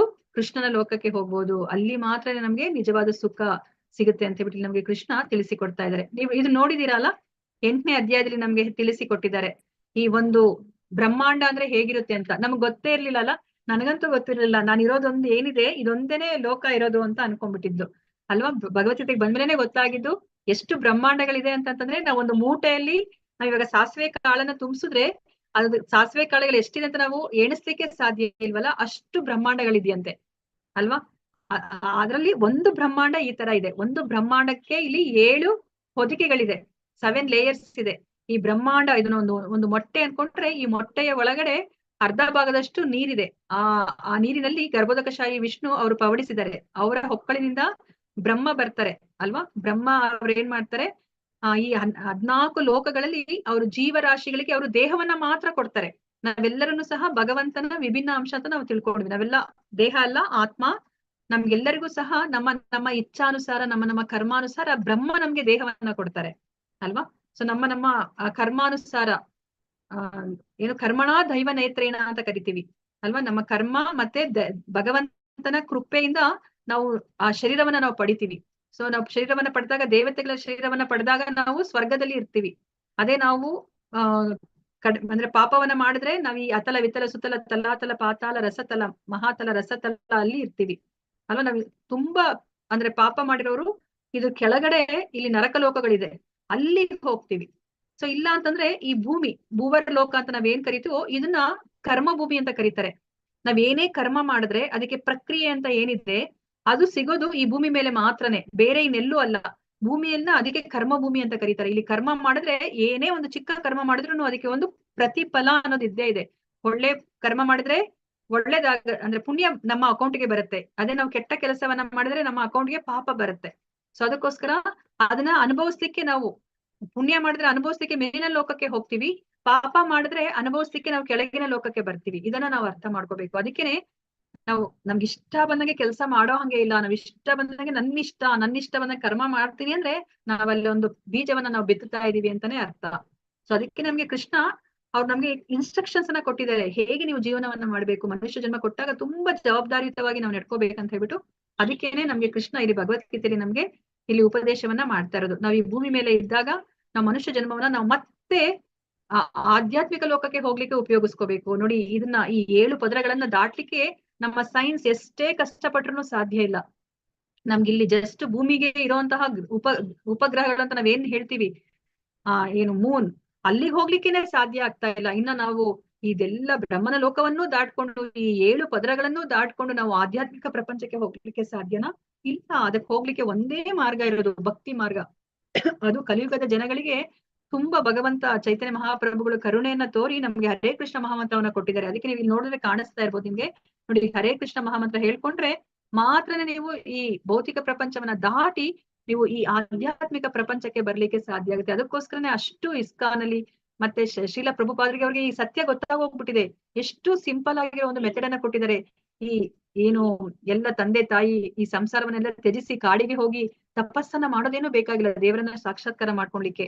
ಈ ಅಂದ್ರೆ ಈ ಕಲಿಯುಗದಲ್ಲಿ ಈ ನಾವು ಸಂಸಾರದಲ್ಲೇ ಇದ್ಕೊಂಡು ಗೃಹಸ್ಥರಾಗೆ ಇದ್ಕೊಂಡು ಹರಿನಾಮವನ್ನ ಹೇಳ್ಕೊಂಡು ನಾವು ಈ ಮನುಷ್ಯ ಜನ್ಮವನ್ನ ಸಾರ್ಥಕಗೊಳಿಸ್ಕೋಬಹುದು, ನಾವು ಭಗವಂತನ ಲೋಕಕ್ಕೆ ಹೋಗ್ಬೋದು ಅಂತಾನೆ ಪ್ರಭುಪಾದರು ಅಷ್ಟು ಕಷ್ಟಪಟ್ಟು ಅವರು ತಮ್ಮ 70ನೇ ವಯಸ್ಸಲ್ಲಿ ಅವರು ಅಮೆರಿಕಾಗೆ ಹೋಗಿ ತಮ್ಮ ಗುರುಗಳ ಆದೇಶದ ಮೇರೆಗೆ ಅಮೆರಿಕಾಗೆ ಹೋಗಿ ಅಲ್ಲಿ ಅವರು ಕೃಷ್ಣ ಪ್ರಜ್ಞೆಯನ್ನ ಪ್ರಚಾರ ಮಾಡಿದ್ದು. ಸೊ ಅದನ್ನ ನಾವಿಲ್ಲಿ ಅರ್ಥ ಮಾಡ್ಕೋಬೇಕಾಗಿರೋದು. ಇಲ್ಲಿ ಕೃಷ್ಣ ಹೇಳ್ತಾ ಇದ್ದಾರೆ, ಇನ್ನ ಡೀಟೇಲ್ ಆಗಿ ಹೇಳ್ತಾ ಇದ್ದಾರೆ. ಇದನ್ನ ನಾನು ತುಂಬಾ ಡೀಟೇಲ್ ಆಗಿ ಇಲ್ಲಿ ಹೇಳುದಿಲ್ಲ. ಅದಶ್ಚೋರ್ಧ್ವಂ ಪ್ರಸ್ತಾಸ್ತಸ್ಯ ಶಾಖಾ ಗುಣ ಪ್ರವೃದ್ಧ ವಿಷಯ ಪ್ರವಾಲಾಹ ಅದಶ್ಚ ಮೂಲಾನ್ಯನು ಸಂತತಾನಿ ಕರ್ಮಾನುಬಂಧೀನಿ ಮನುಷ್ಯ ಲೋಕೆ. ನೋಡಿ ಇಲ್ಲಿ ಏನ್ ಹೇಳ್ತಾ ಇದ್ದಾರೆ, ಈ ಮರವನ್ನ ಅವ್ರಿನ್ನ ಎಕ್ಸ್ಪ್ಲೇನ್ ಮಾಡ್ತಾ ಇದ್ದಾರೆ. ಈ ಮರದ ಬೇರುಗಳು ಕೆಳಮುಖವಾಗಿ ಮೇಲ್ಮುಖವಾಗಿಯೂ ಹರಡಿಕೊಂಡಿದೆ. ಐಹಿಕ ಪ್ರಕೃತಿಯ ಗುಣತ್ರಯಗಳು ಅದನ್ನ ಪೋಷಿಸುತ್ತದೆ. ಇದು ತುಂಬಾ ಮುಖ್ಯ. ನಾವ್ ಈ ಭೌತಿಕ ಪ್ರಪಂಚದಲ್ಲಿ ಯಾಕೆ ಮೇಲೆ ಕೆಳಗಡೆ ಓಡಾಡ್ತಾ ಇದೀವಿ? ಯಾಕೆ ಓಡಾಡ್ತಾ ಇದೀವಿ ಅಂತಂದ್ರೆ ನಾವು ಈ 3 ಗುಣದಲ್ಲಿ ನಾವು ಕೆಲಸವನ್ನ ಮಾಡ್ತೀವಿ. ಈ 3 ಗುಣದಲ್ಲಿ ನಾವು ಕೆಲಸವನ್ನ ಮಾಡ್ತಾ ಇರೋದ್ರಿಂದ, ಇದಕ್ಕಿಂತ ಮುಂಚೆ ಮಾತಾಜಿ ಹೇಳಿದ್ರು ಅಲ್ವಾ, ಸತ್ವಗುಣದಲ್ಲಿದ್ರೆ ನಾವು ಉನ್ನತ ಲೋಕಕ್ಕೆ ಹೋಗ್ತೀವಿ, ಸ್ವರ್ಗಕ್ಕೆಲ್ಲ ಹೋಗ್ಬಿಡ್ತೀವಿ ಅಂತ ಅಲ್ವಾ. ಸೊ ನಾವು ಸತ್ವಗುಣದಲ್ಲಿದ್ರೆ ಉನ್ನತ ಲೋಕಕ್ಕೆ ಹೋಗ್ತೀವಿ, ಅದೇ ರಜೋಗುಣದಲ್ಲಿದ್ರೆ ನಾವು ಮತ್ತೆ ಮನುಷ್ಯರ ಮಧ್ಯೆ ನಾವು ಹುಡ್ತೀವಿ, ಅದೇ ತಮೋಗುಣದಲ್ಲಿದ್ರೆ ನಾವು ಕೆಳಗಿನ ಲೋಕಕ್ಕೆ ಹೋಗ್ತೀವಿ, ಇಲ್ಲಾಂದ್ರೆ ಪ್ರಾಣಿ ವರ್ಗದಲ್ಲಿ ನಾವು ಹುಡ್ತೀವಿ ಅಂತ ನಾವು ತಿಳ್ಕೊಂಡ್ವಿ. ಸೊ ಅದಕ್ಕೋಸ್ಕರ ಈ ಮರದಲ್ಲಿ ನಾವು ಮೇಲೆ ಕೆಳಗಡೆ ಸಂಚರಿಸಲಿಕ್ಕೆ ಯಾಕೆ ಸಾಧ್ಯ ಅಂದ್ರೆ ನಾವು ಈ 3 ಗುಣದಲ್ಲಿ ನಾವು ಕೆಲಸ ಮಾಡ್ತಾ ಇದೀವಿ. ಆ 3 ಗುಣಗಳು ಈ ಮರವನ್ನ ಪೋಷಿಸುತ್ತೆ. ಇವಾಗ ಒಂದು ಮರವನ್ನ ಪೋಷಿಸ್ಲಿಕ್ಕೆ ನೀರ್ ಹೇಗೆ ಬೇಕೋ ಹಾಗೆ ಈ ಆಲದ ಮರವನ್ನ, ಈ ಭೌತಿಕ ಪ್ರಪಂಚವನ್ನ ಪೋಷಣೆ ಮಾಡ್ಲಿಕ್ಕೆ ಈ 3 ಗುಣದಲ್ಲಿ ನಾವು ಕೆಲಸ ಮಾಡಿದ್ರೆ ನಾವ್ ಇಲ್ಲೇ ಸಿಕ್ಕಾಕೋತೀವಿ. ಈ ಆಲದ ಮರದಲ್ಲೇ ಇರ್ತೀವಿ. ಆಲದ ಮರ ಎಷ್ಟು ವಿಶಾಲ ಇರುತ್ತೆ ನೀವು ನೋಡಿದಿರಾ ಅಲ್ವಾ. ಅದ್ರದ್ದು ಮೂಲ ಯಾವುದು, ಅದ್ರದ್ದು ಕೊನೆ ಯಾವುದು, ಅದ್ರ ಮಧ್ಯ ಯಾವುದು, ಯಾರು ಅರ್ಥ ಮಾಡ್ಕೊಳ್ಲಿಕ್ಕೆ ಸಾಧ್ಯ ಇಲ್ಲ. ಈ ಭೌತಿಕ ಪ್ರಪಂಚವೂ ಹಾಗೆ, ನಾವ್ ಇದನ್ನ ಅರ್ಥ ಮಾಡ್ಕೊಳ್ಲಿಕ್ಕೆ ಸಾಧ್ಯ ಇಲ್ಲ. ನಾವೇನ್ ಮಾಡ್ಬೋದು, ಸೊ ಇದನ್ನ ನಾವು ಕತ್ತರಿಸಿ ನಾವು ಹೋಗ್ಬೇಕು. ಆದ್ರೆ ಅಷ್ಟು ಸುಲಭ ಅಲ್ಲ. ನಮ್ಗೆ ಎಷ್ಟು ಮೋಹ ಅಲ್ವಾ. ನಮ್ಗೊಂದು ಚಿಕ್ಕದು ನಮ್ ವಸ್ತು ಇದ್ರೇನೆ ಅಯ್ಯೋ ಇದ್ ನಂದು ಅಂತ ಹೇಳ್ಬಿಟ್ಟು ನಾವ್ ಅದನ್ನ ಬಿಟ್ಕೊಡ್ಲಿಕ್ಕೆ ನಾವು ಇಷ್ಟ ಪಡೋದಿಲ್ಲ. ಮತ್ತೆ ನಾವಿನ್ನ ಈ ಪ್ರಪಂಚವನ್ನ ಬಿಟ್ಟು ನಾವು ಹೋಗ್ಲಿಕ್ಕೆ ನಾವು ಇಷ್ಟ ಪಡ್ತೀವ ಅಲ್ವಾ. ಅದಕ್ಕೆ ನಮ್ಗೆ ಕೃಷ್ಣ ಹೇಳ್ತಾರೆ ಏನ್ ಮಾಡ್ಬೇಕು ಅಂತ ಮುಂದಿನ ಶ್ಲೋಕದಲ್ಲಿ. ನೋಡಿ ಅದಕ್ಕೆ ಇಲ್ಲಿ ಹೇಳ್ತಾ ಇದ್ರೆ ಐಹಿಕ ಪ್ರಕೃತಿಯ ಗುಣತ್ರಯಗಳು ಅದನ್ನ ಪೋಷಿಸುತ್ತವೆ. ಅದಕ್ಕೆ ನಮ್ಗೆ ಕೃಷ್ಣ ಹೇಳ್ತಾರೆ, ನೀವು 3 ಗುಣಗಳನ್ನ ನೀವು ಮೀರಿದಾಗ ಅಷ್ಟೇ ನೀವು ಈ ಭೌತಿಕ ಪ್ರಪಂಚದಿಂದ ನೀವು ಹೊರಗಡೆ ಬರ್ಲಿಕ್ಕೆ ಸಾಧ್ಯ ಅಂತ ಹೇಳ್ತಾ ಇದಾರೆ. ನೋಡಿ, ಇಂದ್ರಿಯ ವಸ್ತುಗಳು, ಇದರ ಕುಡಿಗಳು, ಈ ಮರಕ್ಕೆ ಕೆಳಮುಖವಾದ ಬೇರುಗಳು ಉಂಟು, ಇವು ಮನುಷ್ಯ ಕುಲದ ಫಲಾಪೇಕ್ಷಿತ ಕರ್ಮಗಳೊಂದಿಗೆ ಬಂಧಿತವಾಗಿದೆ ಅಂತ ಹೇಳ್ಬಿಟ್ಟು ಇಲ್ಲಿ ಹೇಳ್ತಾ ಇದಾರೆ. ಸೊ ಅದಕ್ಕೆ ನಮ್ಗೆ ಇವಾಗ ಹೇಗೆ ಹಾಗಾದ್ರೆ ನಮ್ಗೆ ಇವಾಗ ಅರ್ಥ ಆಗೋಯ್ತು, ನಾನು ಇವಾಗ ಇಲ್ಲಿ ಸಿಕ್ಕಾಕೊಂಡ್ಬಿಟ್ಟಿದೀನಿ, ಇದರಿಂದ ಹೊರಗಡೆ ಬರ್ಬೇಕಂದ್ರೆ ಕಷ್ಟ ಅಲ್ವಾ. ಆಲದ ಮರದಲ್ಲಿ ನಾವು ಅದರ ಮಧ್ಯ ಕೊನೆ ಯಾವ್ದು ಅಂತಾನೆ ಗೊತ್ತಾಗ್ತಿಲ್ಲ, ಎಲ್ಲಿ ಹೋಗಿ ಸುತ್ಕೊಂಡ್ರು ನಾವು ಮತ್ತೆ ಅಲ್ಲಲ್ಲೇ ಸುತ್ತಾಡ್ತಾ ಇರ್ತೀವಿ ಅಲ್ವಾ. ಅದಕ್ಕೆ ಕೃಷ್ಣ ಹೇಳ್ತಾ ಇದಾರೆ ನಮ್ಗೆ ಏನ್ ಮಾಡ್ಬೇಕಂತ ಹೇಳಿ. ನ ರೂಪಮಸ್ಯೇಹ ತಥೋಪಲಭ್ಯತೆ ನಾಂತೋ ನ ಚಾದಿರ್ನ ಚ ಸಂಪ್ರತಿಷ್ಠ ಅಶ್ವತ್ಥಾಮಾಶ್ರಯೇತ್ ತಮೇನಂ ಸುವಿರೂಢಮೂಲಂ ಅಸಂಗಶಸ್ತ್ರೇಣ ದೃಢೇನ ಚಿತ್ವಾ ತತಃ ಪದಂ ತತ್ಪರಿಮಾರ್ಗಿತವ್ಯಂ ಯಸ್ಮಿನ್ ಗತಾನಾ ನಿವರ್ತಂತಿ ಭೂಯಃ ತಮೇವ ಚಾದ್ಯಂ ಪುರುಷಂ ಪ್ರಪದ್ಯೆ ಯತಃ ಪ್ರವೃತ್ತಿ ಪ್ರಸೃತಾ ಪುರಾಣಿ. ನೋಡಿ ಇಲ್ಲಿ ಏನ್ ಹೇಳ್ತಾ ಇದ್ರೆ, ಈ ಮರದ ನಿಜವಾದ ರೂಪವನ್ನ ಈ ಜಗತ್ತಿನಲ್ಲಿ ಕಾಣಲಾಗುವುದಿಲ್ಲ, ನಮ್ಗೆ ಅರ್ಥ ಮಾಡ್ಕೊಳ್ಲಿಕ್ಕೆ ಆಗೋದಿಲ್ಲ.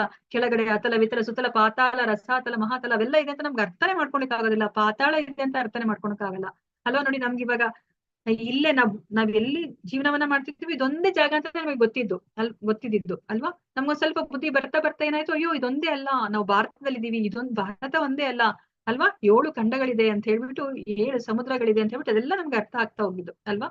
ಇಲ್ಲಾಂದ್ರೆ ನಮ್ಗೆ ಏನು ಇವಾಗ ಪೇಪರ್ ಅಥವಾ ಇನ್ ಯಾವುದೇ ಒಂದು ಮಾಧ್ಯಮಗಳು ಇರ್ಲಿಲ್ಲ ಅಂದ್ರೆ ನಮ್ಗೆ ಏನು ಗೊತ್ತೇ ಆಗ್ತಾ ಇರ್ಲಿಲ್ಲ. ನಾನು ಇರೋ ಜಾಗ ಇದೊಂದೇ ಇದೆ, ಎಲ್ಲವೂ ಸರ್ವಸ್ವವೂ ಇದೆ ಅಂತ ನಾವು ಅನ್ಕೋತಾ ಇದ್ವಿ ಅಲ್ವಾ.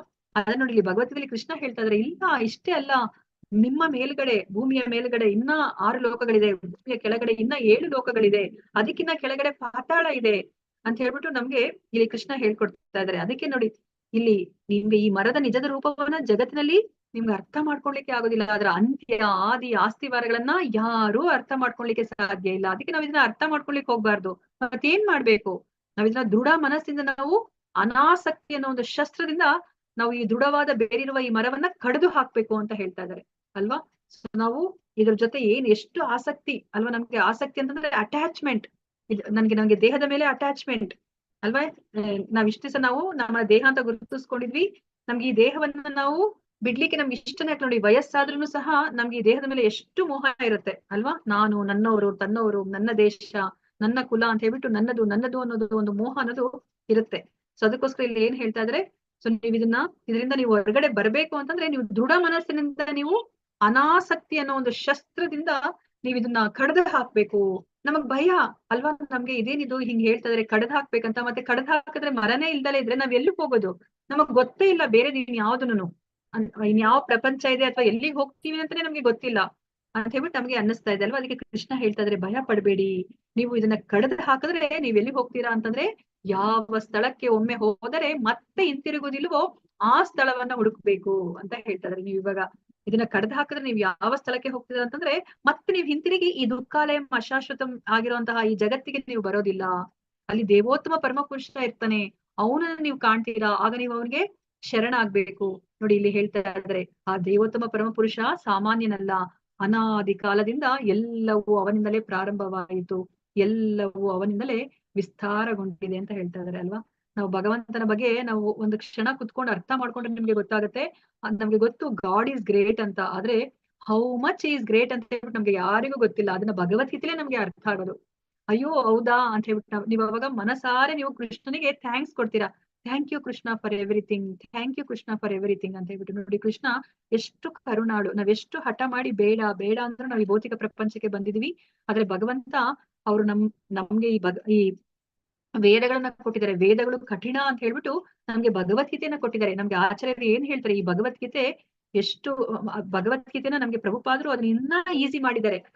ಅವರು ಭಾವಾರ್ಥವನ್ನ ಬರೆದು, ಇಲ್ಲಾಂದ್ರೆ ನೋಡಿ ಭಗವದ್ಗೀತೆನ ಹಲವಾರು ಬಾರಿ ನೀವೆಲ್ಲನೂ ಓದಿರ್ಬೋದು, ಆದ್ರೆ ಯಥಾರೂಪ ಅದನ್ನ ಕೃಷ್ಣ ಹೇಗೆ ಅರ್ಜುನನಿಗೆ ಹೇಳಿದರೆ ಹಾಗೆ ಯಥಾವತ್ತಾಗಿ ನಮ್ಗೆ ಅರ್ಥ ಮಾಡ್ಕೊಳ್ಲಿಕ್ಕೆ ಸಾಧ್ಯ ಆಗಿಲ್ಲ. ಈಗ ನಮ್ಗೆ ಈ ಜ್ಞಾನ ಗುರು ಪರಂಪರೆಯಲ್ಲಿ ಕೃಷ್ಣನಿಂದಲೇ ನೇರವಾಗಿ ಯಥಾವತ್ತಾಗಿ ಕೃಷ್ಣ ಯಾವ ಒಂದು ಮನಸ್ಥಿತಿಯಲ್ಲಿ ಅರ್ಜುನ ಅರ್ಥ ಮಾಡ್ಕೋಬೇಕು ಅಂತ ಹೇಳಿದ್ರು ಅದೇ ರೀತಿಯಲ್ಲಿ ನಮ್ಗೆ ಇವಾಗ ಸಿಗ್ತಾ ಇದೆ ಅಲ್ವಾ. ಅದಕ್ಕೆ ಏನ್ ಹೇಳ್ತಾರೆ, ಹಲಸಿನ ಹಣ್ಣು ತುಂಬಾ ಕಠಿಣ ಅಲ್ವಾ, ಅದನ್ನ ಬಿಡಿಸಿ ನಮ್ಗೆ ಅದ್ರಲ್ಲಿರುವಂತಹ ಒಂದು ಸ್ವಾದಿಷ್ಟವಾದ ಆ ತೊಳೆಗಳನ್ನ ತಿನ್ಬೇಕಂದ್ರೆ ನಮ್ಗೆ ತುಂಬಾ ಕಷ್ಟ ಅಲ್ವಾ. ಅದಕ್ಕೆ ನೋಡಿ ಪ್ರಭುಪಾದರು ನಮ್ಗೆ ಅದನ್ನೆಲ್ಲ ಬಿಡಿಸಿ ಅವರು ತಟ್ಟೆಯಲ್ಲಿ ಇಟ್ಟಿಕೊಟ್ಟಿದ್ದಾರೆ.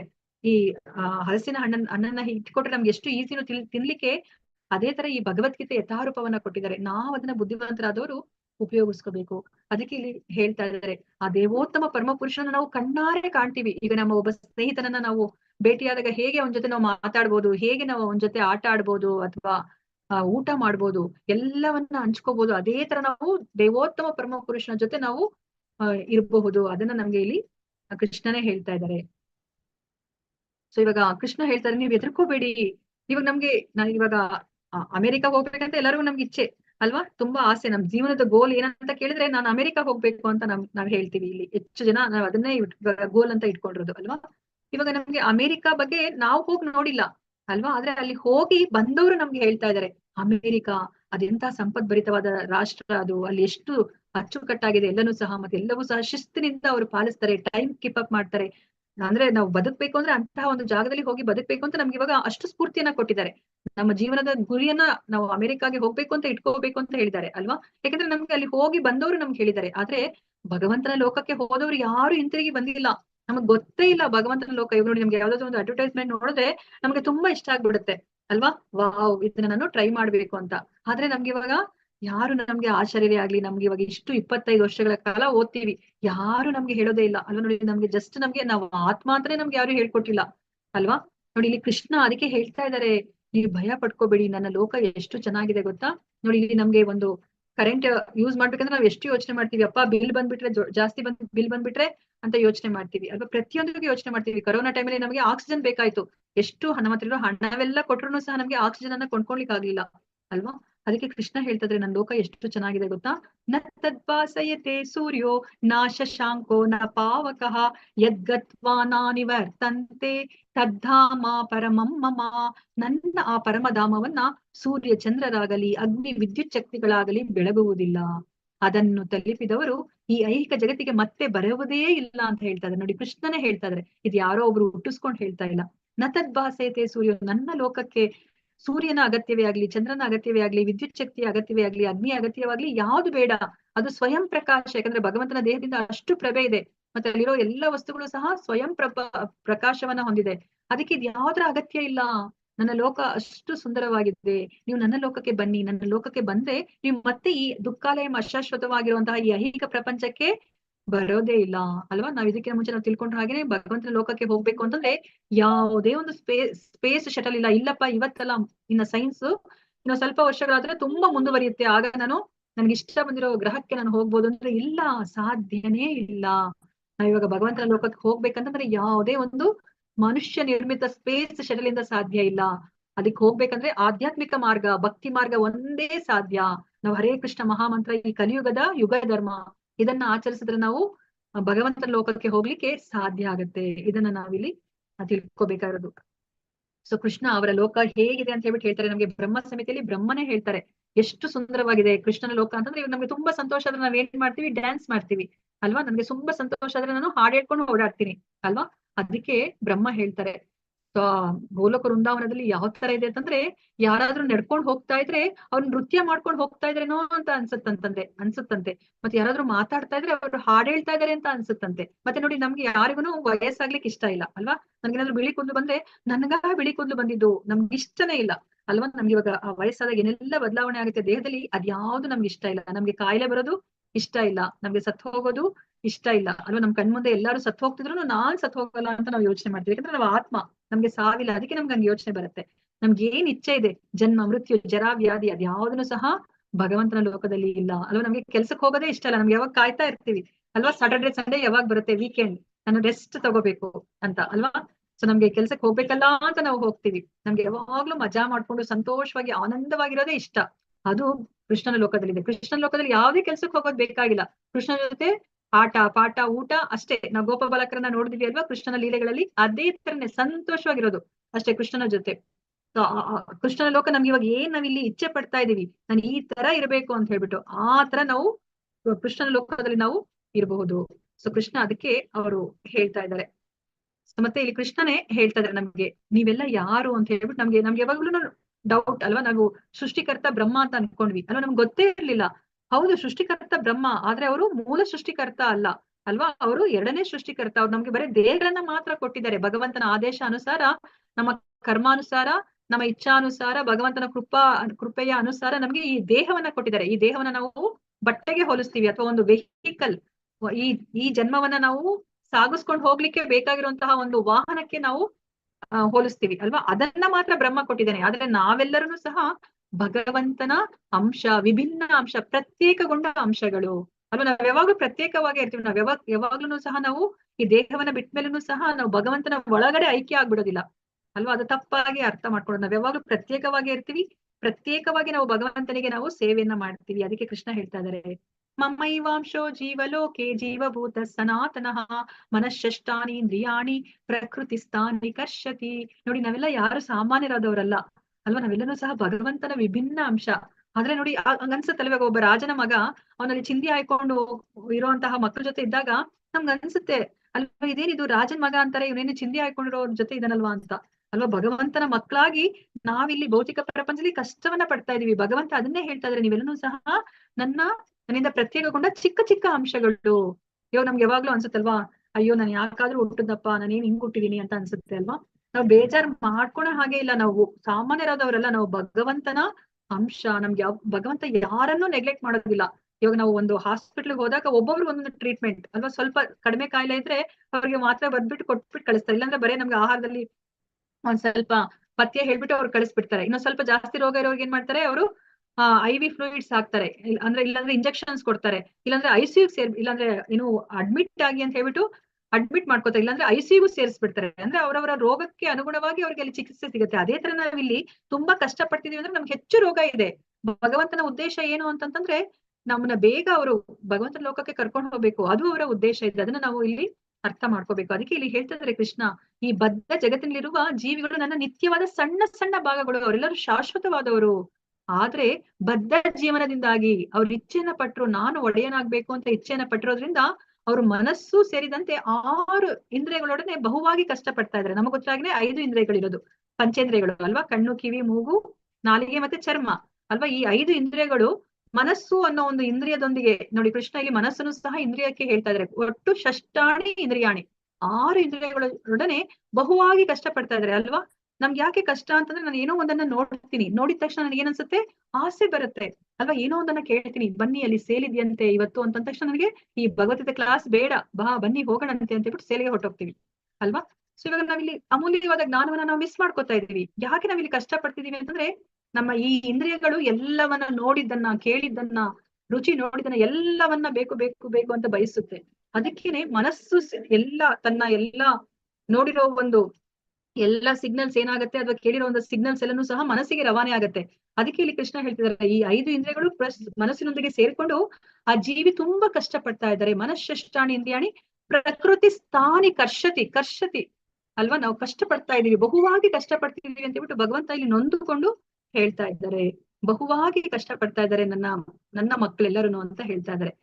ಶರೀರಂ ಯದ ವಾಪ್ನೋತಿ ಯಚ್ಚಾಪ್ಯುತ್ಕ್ರಾಮತೀಶ್ವರಃ ಗೃಹೀತ್ವೈತಾನಿ ಸಂಯಾತಿ ವಾಯುರ್ಗಂಧಾನಿ ವಾಶಯತ್. ಗಾಳಿಯು ಗಂಧಗಳನ್ನ ಒಯ್ಯುವಂತೆ ಐಹಿಕ ಜಗತ್ತಿನಲ್ಲಿ ಜೀವಿಯು ತನ್ನ ಜೀವನದ ವಿವಿಧ ಕಲ್ಪನೆಗಳನ್ನು ಒಂದು ದೇಹದಿಂದ ಮತ್ತೊಂದು ದೇಹಕ್ಕೆ ಒಯ್ಯುತ್ತಾನೆ. ಹೀಗೆ ಅವನು ಒಂದು ಬಗೆಯ ದೇಹವನ್ನು ಪಡೆಯುತ್ತಾನೆ, ಮತ್ತೊಂದು ದೇಹವನ್ನು ಪಡೆಯಲು ಮೊದಲಿನ ದೇಹವನ್ನ ಬಿಡುತ್ತಾನೆ ಅಂತ ಹೇಳ್ತಾರೆ. ನೋಡಿ, ಇದು ಟ್ರಾನ್ಸ್ಮೈಗ್ರೇಷನ್ ಆಫ್ ಸೋಲ್, ಹೇಗೆ ಪ್ರಸರಣ ಕ್ರಿಯೆ ಆಗುತ್ತೆ ಅಂತ ಹೇಳ್ಬಿಟ್ಟು. ಇದನ್ನ ಸಾಮಾನ್ಯದವರು ಅರ್ಥ ಮಾಡ್ಕೊಳ್ಳಿಕ್ಕೆ ಸಾಧ್ಯನೇ ಇಲ್ಲ. ಯಾರು ಭಗವಂತನನ್ನ ನಂಬ್ತಾರೆ, ಭಗವಂತನ ಮಾತುಗಳನ್ನ, ಗುರುಗಳ ಮಾತುಗಳನ್ನ ನಂಬ್ತಾರೋ ಅವ್ರು ಮಾತ್ರ ಇದನ್ನ ಅರ್ಥ ಮಾಡ್ಕೊಳ್ಳಿಕ್ಕೆ ಸಾಧ್ಯ ಆಗುತ್ತೆ. ಅದಕ್ಕೆ ಇಲ್ಲಿ ಏನ್ ಹೇಳ್ತಿದ್ದಾರೆ ಕೃಷ್ಣ, ಇವಾಗ ಗಾಳಿ ಒಂದ್ ಕಡೆಯಿಂದ ಇನ್ನೊಂದ್ ಕಡೆಗೆ ಹೋಗ್ಬೇಕಾದ್ರೆ ಏನ್ ಮಾಡುತ್ತೆ, ಅದು ತನ್ನ ಜೊತೆ ಅಲ್ಲಿರುವಂತಹ ಗಂಧವನ್ನ ತಗೊಂಡು ಹೋಗುತ್ತೆ. ಅದು ಒಳ್ಳೆ ಗಂಧ ಇರ್ಬೋದು, ಕೆಟ್ಟ ಗಂಧ ಇರ್ಬೋದು, ಅದನ್ನ ಅದು ಮುಂದೆ ಎಲ್ಲಿ ಹೋಗುತ್ತೋ ಅಲ್ಲಿಗೆ ತಗೊಂಡು ಹೋಗುತ್ತೆ. ಅದೇ ತರ ಇವಾಗ ನಾವೇನ್ ಮಾಡ್ತಾ ಇದೀವಿ, ನಾವು ಆತ್ಮ, ನಾವು ಈ ದೇಹ ಯಾವಾಗ ಅದು ನಶಿಸಿ ಹೋಗುತ್ತೋ ಆಗ ಈ ದೇಹವನ್ನ ಬಿಟ್ಟು ಇನ್ನೊಂದು ದೇಹಕ್ಕೆ ಹೋಗ್ತೀವಿ. ನಾವ್ ಇನ್ನೊಂದು ದೇಹಕ್ಕೆ ಹೋದಾಗ ನಾವು ಬರೇ ಆತ್ಮವಾಗಿ ಹೋಗ್ತಾ ಇಲ್ಲ, ನಮ್ಮ ಜೊತೆ ಏನನ್ನ ತಗೊಂಡ್ ಹೋಗ್ತಾ ಇದೀವಿ, ಹಿಂದಿನ ಜನ್ಮದ ಎಲ್ಲ ಕಲ್ಪನೆಗಳನ್ನ ತಗೊಂಡ್ ಹೋಗ್ತಾ ಇದೀವಿ. ಅದನ್ನ ನಾವಿಲ್ಲಿ ಅರ್ಥ ಮಾಡ್ಕೋಬೇಕಾದ್ರು ತುಂಬಾ ನಾವ್ ಅರ್ಥ ಮಾಡ್ಕೋಬೇಕಾದ್ರು ಈ ಪ್ರಸರಣ ಕ್ರಿಯೆಯನ್ನೇ. ನಾವೇನ್ ಅನ್ಕೊಂಡಿದೀವಿ, ಈ ದೇಹ ಬಿಟ್ಬಿಟ್ಟು ನಾವ್ ಇನ್ನೊಂದು ಫ್ರೆಶ್ ದೇಹ ಸಿಗುತ್ತೆ, ನಮ್ಗೆ ಹೊಸ ಜೀವನ ಸ್ಟಾರ್ಟ್ ಮಾಡ್ಬೋದು ಅಂತ. ಇಲ್ಲ, ನಾನಿವಾಗ ಮಲ್ಕೊಂಡ್ರೆ, ನಾನು ಇವತ್ತು ನೋಡಿ ಬೆಳಿಗ್ಗೆ ಎಷ್ಟೊಂದು ಕೆಲಸ ಮಾಡ್ಬೇಕಂತ ಹೇಳ್ಬಿಟ್ಟು ಎಲ್ಲ ಬರ್ದಿಟ್ಕೊಂಡು ನಾನು ಇದನ್ನೆಲ್ಲ ಒಂದೊಂದಾದ್ಮೇಲೆ ಟಿಕ್ ಮಾರ್ಕ್ ಮಾಡ್ಕೊಂಡು ಹೋಗ್ತಾ ಇದೀನಿ. ಆದ್ರೆ ರಾತ್ರಿ ಆಗೋಯ್ತು, ದಣಿವಾಗೋಯ್ತು ದೇಹಕ್ಕೆ, ನಾನು ಮಲ್ಕೊಂಡ್ಬಿಟ್ಟೆ. ಅದಾದ್ಮೇಲೆ ಏನಾಗುತ್ತೆ, ನಾನು ಮಲ್ಕೊಂಡಾಗ ನಾನು ಏನಾದ್ರು ಜ್ಞಾಪಕ ಇಟ್ಕೊಳ್ತೀನ, ನನ್ ಇದೆಲ್ಲ ಲಿಸ್ಟ್ ಇದೆ ಅಂತ? ಇಲ್ಲ. ನಾನು ನಿದ್ದೆ ಮಾಡಿದಾಗ ಅದು ಆಲ್ಮೋಸ್ಟ್ ನಾವು ಸತ್ತಾಗ ಹೇಗಿರುತ್ತೋ ಅಂತದೇ ಒಂದು ಸ್ಥಿತಿ, ಆ ನಿದ್ದೆ ಅನ್ನೋದು ಏನೇ ಹೇಳ್ತೀವೋ ಅದು. ಅದಾದ್ಮೇಲೆ ಬೆಳಗ್ಗೆ ಎದ್ದ ತಕ್ಷಣ ಏನಾಗುತ್ತೆ, ನನಗೆ ಎಲ್ಲ ಜ್ಞಾಪಕ ಬರುತ್ತೆ. ಓ, ನಾನು ಇದನ್ನೆಲ್ಲ ಕೆಲಸಗಳನ್ನೆಲ್ಲ ಇಟ್ಕೊಂಡಿದ್ದೆ ನಾನು ಹಿಂದಿನ ದಿವಸ, ಇದನ್ನೆಲ್ಲ ನಾನು ಇವಾಗ ಯಾವ್ದು ಮುಗ್ದಿಲ್ಲೋ ಅದನ್ನೆಲ್ಲ ನಾನು ಮತ್ತೆ ಇವತ್ತು ಮುಗಿಸ್ಬೇಕು ಅಂತ. ಅದೇ ತರನೇ ಈ ಇನ್ನೊಂದು ಜನ್ಮ, ಆ ಸಾವು ಮತ್ತೆ ಇನ್ನೊಂದು ಜನ್ಮ ಅನ್ನೋದು ಇದೇ ತರನೇ. ಆ ಸಾವಿನ ಸಮಯದಲ್ಲಿ ನಮ್ದು ಏನಾಗುತ್ತೆ, ನಮ್ಮ ದೇಹವನ್ನ ಬಿಟ್ಟು ಆತ್ಮ ನಾವು ಇನ್ನೊಂದು ದೇಹಕ್ಕೆ ಹೋಗ್ತೀವಿ. ಆಗ ಹೋದಾಗ ಹಿಂದಿನ ಜನ್ಮದ ಎಲ್ಲ ಕಲ್ಪನೆಗಳನ್ನ ತಗೊಂಡು ಮುಂದಿನ ಜನ್ಮಕ್ಕೆ ಹೋಗ್ತೀವಿ. ಅದಕ್ಕೆ ನಮ್ಗೆ ಅದು ಮುಂದಿನ ಜನ್ಮ ಫ್ರೆಶ್ ಇಲ್ಲ, ಅದಕ್ಕೋಸ್ಕರ ನಮ್ಗೆ ಕೃಷ್ಣ ಹೇಳ್ತಾ ಇದಾರೆ, ನೀವು ಶುದ್ಧ ಸತ್ವಗುಣಕ್ಕೆ ಬನ್ನಿ. ಶುದ್ಧ ಸತ್ವಗುಣಕ್ಕೆ ಬಂದ್ರೆ ಅಷ್ಟೇನೆ ನೀವು ಮತ್ತೆ ಮತ್ತೆ ಇನ್ನೊಂದು ದೇಹಗಳನ್ನ ನಿಮ್ಮ ಆಸೆಗೆ ಅನುಗುಣವಾಗಿ ದೇಹಗಳನ್ನ ಪಡೆಯೋ ಒಂದು ಸ್ಥಿತಿಗೆ ನೀವು ಬರೋದಿಲ್ಲ. ನೀವು ನನ್ನ ಲೋಕಕ್ಕೆ ಬಂದ್ಬಿಡ್ತೀರಾ ನೀವು. ಯಾಕಂದ್ರೆ ನಿಮ್ಮ ಮನಸ್ಸಲ್ಲಿ ಯಾವುದೇ ಆಸೆ ಇಲ್ಲ, ಎಲ್ಲ ಕೆಲಸಗಳು ಆಗೋಯ್ತು ಅಂತಂದಾಗ ಏನಾಯ್ತು, ಇನ್ನೊಂದು ದೇಹವನ್ನ ಪಡೆದು ಅದನ್ನ ಎಂಜಾಯ್ ಮಾಡೋ ಒಂದು ಸ್ಥಿತಿ ನಿಮ್ಗೆ ಬರದೇ ಇಲ್ಲ.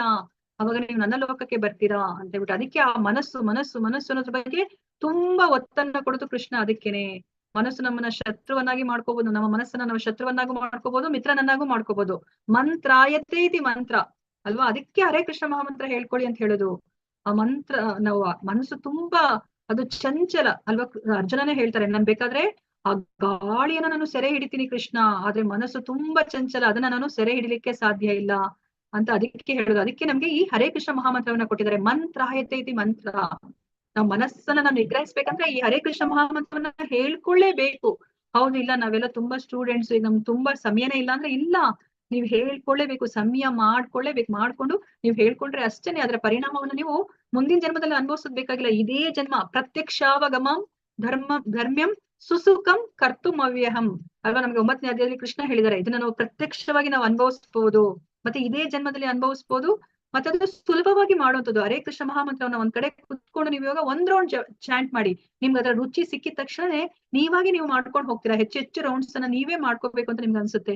ಎಷ್ಟು ಬದಲಾವಣೆ ಆಗುತ್ತೆ, ನಿಮ್ಮ ಆಂಗ್ಸೈಟಿ ಕಡಿಮೆ ಆಗುತ್ತೆ, ಮತ್ತೆ ಕಾನ್ಸಂಟ್ರೇಷನ್ ಬರುತ್ತೆ. ನೀವ್ ಏನ್ ಕೆಲಸಗಳನ್ನ ಮಾಡ್ತೀರಾ ಅದನ್ನ ತುಂಬಾ ನೀವು ಹೆಚ್ಚು ದಕ್ಷತೆಯಿಂದ ಮಾಡೋ ತರ ನಿಮ್ಗೆ ಆಗತ್ತೆ. ಸೊ ಅದಕ್ಕೋಸ್ಕರ ನಮ್ಗೆ ಇಲ್ಲಿ ಹೇಳ್ತಾರೆ, ಗಾಳಿಯು ಗಂಧಗಳನ್ನ ಒಯ್ಯುವಂತೆ ಐಹಿಕ ಜಗತ್ತಿನಲ್ಲಿ ಜೀವಿಯು ತನ್ನ ಜೀವನದ ವಿವಿಧ ಕಲ್ಪನೆಗಳನ್ನ ಒಂದು ದೇಹದಿಂದ ಮತ್ತೊಂದು ದೇಹಕ್ಕೆ ಒಯ್ಯುತ್ತಾನೆ. ಹೀಗೆ ಅವನು ಒಂದು ಬಗೆಯ ದೇಹವನ್ನು ಪಡೆಯುತ್ತಾನೆ, ಮತ್ತೊಂದು ದೇಹವನ್ನು ಪಡೆಯಲು ಮೊದಲಿನ ದೇಹವನ್ನ ಬಿಡುತ್ತಾನೆ ಅಂತ ಹೇಳ್ತಾರೆ. ಇದನ್ನ ನಾವು ತುಂಬಾ ಮುಖ್ಯವಾಗಿ ಅರ್ಥ ಮಾಡ್ಕೋಬೇಕು.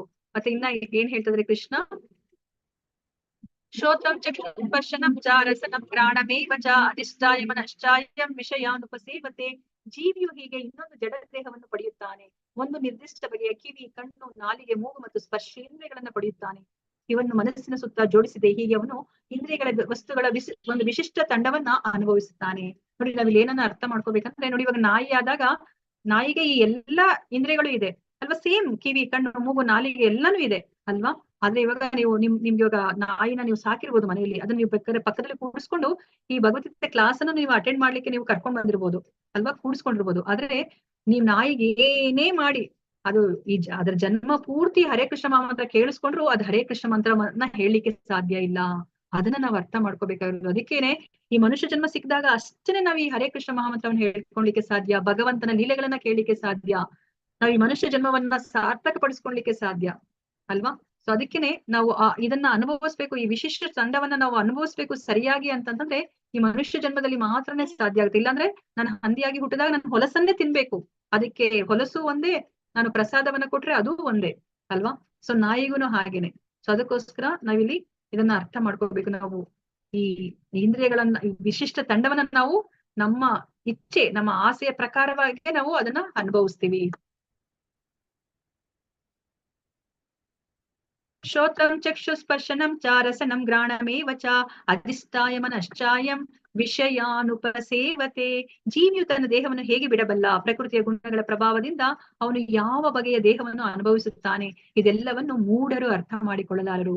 ಆದರೆ ಜ್ಞಾನದಲ್ಲಿ ಶಿಕ್ಷಣ ಪಡೆದ ಕಣ್ಣುಗಳಿರುವವನು ಇದೆಲ್ಲವನ್ನ ಕಾಣಬಲ್ಲ ಅಂತ ನೋಡಿ ಕೃಷ್ಣ ಹೇಳ್ತಾ ಇದ್ದಾರೆ ಅಲ್ವಾ. ಇವ್ರು ನೋಡಿ, ಅಕಸ್ಮಾತ್ ನಾನು ಹೋಗ್ತಾ ಇರೋ ಒಂದು ಕಾರು ಕೆಟ್ಟೋಗ್ಬಿಡುತ್ತೆ ಅಲ್ವಾ, ನಾನು ಅದ್ರದ್ದು ಏನು ಬೋನೆಟ್ ತೆಗೆದ್ಬಿಟ್ಟು ಅಲ್ಲಿ ಇಂಜಿನ್ ಅನ್ನೆಲ್ಲ ನಾನು ಪರೀಕ್ಷೆ ಮಾಡ್ಕೊಂಡು ನಿಂತ್ಕೋತೀನಿ ಅಲ್ವಾ. ದಿನ ಪೂರ್ತಿ ನಿಂತ್ಕೊಂಡು ನನಗೆ ಏನು ಗೊತ್ತಾಗಲ್ಲ, ಯಾಕಂದ್ರೆ ನನಗೆ ಜ್ಞಾನನೇ ಇಲ್ಲ. ಅಲ್ಲಿ ಯಾವ ಮಿಷನ್ ಯಾವ ತರ ಆಗಿದೆ, ಅದನ್ನ ಹೇಗೆ ಕನೆಕ್ಷನ್ ಕೊಟ್ಟಿದ್ದಾರೆ, ನನಗೆ ಏನು ಗೊತ್ತಾಗೋದಿಲ್ಲ. ಆದ್ರೆ ನಾವೇನಾದ್ರೂ ಇವಾಗ ಮೆಕ್ಯಾನಿಕ್ ನ ಕರ್ಕೊಂಡ್ಬಂದ್ರೆ ಅವ್ರು ಏನ್ ಮಾಡ್ತಾರೆ, ಒಂದು ಕ್ಷಣದಲ್ಲಿ ಇದನ್ನ ಸರಿ ಮಾಡ್ಬಿಡ್ತಾರೆ, ಯಾಕಂದ್ರೆ ಅವ್ರಿಗೆ ಜ್ಞಾನ ಇದೆ, ಅವನು ಅದ್ರ ಬಗ್ಗೆ ಅವನು ಶಿಕ್ಷಣವನ್ನ ಪಡೆದಿದ್ದಾನೆ ಅಲ್ವಾ. ಅದನ್ನೇ ಇಲ್ಲಿ ಕೃಷ್ಣ ಹೇಳ್ತಾ ಇದ್ರೆ, ಹೇಗೆ ಆ ಪ್ರಸರಣ ಕ್ರಿಯೆ ಆಗುತ್ತೆ, ಜೀವಿ ಅಂದ್ರೆ ಒಂದು ಜೀವಿ ಹೇಗೆ ದೇಹವನ್ನ ಬಿಟ್ಟು ಇನ್ನೊಂದು ದೇಹಕ್ಕೆ ಹೋಗ್ತಾನೆ, ಮತ್ತೆ ಎಲ್ಲ ಕಲ್ಪನೆಗಳನ್ನ ಅವನು ತಗೊಂಡು ಹೋಗ್ತಾನೆ, ಅವನು ಹೇಗೆ ಆ ಗುಣಗಳ ಪ್ರಭಾವದಿಂದ ಇನ್ನೊಂದು ದೇಹವನ್ನ ಪಡಿತಾನೆ, ಇದೆಲ್ಲವನ್ನ ಮೂಢರು ಅರ್ಥ ಮಾಡ್ಕೊಳ್ಲಿಕ್ಕೆ ಸಾಧ್ಯ ಇಲ್ಲ. ಆದ್ರೆ ಯಾರು ಜ್ಞಾನದಲ್ಲಿ ಶಿಕ್ಷಣ ಪಡೆದಿರ್ತಾರೆ ಅವನೆಲ್ಲವನ್ನ ಅವನು ಕಾಣಬಲ್ಲ ಅಲ್ವಾ. ನೋಡಿ, ಇವಾಗ ಬೇರೆಯವರು ಇವಾಗ ಇದನ್ನೆಲ್ಲ ಭಗವದ್ಗೀತೆ ದೇವರು ಅದನ್ನೆಲ್ಲ ನಮ್ದಲೇ ಇರೋರಿಗೆ ನೀವ್ ಹೇಳಿದ್ರೆ ನಮ್ಗೊಂದು ಮುಂದಿನ ಜನ್ಮ ಇದೆ ಅಂತಂದ್ರೆ ಅವ್ರು ನಗಾಡ್ತಾರೆ ಅಲ್ವಾ. ನಿನ್ಗೇನಾದ್ರೂ ಬುದ್ಧಿಗಿದ್ದಿ ಇದೆಯಾ, ಯಾರು ನೋಡಿದರೆ ಮುಂದಿನ ಜನ್ಮ ಇದೆಯಾ ಇಲ್ವಾ, ನಿನ್ಗೆ ಇಲ್ಲಿ ಏನು ಕಣ್ ಮುಂದೆ ಪ್ರಸ್ತುತ ಏನಿದೆಯೋ ಅದೇ ನಿಜ, ಅದನ್ನ ನೀನು ಅನುಭವಿಸು. ನೀನೇನ್ ಈ ತರ ಮಾತಾಡ್ತಾ ಇದೀಯ, ಮೂಢನಾಗಿ ನೀನು ಈ ಜೀವನವನ್ನ ನೀನು ವೇಸ್ಟ್ ಮಾಡ್ಬಿಡ್ತೀಯ. ಎಂಜಾಯ್ ಮಾಡು, ಎಂಜಾಯ್ ಟು ದ ಕೋರ್ ಅಲ್ವಾ. ಸಾಲ ಸೋಲ ಮಾಡ್ತೀಯೋ ಗೊತ್ತಿಲ್ಲ, ತುಪ್ಪ ತಿನ್ನು, ಜೀವನ ಮಾಡು, ಮಜಾ ಮಾಡು, ಎಷ್ಟು ಸಾಧ್ಯನ ಮಜಾ ಮಾಡಿ ಈ ಜೀವನವನ್ನ ಮುಗಿಸು ಅಂತ ನಮ್ಗೆ ಹೇಳ್ಕೊಡ್ತಾರೆ. ಆದ್ರೆ ಇಲ್ಲ, ಇಲ್ಲಿ ಕೃಷ್ಣ ಹೇಳ್ತಿದ್ರೆ ಮೂಢರು ಅವರು ಅಂತ ಹೇಳ್ತಾ ಇದಾರೆ. ಯಾರು ಜ್ಞಾನದಲ್ಲಿ ಶಿಕ್ಷಣ ಪಡೆದಿರ್ತಾರೋ ಅವ್ರು ಮಾತ್ರನೇ ಇದೆಲ್ಲವನ್ನ ಅರ್ಥ ಮಾಡ್ಕೊಳ್ಲಿಕ್ಕೆ ಸಾಧ್ಯ. ಹೇಗೆ ಆತ್ಮ ಒಂದು ದೇಹವನ್ನ ಬಿಟ್ಟು ಇನ್ನೊಂದು ದೇಹವನ್ನ ಅದು ಪಡೆಯುತ್ತೆ, ಎಂತಹ ದೇಹವನ್ನ ಪಡುತ್ತೆ, ಅದು ಯಾವ ಗುಣದಲ್ಲಿ ಜೀವನವನ್ನ ಮಾಡಿತ್ತೋ ಹಿಂದಿನ ಜನ್ಮದಲ್ಲಿ ಅದಕ್ಕನುಗುಣವಾದ ಅದು ದೇಹವನ್ನ ಪಡೆಯುತ್ತೆ ಅಂತ ಅವರು ಮೂಢರು ಅರ್ಥ ಮಾಡ್ಕೊಳ್ಲಿಕ್ಕೆ ಆಗಲ್ಲ ಅಂತ ಹೇಳ್ಬಿಟ್ಟು ಇಲ್ಲಿ ಕೃಷ್ಣನೇ ಹೇಳ್ತಾ ಇದ್ದಾರೆ. ಸೊ ಇಲ್ಲಿ ಒಂದು ಮೃಗಾರಿ ಕಥೆ ಎಲ್ಲ ಬರುತ್ತೆ. ಆತ್ಮ ಸಾಕ್ಷಾತ್ಕಾರ ಪಡ್ಕೊಂಡ್ರೆ ಹೇಗೆ ಮನಸ್ಸಲ್ಲೆಲ್ಲ ಅಂದ್ರೆ ನಮ್ಮಲ್ಲಿ ಎಷ್ಟು ಬದಲಾವಣೆ ಆಗುತ್ತೆ ಅನ್ನೋದನ್ನ ಈ ಒಂದು ಚಿಕ್ಕ ಕಥೆ ಇದೆ. ಸೊ ನಾನು ನಿಮ್ಗೆ ಮುಂದೆ ಸಮಯ ಇದ್ರೆ ನಾನು ಹೇಳ್ತೀನಿ. ಯತಂತೋ ಯೋಗಿನಶ್ಚೈನಂ ಪಶ್ಯಂತ್ಯಾತ್ಮ ವ್ಯವಸ್ಥಿತಂ ಯತಂತೋ ಅಪ್ಯಕೃತ ಆತ್ಮಾನೋ ನೈನಂ ಪಶ್ಯಂತ ಚೇತಸಃ. ಆತ್ಮ ಸಾಕ್ಷಾತ್ಕಾರದಲ್ಲಿ ನೆಲೆಯಾಗಿದ್ದು ಪ್ರಯತ್ನ ಪಡುತ್ತಿರುವ ಆಧ್ಯಾತ್ಮಿಕವಾದಿಗಳು ಇದೆಲ್ಲವನ್ನ ಸ್ಪಷ್ಟವಾಗಿ ಕಾಣಬಲ್ಲರು. ಆದರೆ ಯಾರ ಮನಸ್ಸು ಬೆಳೆದಿಲ್ಲವೋ ಮತ್ತು ಯಾರು ಆತ್ಮ ಸಾಕ್ಷಾತ್ಕಾರದಲ್ಲಿ ನೆಲೆಯನ್ನು ಪಡೆದಿಲ್ಲವೋ ಅವರು ಪ್ರಯತ್ನ ಪಟ್ಟರು ಏನಾಗುತ್ತಿದೆ ಎನ್ನುವುದನ್ನ ಕಾಣಲಾರರು ಅಂತ ಹೇಳ್ತಾ ಇದಾರಲ್ವಾ. ಇದನ್ನ ಅರ್ಥ ಮಾಡ್ಕೋಬೇಕಂದ್ರೆ ಈ ಕಥೆಯನ್ನ ನೀವು ಕೇಳಿಕೊಳ್ಳೇಬೇಕಾಗತ್ತೆ. ಸೊ ಇವಾಗ ನಿಮ್ಗೆ ಗೊತ್ತಿರೋ ಹಾಗೆ ನಾರದರು 3 ಲೋಕದಲ್ಲಿ ಅವರು ಸಂಚಾರ ಮಾಡ್ತಿರ್ತಾರೆ. ಒಂದ್ಸತಿ ಭೂಮಿಗೆ ಬಂದಾಗ ಅವ್ರು ಕಾಡಿನ ಮೂಲಕ ನಡ್ಕೊಂಡು ಹೋಗ್ತಾ ಇರ್ಬೇಕಾದ್ರೆ ಒಬ್ಬ ಬೇಟೆಗಾರರನ್ನ ಅವ್ರು ಬೇಟೆ ಮಾಡ್ತಾರೆ. ಅವ್ರು ದಾರಿಲಿ ಬರ್ತಾ ಇರ್ಬೇಕಾದ್ರೆ ನೋಡ್ತಾರೆ ಎಷ್ಟೊಂದು ಪ್ರಾಣಿಗಳೆಲ್ಲ ಸಹ ವಿಲ ಒದ್ದಾಡ್ತಾ ಇರುತ್ತೆ. ಅದನ್ನ ಯಾರೋ ಒಬ್ರು ಬಾಣ ಹಾಕಿ ಅಂದ್ರೆ ಬಾಣ ಹಾಕಿರ್ತಾರೆ, ಆದ್ರೆ ಪೂರ್ತಿಯಾಗಿ ಸಾಯಿಸಿರ್ಲಿಲ್ಲ, ಅರ್ಧ ಬರ್ಧ ಸಾಯಿಸಿರ್ತಾರೆ.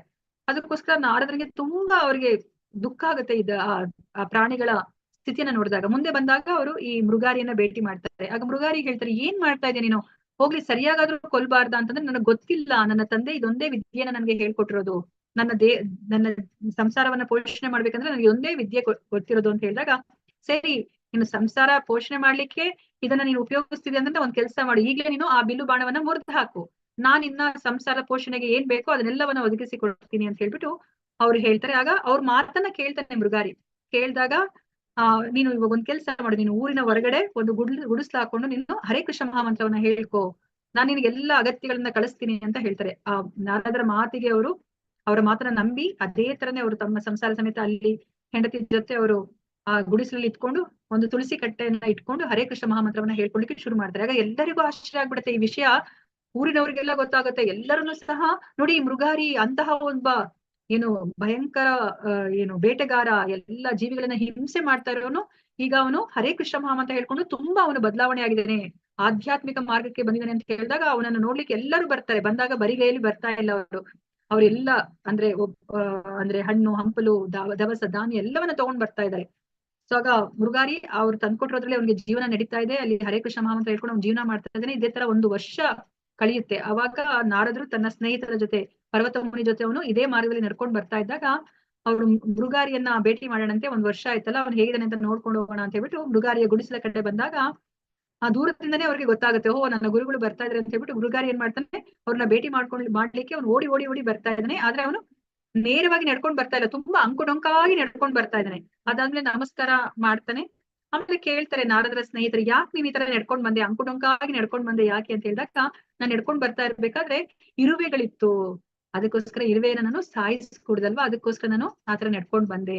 ಮತ್ತೆ ಅವರು ನಾರದರಿಗೆ ನಮಸ್ಕಾರ ಮಾಡ್ಬೇಕಾದ್ರೆ ಅಲ್ಲಿ ಇರುವೆಗಳಿರುತ್ತೆ, ಅದಕ್ಕೋಸ್ಕರ ಅವರು ಆ ಇರುವೆಗಳನ್ನೆಲ್ಲ ತನ್ನ ಹೆಗಲ ಮೇಲೆ ಹಾಕೊಂಡ್ರು ವಸ್ತ್ರದಿಂದ ಒಂದ್ ಸ್ವಲ್ಪ ದೂರ ಮಾಡಿ ಅವನು ನಮಸ್ಕಾರ ಮಾಡ್ತಾನೆ. ಅಂದ್ರೆ ನೋಡಿ, ಎಂತಹ ಒಬ್ಬ ಬೇಟೆಗಾರ ಆ ಜೀವಿಗಳಿಗೆ ಹೇಗೆ ಹಿಂಸೆ ಮಾಡ್ತಾ ಇದ್ದ, ಅರ್ಧ ಬರ್ಧ ಕೊಲ್ತಾ ಇದ್ದವನು ಈಗ ಆ ಭಕ್ತಿ ಮಾರ್ಗಕ್ಕೆ ಬಂದಾಗ ಎಲ್ಲವನ್ನ ಅವನು ಸ್ಪಷ್ಟವಾಗಿ ನೋಡ್ಲಿಕ್ಕೆ ಶುರು ಮಾಡ್ತಾನೆ. ನೋಡಿ, ಆ ಇರುವೆಗೂ ಸಹ ಅವನು ತೊಂದರೆ ಕೊಡ್ಲಿಕ್ಕೆ ಇಷ್ಟ ಇಲ್ಲ, ಯಾಕಂದ್ರೆ ಅವನಿಗೆ ಗೊತ್ತಿದೆ ಆ ಇರುವೆನು ಸಹ ಆತ್ಮ, ಅದು ಹಿಂದಿನ ಜನ್ಮದ ಕರ್ಮಾನುಸಾರ ಈ ಇರುವೆಯ ದೇಹವನ್ನ ಪಡೆದಿದೆ ಅಂತ ಗೊತ್ತು, ಅದನ್ನ ನಾನು ಹಿಂಸೆ ಮಾಡೋ ಹಾಗಿಲ್ಲ ಅಂತ ಗೊತ್ತಿದೆ ಅಲ್ವಾ. ಎಷ್ಟು ಬೇಗ ನೋಡಿ ಅವನಿಗೆ ಜ್ಞಾನ ಬಂತು ಆ ಆಧ್ಯಾತ್ಮಿಕ ಮಾರ್ಗದಲ್ಲಿ ಇದ್ದಿದ್ದಕ್ಕೆ. ಅದನ್ನ ಆತ್ಮ ಸಾಕ್ಷಾತ್ಕಾರವನ್ನ ನಾವು ಯಾರು ಪಡ್ಕೊಳಕ್ಕೆ ಪ್ರಯತ್ನ ಪಡ್ತಾ ಇರ್ತಾರೋ ಅವ್ರು ಮಾತ್ರ ಈ ಎಲ್ಲವನ್ನ ಸ್ಪಷ್ಟವಾಗಿ ಕಾಣ್ತಾರೆ.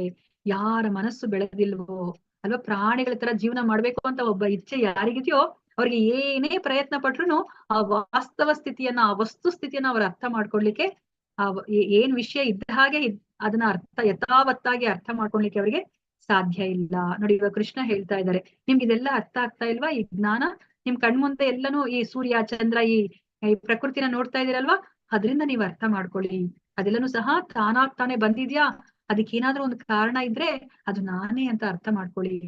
ಇವಾಗ ನಮ್ಗೆ ಯಾರಾದ್ರೂ ಒಬ್ಬ ವ್ಯಕ್ತಿ ಬಗ್ಗೆ ನಮ್ಗೆ ಆ ಗೌರವ ಬರ್ಬೇಕಂದ್ರೆ ಆ ವ್ಯಕ್ತಿ ಬಗ್ಗೆ ಗೊತ್ತಾಗ್ಬೇಕು ಅವ್ನು ಎಷ್ಟು ಗ್ರೇಟ್ ಅಂತ ಹೇಳ್ಬಿಟ್ಟು ಅಲ್ವಾ, ಅವ್ನಿಗೆ ಎಷ್ಟು ಆಸ್ತಿ ಪಾಸ್ತಿ, ಅವ್ನು ಎಷ್ಟು ಅಂತಸ್ತಿದೆ, ಮತ್ತೆ ಅವ್ನು ಎಂತಹ ಒಂದು ಪವರ್ ಅಲ್ಲಿ ಇದ್ದಾನೆ ಅಂತ ನಮ್ಗೆ ಅರ್ಥ ಆದಾಗ ನಾವೇನ್ ಮಾಡ್ತೀವಿ, ನಾವೇ ಅವನಿಗೆ ಶರಣ ಆಗ್ತೀವಿ ಅಲ್ವಾ. ಅದನ್ನೇ ನಮ್ಗೆ ಇಲ್ಲಿ ಕೃಷ್ಣ ಹೇಳ್ತಾ ಇದಾರೆ. ಘಾಮಾವಿಶ್ಯ ಚ ಭೂತಾನಿ ಧಾರಯಾಮ್ಯಹ ಮೋಜಸ ಪುಷ್ಣಾಮಿ ಚೌಷಧಿ ಸರ್ವಾಹ ಸೋಮೋ ಭೂತ್ವಾ ರಸಾತ್ಮಕಃ. ನಾನು ಪ್ರತಿಯೊಂದು ಲೋಕವನ್ನ ಪ್ರವೇಶಿಸುತ್ತೇನೆ ಮತ್ತು ನನ್ನ ಶಕ್ತಿಯಿಂದ ಅವು ತಮ್ಮ ಪಥದಲ್ಲಿ ಉಳಿಯುತ್ತವೆ. ನಾನು ಚಂದ್ರನಾಗುತ್ತೇನೆ ಮತ್ತು ಹಾಗೆ ಎಲ್ಲ ತರಕಾರಿಗಳಿಗೆ ಜೀವರಸವನ್ನ ನೀಡುತ್ತೇನೆ. ನೋಡಿ ಕೃಷ್ಣ ಇಲ್ಲಿ ಏನ್ ಹೇಳ್ತಾ ಇದ್ದಾರೆ, ಇವಾಗ ನಮ್ಮ ಒಂದು ಚಿಕ್ಕ ಮಗು, ಅದಕ್ಕೆ ಅಷ್ಟು ಜ್ಞಾನ ಇಲ್ಲ ಅಲ್ವಾ. ಒಂದು ಏರೋಪ್ಲೇನ್ ಅದು ಹೋಗ್ತಾ ಇದ್ರೆ ಅದೇನ್ ಯೋಚನೆ ಮಾಡುತ್ತೆ, ಅಪ್ಪನೇ ತೋರ್ಸುತ್ತೆ, ಅಪ್ಪ ನೋಡು ಏರೋಪ್ಲೇನ್ ತಾನಾಗ್ತಾನೆ ಅದು ನಿಜವಾದ ಜ್ಞಾನನ, ವಸ್ತುಸ್ಥಿತಿ ಸರಿಯಾಗಿದ್ಯಾ ಇಲ್ಲ ಅಲ್ವಾ. ಅದಕ್ಕೆ ಗೊತ್ತಿಲ್ಲ ಅಲ್ಲಿ ಒಳಗಡೆ ಒಬ್ಬ ಪೈಲಟ್ ಇದ್ದಾನೆ, ಅವನು ಆ ವಿಮಾನವನ್ನ ನಡೆಸ್ತಿದ್ದಾನೆ ಅಂತ ಹೇಳ್ಬಿಟ್ಟು ಮಗುಗೆ ಗೊತ್ತಿಲ್ಲ ಅಲ್ವಾ. ಇವಾಗ ನಾವು ಹಾಗೆ ಅನ್ಕೊಂಡಿದೀವಿ, ಈ ಎಲ್ಲ ಚಂದ್ರ ಸೂರ್ಯ ಈ ಎಲ್ಲ ಗ್ರಹಗಳು ತಮ್ಮ ಪಥದಲ್ಲಿ ಸರಿಯಾಗಿ ಅಂತ ನಾವು ಅನ್ಕೊಂಡ್ಬಿಟ್ಟಿದೀವಿ. ಇಲ್ಲ, ಕೃಷ್ಣ ಹೇಳ್ತಾ ಇದ್ರೆ ನಾನು ಲೋಕವನ್ನ ಪ್ರವೇಶಿಸ್ತೀನಿ ಅಂತ ಹೇಳ್ಬಿಟ್ಟು ನಾವ್ ಇವಾಗ ನೋಡ್ತಾ ಇದೀವಲ್ವಾ. ನಾವ್ ಇವಾಗ ಸೂಪರ್ ಸೋಲ್ ಅಂತ ಕರಿತಾ ಇದೀವಿ. ಗರ್ಭೋದಕಶಾಹಿ ವಿಷ್ಣು ಪ್ರತಿಯೊಂದು ಲೋಕದ ಒಳಗಡೆ ಹೋಗ್ಬಿಡ್ತಾರೆ. ಆ ಕಾರಣೋದಕಶಾಹಿ ವಿಷ್ಣುವಿನ ಶರೀರದಿಂದ ಕೋಟ್ಯಾಂತರ ಬ್ರಹ್ಮಾಂಡಗಳು ಬಂದಿದ ತಕ್ಷಣನೇ ಪ್ರತಿಯೊಂದು ಬ್ರಹ್ಮಾಂಡದ ಒಳಗಡೆ ಗರ್ಭೋದಕಶಾಹಿ ವಿಷ್ಣು ಒಳಗಡೆ ಹೋಗ್ತಾರೆ. ಆವಾಗ್ಲೇನೆ ಅಲ್ಲಿ ಸೃಷ್ಟಿ ಕಾರ್ಯ ಶುರುವಾಗೋದು ಅಲ್ವಾ. ಕೃಷ್ಣ ಅದ್ರೊಳಗಡೆ ಇರೋದ್ರಿಂದನೇ ಅವೆಲ್ಲನೂ ತೇಲ್ತಾ ಇದೆ ಅಲ್ವಾ. ಇವಾಗ ನಾವಿವಾಗ ನಮ್ಮ ದೇಹದೊಳಗಡೆ ಆತ್ಮ ಇದ್ದಾಗ ಅಷ್ಟೇನೆ ನಾವು ನೀರಲ್ಲಿ ಬಿದ್ರೂ ಸಹ ತೇಲಲಿಕ್ಕೆ ಸಾಧ್ಯ ಆಗುತ್ತೆ ಅಲ್ವಾ. ಒಬ್ಬ ಮನುಷ್ಯ ಸತ್ಹೋದ ಅಂತಂದ್ರೆ ಏನಾಗುತ್ತೆ, ಅದು ಮುಳುಗುತ್ತೆ, ಅದು ಆ ಶವ ಮುಳುಗುತ್ತೆ ಅಲ್ವಾ. ಅದೇ ತರನೇ ಇಲ್ಲಿ ಕೃಷ್ಣ ಪ್ರತಿಯೊಂದು ಲೋಕವನ್ನ ಪ್ರವೇಶಿಸ್ತಾ ಇದ್ದಾರೆ. ನನ್ನ ಶಕ್ತಿಯಿಂದ ಅವು ತಮ್ಮ ಪಥದಲ್ಲಿ ಉಳಿತಾ ಇದೆ. ಇವಾಗ ಸರಿಯಾಗಿ ಸೂರ್ಯ ತಮ್ಮ ಪಥದಲ್ಲಿ ತಿರುಗ್ತಾ ಇದಾರೆ, ಇವಾಗ ಭೂಮಿ ಪಥದಲ್ಲಿ ತಿರುಗ್ತಾ ಇದಾರೆ ಅಂತಂದ್ರೆ ಅದ್ರೊಳಗಡೆ ಸೂಪರ್ ಸೋಲ್ ಗರ್ಭೋದಕಶಾಹಿ ವಿಷ್ಣು ಇದ್ದಾರೆ, ಅದಕ್ಕೇನೆ ಅವರು ತಮ್ಮ ಪಥದಲ್ಲಿ ಉಳಿತಾ ಇರೋದು. ನೋಡಿ ಕೃಷ್ಣ ನಮ್ಗೆ ಇದನ್ನ ತಿಳಿಸಿ ಕೊಡ್ತಾ ಇದಾರೆ. ನಾನು ಚಂದ್ರನಾಗುತ್ತೇನೆ, ನಾನು ಹಾಗೆ ಎಲ್ಲ ತರಕಾರಿಗಳಿಗೆ ಜೀವರಸವನ್ನ ನೀಡ್ತೇನೆ. ನೋಡಿ ನಮ್ಮ ಸೈನ್ಸ್ ಯಾರು ಹೇಳಿದ್ದಾರೆ ಅಲ್ವಾ. ಯಾವುದೇ ಒಂದು ತರಕಾರಿ ಬೆಳಿಬೇಕಂತಂದ್ರೆ ಸೂರ್ಯ ಬೇಕು ಅಂತ ಹೇಳಿದ್ದಾರೆ, ಮಳೆ ಬೇಕು ಅಂತ ಹೇಳಿದ್ದಾರೆ, ಆ ಭೂಮಿಯಲ್ಲಿರುವಂತಹ ಪೌಷ್ಟಿಕಾಂಶಗಳು ಬೇಕು ಅಂತ ಹೇಳಿದ್ದಾರೆ. ಯಾರು ಹೇಳಿಲ್ಲ ಚಂದ್ರ ಬೇಕು. ನೋಡಿ ನಮ್ಗೆ ಚಂದ್ರನ ಆ ಬೆಳದಿಂಗಳು ಇರ್ಲಿಲ್ಲ ಅಂದಿದ್ರೆ ನಾವೇನ್ ತರಕಾರಿಗಳು ತಿಂತಾ ಇದೀವಿ ಅದ್ರಲ್ಲಿ ಜೀವರಸ ಅನ್ನೋದೇ ಇರ್ತಾ ಇರ್ಲಿಲ್ಲ. ಅದು ನಾರಿ ತರ ಇರ್ತಾ ಇತ್ತು, ಅದು ಹಿಪ್ಪೆ ತರ, ಏನು ಅದ್ರಲ್ಲಿ ಒಂದು ಆ ರಸ ಏನಿದೆ ಆ ರಸನೇ ಇರ್ತಾ ಇರ್ಲಿಲ್ಲ. ನಾನ್ ಚಂದ್ರನಾಗಿ ಆ ಚಂದ್ರನ ಬೆಳದಿಂಗಳಾಗಿ ನಾನು ಆ ಎಲ್ಲ ತರಕಾರಿಗಳಿಗೆ ನಾನು ಜೀವರಸವನ್ನ ಕೊಡ್ತೀನಿ ಅಲ್ವಾ. ನಮ್ಗೆ ಆಹಾರ ಇಲ್ಲ ಅಂದ್ರೆ ನಾವು ಬದುಕ್ಲಿಕ್ಕೆ ಆಗೋದಿಲ್ಲ. ನೋಡಿ ಕೃಷ್ಣ ಹೇಳ್ತಾ ಇದ್ರೆ ನಾವ್ ಇಲ್ಲಿ ಇನ್ನ ಏನೆಲ್ಲ ನಾನು ನಿಮ್ಗೆ ಮಾಡ್ತಾ ಇದೀನಿ ಅಂತ ಹೇಳ್ಬಿಟ್ಟು ಇಲ್ಲಿ ಅರ್ಥ ಮಾಡಿಸ್ತಾ ಇದಾರೆ. ನಿಮ್ಗೆ ಜ್ಞಾನ ಅರ್ಥ ಆಗ್ತಿಲ್ವಲ್ಲ, ಇದನ್ನಾದ್ರೂ ಅರ್ಥ ಮಾಡ್ಕೊಳ್ಳಿ ಅಂತ ಹೇಳ್ಬಿಟ್ಟು ನಮ್ಗೆ ಇಲ್ಲಿ ಅರ್ಥ ಮಾಡಿಸ್ತಿದ್ದಾರೆ. ಅಹಂ ವೈಶ್ವ ನರೋ ಭೂತ್ವ ಪ್ರಾಣಿನಾಂ ದೇಹಮಾಶ್ರಿತಃ ಪ್ರಾಣಾಪಾನ ಸಮಾಯುಕ್ತಃ ಪಚಾಮ್ಯನ್ನಂ ಚತುರ್ವಿಧಂ. ಎಲ್ಲ ಜೀವಿಗಳ ದೇಹಗಳಲ್ಲಿ ಜಠರಾಗ್ನಿ ನಾನು, ದೇಹದಿಂದ ಹೊರಕ್ಕೆ ಹೋಗುವ ಮತ್ತು ಒಳಕ್ಕೆ ಬರುವ ಪ್ರಾಣ ವಾಯುವಿನೊಂದಿಗೆ ಸೇರಿ ನಾನು 4 ವಿಧವಾದ ಆಹಾರವನ್ನ ಜೀರ್ಣ ಮಾಡುತ್ತೇನೆ. ನೋಡಿ ನಾವು ಗರ್ವ ಪಡ್ತೀವಿ ಅಲ್ವಾ. ನಾನು ಏನ್ ಬೇಕಾದ್ರೂ ತಿಂದು ಕರಗಿಸ್ಕೊತೀನಿ, ಕಲ್ ಬೇಕಾದ್ರೂ ತಿಂದು ನಾನು ಕರಗಿಸ್ಕೊತೀನಿ ಅಂತ ಹೇಳ್ಬಿಟ್ಟು ನಾವು ಹೆಮ್ಮೆ ಪಡ್ತೀವಿ. ಅದನ್ನ ನೋಡಿ ಕೃಷ್ಣ ಹೇಳ್ತಾ ಇದಾರೆ, ನಿಮ್ ಕೈಲಿ ಏನು ಸಾಧ್ಯ ಇಲ್ಲ. ನೀವು ತಿಂದಿರೋ ಆಹಾರ 4 ವಿಧವಾದ ಆಹಾರಗಳೇನಿದೆ ಅದನ್ನ ನಾನು ಜಠರಾಗ್ನಿಯಾಗಿ, ಆ ವೈಶ್ವಾನರ ಅಗ್ನಿಯಾಗಿ ನಾನು ಅದನ್ನ ಪಚನ ಮಾಡ್ತಾ ಇದೀನಿ. ಪ್ರಾಣ ವಾಯುವಿನೊಂದಿಗೆ ಸೇರ್ಕೊಂಡು ನೀವು ತಿಂದಿರೋ ಆಹಾರವನ್ನ ನಾನ್ ಜೀರ್ಣ ಮಾಡ್ತಾ ಇದೀನಿ ಅಂತ ಹೇಳ್ತಾ ಇದ್ದಾರೆ. ನೋಡಿ ಇದೆಲ್ಲ ನಾವು ತಿಳ್ಕೊಂಡ್ರೆ ನಮ್ಗೆ ಏನ್ ಅನ್ಸುತ್ತೆ, ನಮ್ಗೆ ಎಷ್ಟು ಭಗವಂತನ ಮೇಲೆ ನಮ್ಗೆ ಇನ್ನ ಗೌರವ ಬರುತ್ತೆ ಅಲ್ವಾ. Thank you Krishna for everything, thank you Krishna for everything ಅನ್ಸುತ್ತೆ. ಈಗ ನೋಡಿ ಎಷ್ಟೊಂದ್ ಜನಕ್ಕೆ ಅವ್ರಿಗೆ ಜೀರ್ಣ ಶಕ್ತಿನೇ ಇರೋದಿಲ್ಲ ಅಲ್ವಾ. ಏನಾದ್ರು ತಿನ್ಬೇಕು ಅಂತ ಆಸೆ ಆಗ್ತಿರತ್ತೆ, ಆದ್ರೆ ಅವ್ರಿಗೆ ಆ ಜಠರಾಗ್ನಿನೇ ಕೆಲಸ ಮಾಡೋದಿಲ್ಲ ಅಲ್ವಾ. ನೋಡಿ ನಮ್ಗೆ ಇವಾಗ ಎಲ್ಲ ಭಗವಂತ ಕೊಟ್ಟಿದ್ದಾನೆ ಅಂತ ನಮ್ಗೆ, ಆದ್ರೆ ಯಾವಾಗ ನಾವು ಎಲ್ಲವನ್ನ ನಾವು ಭಗವಂತ ಕೊಟ್ಟಿರೋದನ್ನೆಲ್ಲ ನಾವು ಅದಕ್ಕೆ ಕೃತಜ್ಞರಾದ್ರೆ, ನಾವು ಗ್ರೇಟ್ ಫೀಲ್ ಮಾಡಿದ್ರೆ, ನಾವು ಗ್ರೇಟ್ಫುಲ್ ಅಂದ್ರೆ ನಾವು ಗ್ರೇಟ್ಫುಲ್ ಆಗಿದ್ರೆ ಭಗವಂತನಿಗೆ, ಆವಾಗ ನಮ್ಗೆ ಭಗವಂತನ ಅನುಗ್ರಹಕ್ಕೆ ನಾವು ಪಾತ್ರರಾಗ್ತೀವಿ ಅಲ್ವಾ. ನಾವು ಅದನ್ನ ರೆಕಗ್ನೈಸೇ ಮಾಡ್ಲಿಲ್ಲ, ಭಗವಂತನ ಇದನ್ನೆಲ್ಲವನ್ನ ನಾವು ರೆಕಗ್ನೈಸೇ ಮಾಡ್ಲಿಲ್ಲ ಅಂತ ನಾವು ಗ್ರೇಟ್ಫುಲ್ ಆಗ್ತೀವಿ ಅಲ್ವಾ. ಸೊ ಇವಾಗ ನೀವು ಭಗವಂತನ ಕೊಟ್ಟಿರೋದಕ್ಕೆಲ್ಲ ನೀವು ಗ್ರೇಟ್ಫುಲ್ ಆಗಿಲ್ಲ ಅಂದ್ರೆ you are considered as grateful ಅಂತ ಹೇಳ್ಬಿಟ್ಟು ಹೇಳ್ತಾರೆ. ಸೊ ಅದಕ್ಕೆ ನೋಡಿ ಇಲ್ಲಿ 4 ತರಹದ ನಾವು ಆಹಾರಗಳನ್ನ ಏನ್ ತಗೋತೀವೋ ಅದನ್ನೆಲ್ಲ ಜೀರ್ಣ ಮಾಡ್ತಾ ಇರೋದು ಕೃಷ್ಣ, ವೈಶ್ವಾನರ ಅಗ್ನಿಯಾಗಿ ಕೃಷ್ಣ ಅದನ್ನ ಜೀರ್ಣ ಮಾಡ್ತಾ ಇದ್ದಾರೆ. ನಮ್ಗೆ ಇದು ತುಂಬಾ ಮುಖ್ಯವಾದ ಶ್ಲೋಕ ಇತ್ತು, ಬಾಹ್ಯಾಟ್ ಮಾಡ್ಕೊಂಡ ಶ್ಲೋಕ. ಇಲ್ಲಿ ಏನ್ ಹೇಳ್ತಾ ಇದ್ರೆ, ಸರ್ವಸ್ಯ ಚಾಹಂ ಹೃದಿ ಸನ್ನಿವಿಷ್ಟೋ ಮತ್ತ ಸ್ಮೃತಿರ್ಜ್ಞಾನಮಾಪೋಹನಂಚ ವೇದೇಶ್ಚ ಸರ್ವೇರ್ ಅಹಮೇವ ವೇದ್ಯೋ ವೇದಾಂತ ಕೃದ್ವೇದ ವಿದೇವ ಚಾಹಂ. ನಾನು ಪ್ರತಿಯೊಬ್ಬರ ಹೃದಯದಲ್ಲಿ ನೆಲೆಸಿದ್ದೇನೆ. ಸ್ಮರಣೆ, ಜ್ಞಾನ ಮತ್ತು ಮರೆವು ನನ್ನಿಂದ ಬರುತ್ತದೆ. ಎಲ್ಲ ವೇದಗಳಿಂದ ತಿಳಿಯಬೇಕಾದವನು ನಾನು. ವೇದಾಂತ ಕರ್ತೃ ನಾನು. ವೇದಗಳನ್ನು ತಿಳಿದವನು ನಾನೇ ಅಂತ ಹೇಳ್ತಾರೆ. ನೋಡಿ, ಇದು ಎಷ್ಟು ಸುಂದರವಾದ ಶ್ಲೋಕ, ಎಷ್ಟು ಇಂಪಾರ್ಟೆಂಟ್ ಶ್ಲೋಕ ಅಂದ್ರೆ ನೋಡಿ, ನಾವು ಭಗವಂತನನ್ನ ನಾವೆಲ್ಲ ಕಡೆ ಹುಡುಕ್ತಿವಿ ಅಲ್ವಾ? ಎಲ್ಲೋ ಹುಡುಕಿದೆ ಇಲ್ಲದ ದೇವನ ಕಲ್ಲು ಮಣ್ಣುಗಳ ಗುಡಿಯೊಳಗೆ ಇಲ್ಲೇ ಇರುವ ಪ್ರೀತಿ ಸ್ನೇಹಗಳ ಅರಿಯದಾದೆ ಅಂತ ಹೇಳ್ಬಿಟ್ಟು ಒಂದು ಗೀತೆ ನೀವು ಕೇಳಿದಿರ ಅಲ್ವಾ, ಭಾವಗೀತೆಯನ್ನ. ನೋಡಿ, ಇದನ್ನೇ ಅವರು ಹೇಳ್ತಾ ಇರೋದು. ಅವ್ರಿಗೆ ಆತ್ಮ ಸಾಕ್ಷಾತ್ಕಾರ ಆಗಿದೆ. ತಮ್ಮ ಹೃದಯದಲ್ಲೇನೆ ಅವರು ಭಗವಂತನನ್ನ ಅವ್ರು ಕಾಣಿಸಿದ್ದಾರೆ. ಇವಾಗ ಕೃಷ್ಣನ್ನೇ ಹೇಳ್ತಾ ಇದ್ರೆ ಇಲ್ಲಿ, ನಾನು ಪ್ರತಿಯೊಬ್ಬರ ಹೃದಯದಲ್ಲಿ ಇದ್ದೀನಿ. ನಾನು ಬರೇ ದೇವತೆಗಳ ಹೃದಯದಲ್ಲಿ ಅಲ್ಲ, ಬರೇ ಮನುಷ್ಯರ ಹೃದಯದಲ್ಲಿ ಅಲ್ಲ, 84 ಲಕ್ಷ ಜೀವರಾಶಿಗಳು ಏನೆಲ್ಲ ಇದಾರೋ ಎಲ್ಲರ ಹೃದಯದಲ್ಲಿ ನಾನು ನೆಲೆಸಿದ್ದೀನಿ ಅಂತ ಹೇಳ್ತಾ ಇದ್ದಾರೆ. ನಮ್ಮ ಆತ್ಮದ ಜೊತೆ ಪರಮಾತ್ಮ ಯಾವಾಗ್ಲೂ ಇರ್ತಾರೆ. ನಾನು ಒಂದು ಮಲದಲ್ಲಿ ಒಂದು ಹುಳುವಾಗಿ ಹುಟ್ಟಿದಾಗ್ಲೂ ಸಹ ನನ್ನ ಜೊತೆ ಇರ್ತಾರೆ. ಮತ್ತೆ ನಾವು ಭಗವಂತ ಲೋಕಕ್ಕೆ ಹೋಗುವ ತನಕ ಕೃಷ್ಣ ಎಡ ಬಿಡದೆ ನಮ್ಮ ಜೊತೆಯಲ್ಲಿ ಇರ್ತಾರೆ. ನೋಡಿ, ಕೃಷ್ಣನ ತರ ಅದಕ್ಕೇನೆ ನಾವು ಅಲ್ಲಿ ಭೋಕ್ತಾರಂ ಯಜ್ಞ ತಪಸ್ಸಾಂ ಶಾಂತಿ ಮಂತ್ರದಲ್ಲಿ ನಾವು ತಿಳ್ಕೊಂಡಿದ್ವಿ ಅಲ್ವಾ? ಭೋಕ್ತಾರಂ ಯಜ್ಞ ತಪಸ್ಸಾಂ ಸರ್ವಲೋಕ ಮಹೇಶ್ವರಂ ಸುಹೃದಂ ಸರ್ವಭೂತಾನಾಂ. ಸುಹೃದಂ ಸರ್ವಭೂತಾನಾಂ, ಸರ್ವಭೂತ ಎಲ್ಲ ಜೀವರಾಶಿಗೆ ಸುಹೃದ, ಏಕೈಕ ಹಿತೈಷಿ ಕೃಷ್ಣ. ನಮ್ಮ ತಂದೆ ತಾಯಿಗಳು ಬೇಕಾದ್ರೆ ನಮ್ಮನ್ನ ಬಿಟ್ಬಿಡ್ಬೋದು, ಕೈ ಬಿಟ್ಬಿಡ್ಬೋದು. ಇವಾಗ ಕರೋನಾ ಟೈಮಲ್ಲಿ ನೋಡಿದ್ವಿ ಅಲ್ವಾ? ತಂದೆ ಒಂದ್ ಕಡೆ, ತಾಯಿ ಒಂದ್ ಕಡೆ, ಮಕ್ಕಳು ಒಂದ್ ಕಡೆ ಅಲ್ವಾ, ಕೈ ಬಿಟ್ರು. ಆದ್ರೆ ಭಗವಂತ ನಮ್ಮನ್ನ ಬಿಡ್ಲಿಲ್ಲ. ನಾವ್ ಎಂತದೇ ಒಂದು ಸ್ಥಿತಿಯಲ್ಲಿ ಇದ್ರು ಸಹ ನಮ್ಮ ಜೊತೆ ಅವರು ಯಾವಾಗ್ಲೂ ನಮ್ಮ ಜೊತೆಲಿ ಇರ್ತಾರೆ. ನೋಡಿ, ಇಲ್ಲಿ ಹೇಳ್ತಾ ಇದ್ರೆ ಕೃಷ್ಣ, ನಮ್ಗೆ ಯಾವಾಗ್ಲೂ ಜಂಬ ಕೊಚ್ಕೋತೀವಿ ಅಲ್ವಾ? ಓ ನಾನಾ ಎಷ್ಟು ಗ್ರೇಟ್ ಅಂತ ಹೇಳ್ಬಿಟ್ಟು. ಅಂದ್ರೆ ಇಲ್ಲಿ ಕೃಷ್ಣ ಹೇಳ್ತಾ ಇದ್ರೆ ಸ್ಮರಣೆ, ಜ್ಞಾನ ಮತ್ತೆ ಮರೆವು ಎಲ್ಲವೂ ನನ್ನಿಂದ ಬರುತ್ತೆ ಅಂತ ಹೇಳ್ತಾ ಇದಾರೆ ಅಲ್ವಾ? ನಮ್ಗೆ ಒಂದು ಈ ಜ್ಞಾಪಕ ಶಕ್ತಿ ಏನಿದೆಯೋ ಅದನ್ನು ಸಹ ಭಗವಂತ ಕೊಡ್ತಾ ಇದ್ದಾನೆ. ಮರೆಯೋದು, ಅಯ್ಯೋ ಇದೇನು ಮರೆಯೋದು ನೆಗೆಟಿವ್ ಅಲ್ವಾ, ಇದನ್ನ ಹೇಳ್ತಾ ಇದ್ದಾನಲ್ಲ ಅಂತಂದ್ರೆ ಹೌದು. ನಮ್ಗೆ ಹಿಂದಿಂದೆಲ್ಲ ಜ್ಞಾಪಕ ಇಟ್ಕೊಂಡಿದ್ರೆ ನಾವ್ ಇಲ್ಲಿ ಸಂತೋಷವಾಗಿ ಇರ್ಲಿಕ್ಕೆ ಆಗ್ತಾನೆ ಇರ್ಲಿಲ್ಲ ಅಲ್ಲ. ನೋಡಿ, ನಮ್ಗೆ ಹಿಂದಿನ ಜನ್ಮದ ನೆನಪೂ ಇಲ್ಲ. ನಮ್ಗೆ ಹಿಂದಿನ ಜನ್ಮದೆಲ್ಲ ನೆನಪಿದ್ರೆ ನಾವ್ ಈ ಜೀವನವನ್ನ ನಾವು ಕಳೀಲಿಕ್ಕೆ ಆಗ್ತಾ ಇರ್ಲಿಲ್ಲ. ನೀವು ನೋಡಿರ್ಬೋದು, ಎಷ್ಟೊಂದ್ ಜನಕ್ಕೆ ಹಿಂದಿನ ಜನ್ಮದ ನೆನಪು ಬಂದ್ಬಿಡುತ್ತೆ, ಆಗ ಅವ್ರು ಜೀವನವನ್ನೇ ಮಾಡ್ಲಿಕ್ಕೆ ಆಗೋದಿಲ್ಲ. ಮತ್ತೆ ಇದೇ ಜನ್ಮದಲ್ಲಿ ನಮ್ಗೆ ಹಿಂದಿನ ಜನ್ಮದಲ್ಲಿ ಏನೆಲ್ಲ ಹಿಂದಿನ ಸಮಯದಲ್ಲಿ ಎಷ್ಟೆಲ್ಲ ಘಟನೆಗಳು ನಡೆದಿರುತ್ತೆ ಅದನ್ನೆಲ್ಲ ಜ್ಞಾಪಕ ಇಟ್ಕೊಂಡ್ರೆ ನಾವು ಜೀವನವನ್ನ ಮಾಡ್ಲಿಕ್ಕೆ ಆಗೋದಿಲ್ಲ. ನೋಡಿ, ಕೃಷ್ಣ ಎಷ್ಟು ಕರುಣಾಮಯಿ. ಅವ್ರು ನಮ್ಗೆ ನೀನು ಮರವನ್ನ ಕೊಟ್ಟಿದ್ದಾರೆ. ಮತ್ತೆ ಕೃಷ್ಣನನ್ನ ನಾವೇನಾದ್ರೂ, ಕೃಷ್ಣ ನನಗೆ ನೀನ್ ಇಷ್ಟ ಇಲ್ಲ ಕೃಷ್ಣ, ನಾನು ನಿನ್ನ ಮರಿಬೇಕು ಅಂತಂದ್ರೆ ಕೃಷ್ಣ ಅವ್ರನ್ನ ಮರೆಸ್ಬಿಡ್ತಾರೆ. ಅದಕ್ಕೆ ಅಂತವ್ರನ್ನ ನೋಡಿ ಎಂತ ಜಾಗದಲ್ಲಿ ಹುಟ್ಟಿಸ್ತಾರೆ ಅಂತಂದ್ರೆ, ಇಲ್ಲಿ ಕೃಷ್ಣ ರಾಮ ಅನ್ನೋ ಒಂದು ಹೆಸರು ಸಹ ಬೀಳ್ಬಾರ್ದು ಕಿವಿಗೆ, ಅಂತಹ ಜಾಗದಲ್ಲಿ ಅವ್ರನ್ನ ಹುಟ್ಟಿಸ್ತಾರೆ. ಅಷ್ಟು ಕರುಣಾಮಯಿ ಕೃಷ್ಣ. ನಾವು ಅಂತ ನಾವೇ ಕೇಳ್ಕೊಂಡಿದ್ದು ಕೃಷ್ಣ ನಮ್ಮನ್ನ ಅಂತ ಜಾಗದಲ್ಲಿ ಹುಟ್ಟಿಸಿದ್ದಾರೆ. ಹುಟ್ಟಿಸಿದ್ಮೇಲೆ ನಾವು ಕೃಷ್ಣನನ್ನ ನಾವು ಹಳಿಯೋ ಆಗಿಲ್ಲ. ಕೃಷ್ಣ ನೀನ್ ಯಾಕೆ ನನ್ನ ಹಿಂಗ್ ಮಾಡಿದೆ ಅಂತ ಕೇಳಿದ್ರೆ ನಾನೇ ಇಚ್ಛೆ ಪಟ್ಟಿದ್ದು, ನನಗ್ ಬೇಡ ಕೃಷ್ಣ ನೀನು ಅಂತ. ಅದಕ್ಕೆ ನಮ್ಗೆ ನೋಡಿ, ಭಾರತ ಭೂಮಿಯಲ್ಲಿ ಹುಟ್ಟಿದ್ರೆ ಎಷ್ಟು ಪುಣ್ಯ ಮಾಡಿದೀವಿ ಅಂದ್ರೆ, ನಮ್ಗೆ ಬೇಡ ಬೇಡ ಅಂದ್ರೂ ರಾಮ ಕೃಷ್ಣ ಅನ್ನೋ ಒಂದು ಹೆಸರನ್ನ ನಾವು ಕಿವಿಗೆ ಬೀಳೋ ತರ ಆಗುತ್ತೆ ಅಲ್ವಾ? ಯಾರಾದ್ರೂ ಹೆಸರನ್ನ ನಾವು ಕೂಗ್ಲೇಬೇಕು, ರಾಮಕೃಷ್ಣ ಅಂತ ಅಲ್ವಾ?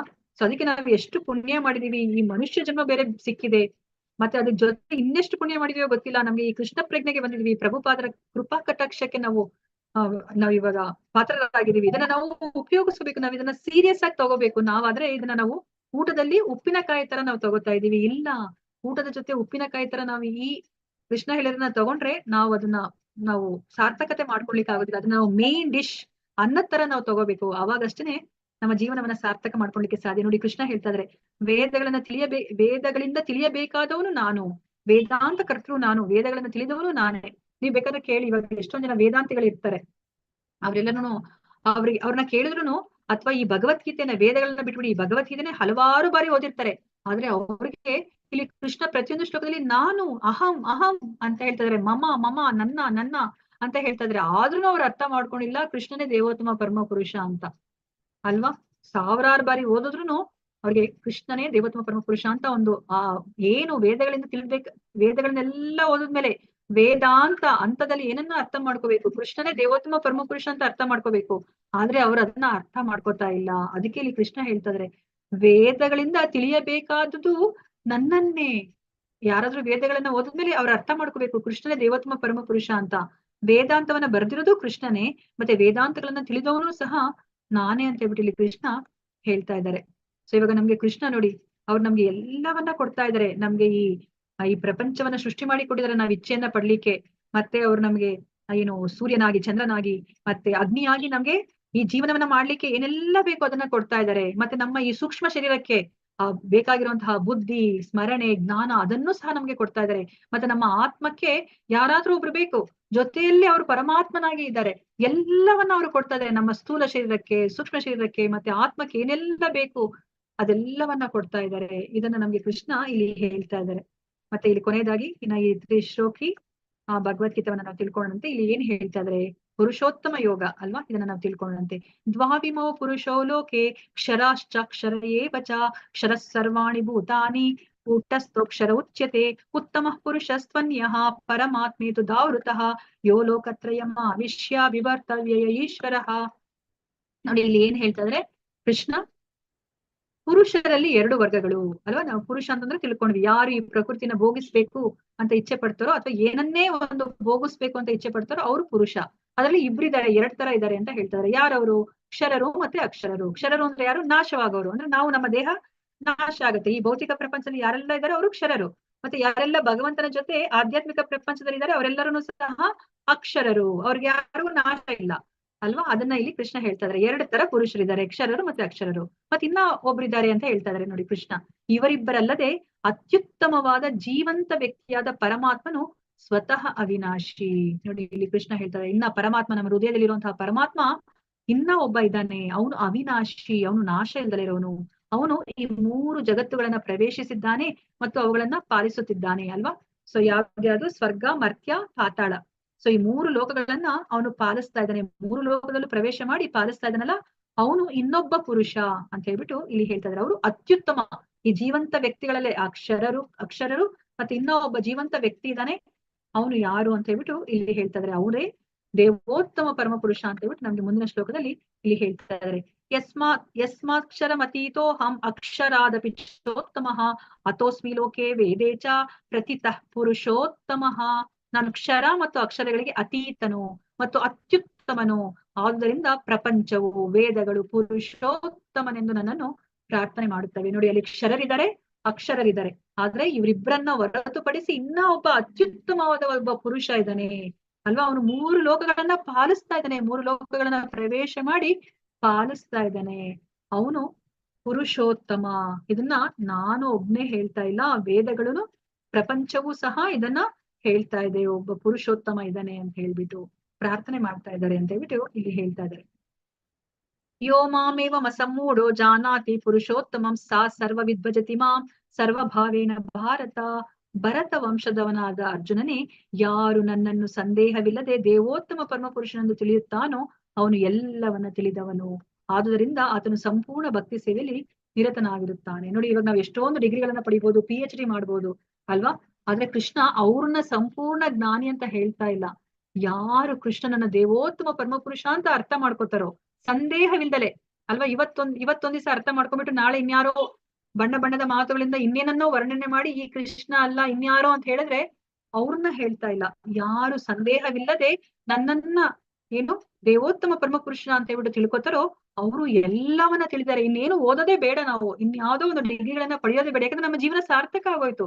ನಮ್ಗೆ ಏನ್ ಹೇಳಿದ್ರು ಕೃಷ್ಣ 4ನೇ ಅಧ್ಯಾಯದಲ್ಲಿ, ಜನ್ಮ ಕರ್ಮ ಚ ಮೇ ದಿವ್ಯಂ ಏವಂ ಯೋ ವೇತಿ ತತ್ವತಃ ತ್ಯಕ್ವಾ ದೇಹಂ ಪುನರ್ಜನ್ಮ ನೈತಿ ಮಾಮೇತಿ ಸೋರ್ಜುನ ಅಲ್ವಾ. ನನ್ನ ಜನ್ಮ ಕರ್ಮ, ದಿವ್ಯವಾಗಿರುವಂತಹ ನನ್ನ ಜನ್ಮ ಕರ್ಮವನ್ನ ಯಾರು ತಿಳ್ಕೊಂಡಿದಾರೋ ಅವರು ಮತ್ತೆ ಈ ಭೌತಿಕ ಪ್ರಪಂಚದಲ್ಲಿ ಜನ್ಮವನ್ನ ಪಡೆಯೋ ಹಾಗಿಲ್ಲ ಅಂತ ಹೇಳಿದ್ರು ಅಲ್ವಾ. ನೋಡಿ, ಇವಾಗ ನಾವು ಭಗವಂತನನ್ನ ನಾವು ಅರ್ಥ ಮಾಡ್ಕೊಂಡ್ರೆ ನಮ್ಗೆ ಭಗವಂತನ ಲೋಕಕ್ಕೆ ಹೋಗ್ತೀವಿ ಅಲ್ವಾ. ಅದನ್ನೇ ಇಲ್ಲಿ ಹೇಳ್ತಾ ಇದ್ರೆ, ಯಾರು ಸಂದೇಹವಿಲ್ಲದೆ ನನ್ನನ್ನ ದೇವೋತ್ತಮ ಪರಮಪುರುಷ ಅಂತ ತಿಳ್ಕೊತಾರೋ ಅವ್ರು ಎಲ್ಲವನ್ನ ತಿಳಿದಾರೆ. ಅದಕ್ಕೋಸ್ಕರ ಅವ್ರು ಏನ್ ಮಾಡ್ತಾರೆ, ಭಗವಂತನಿಗೆ ಬೇರೆ ಏನು ಬೇಕಾಗಿಲ್ಲ. ಯಾಕಂದ್ರೆ ಎಲ್ಲದರ ಒಡೆಯ ಅವನೇ ಅಲ್ವಾ.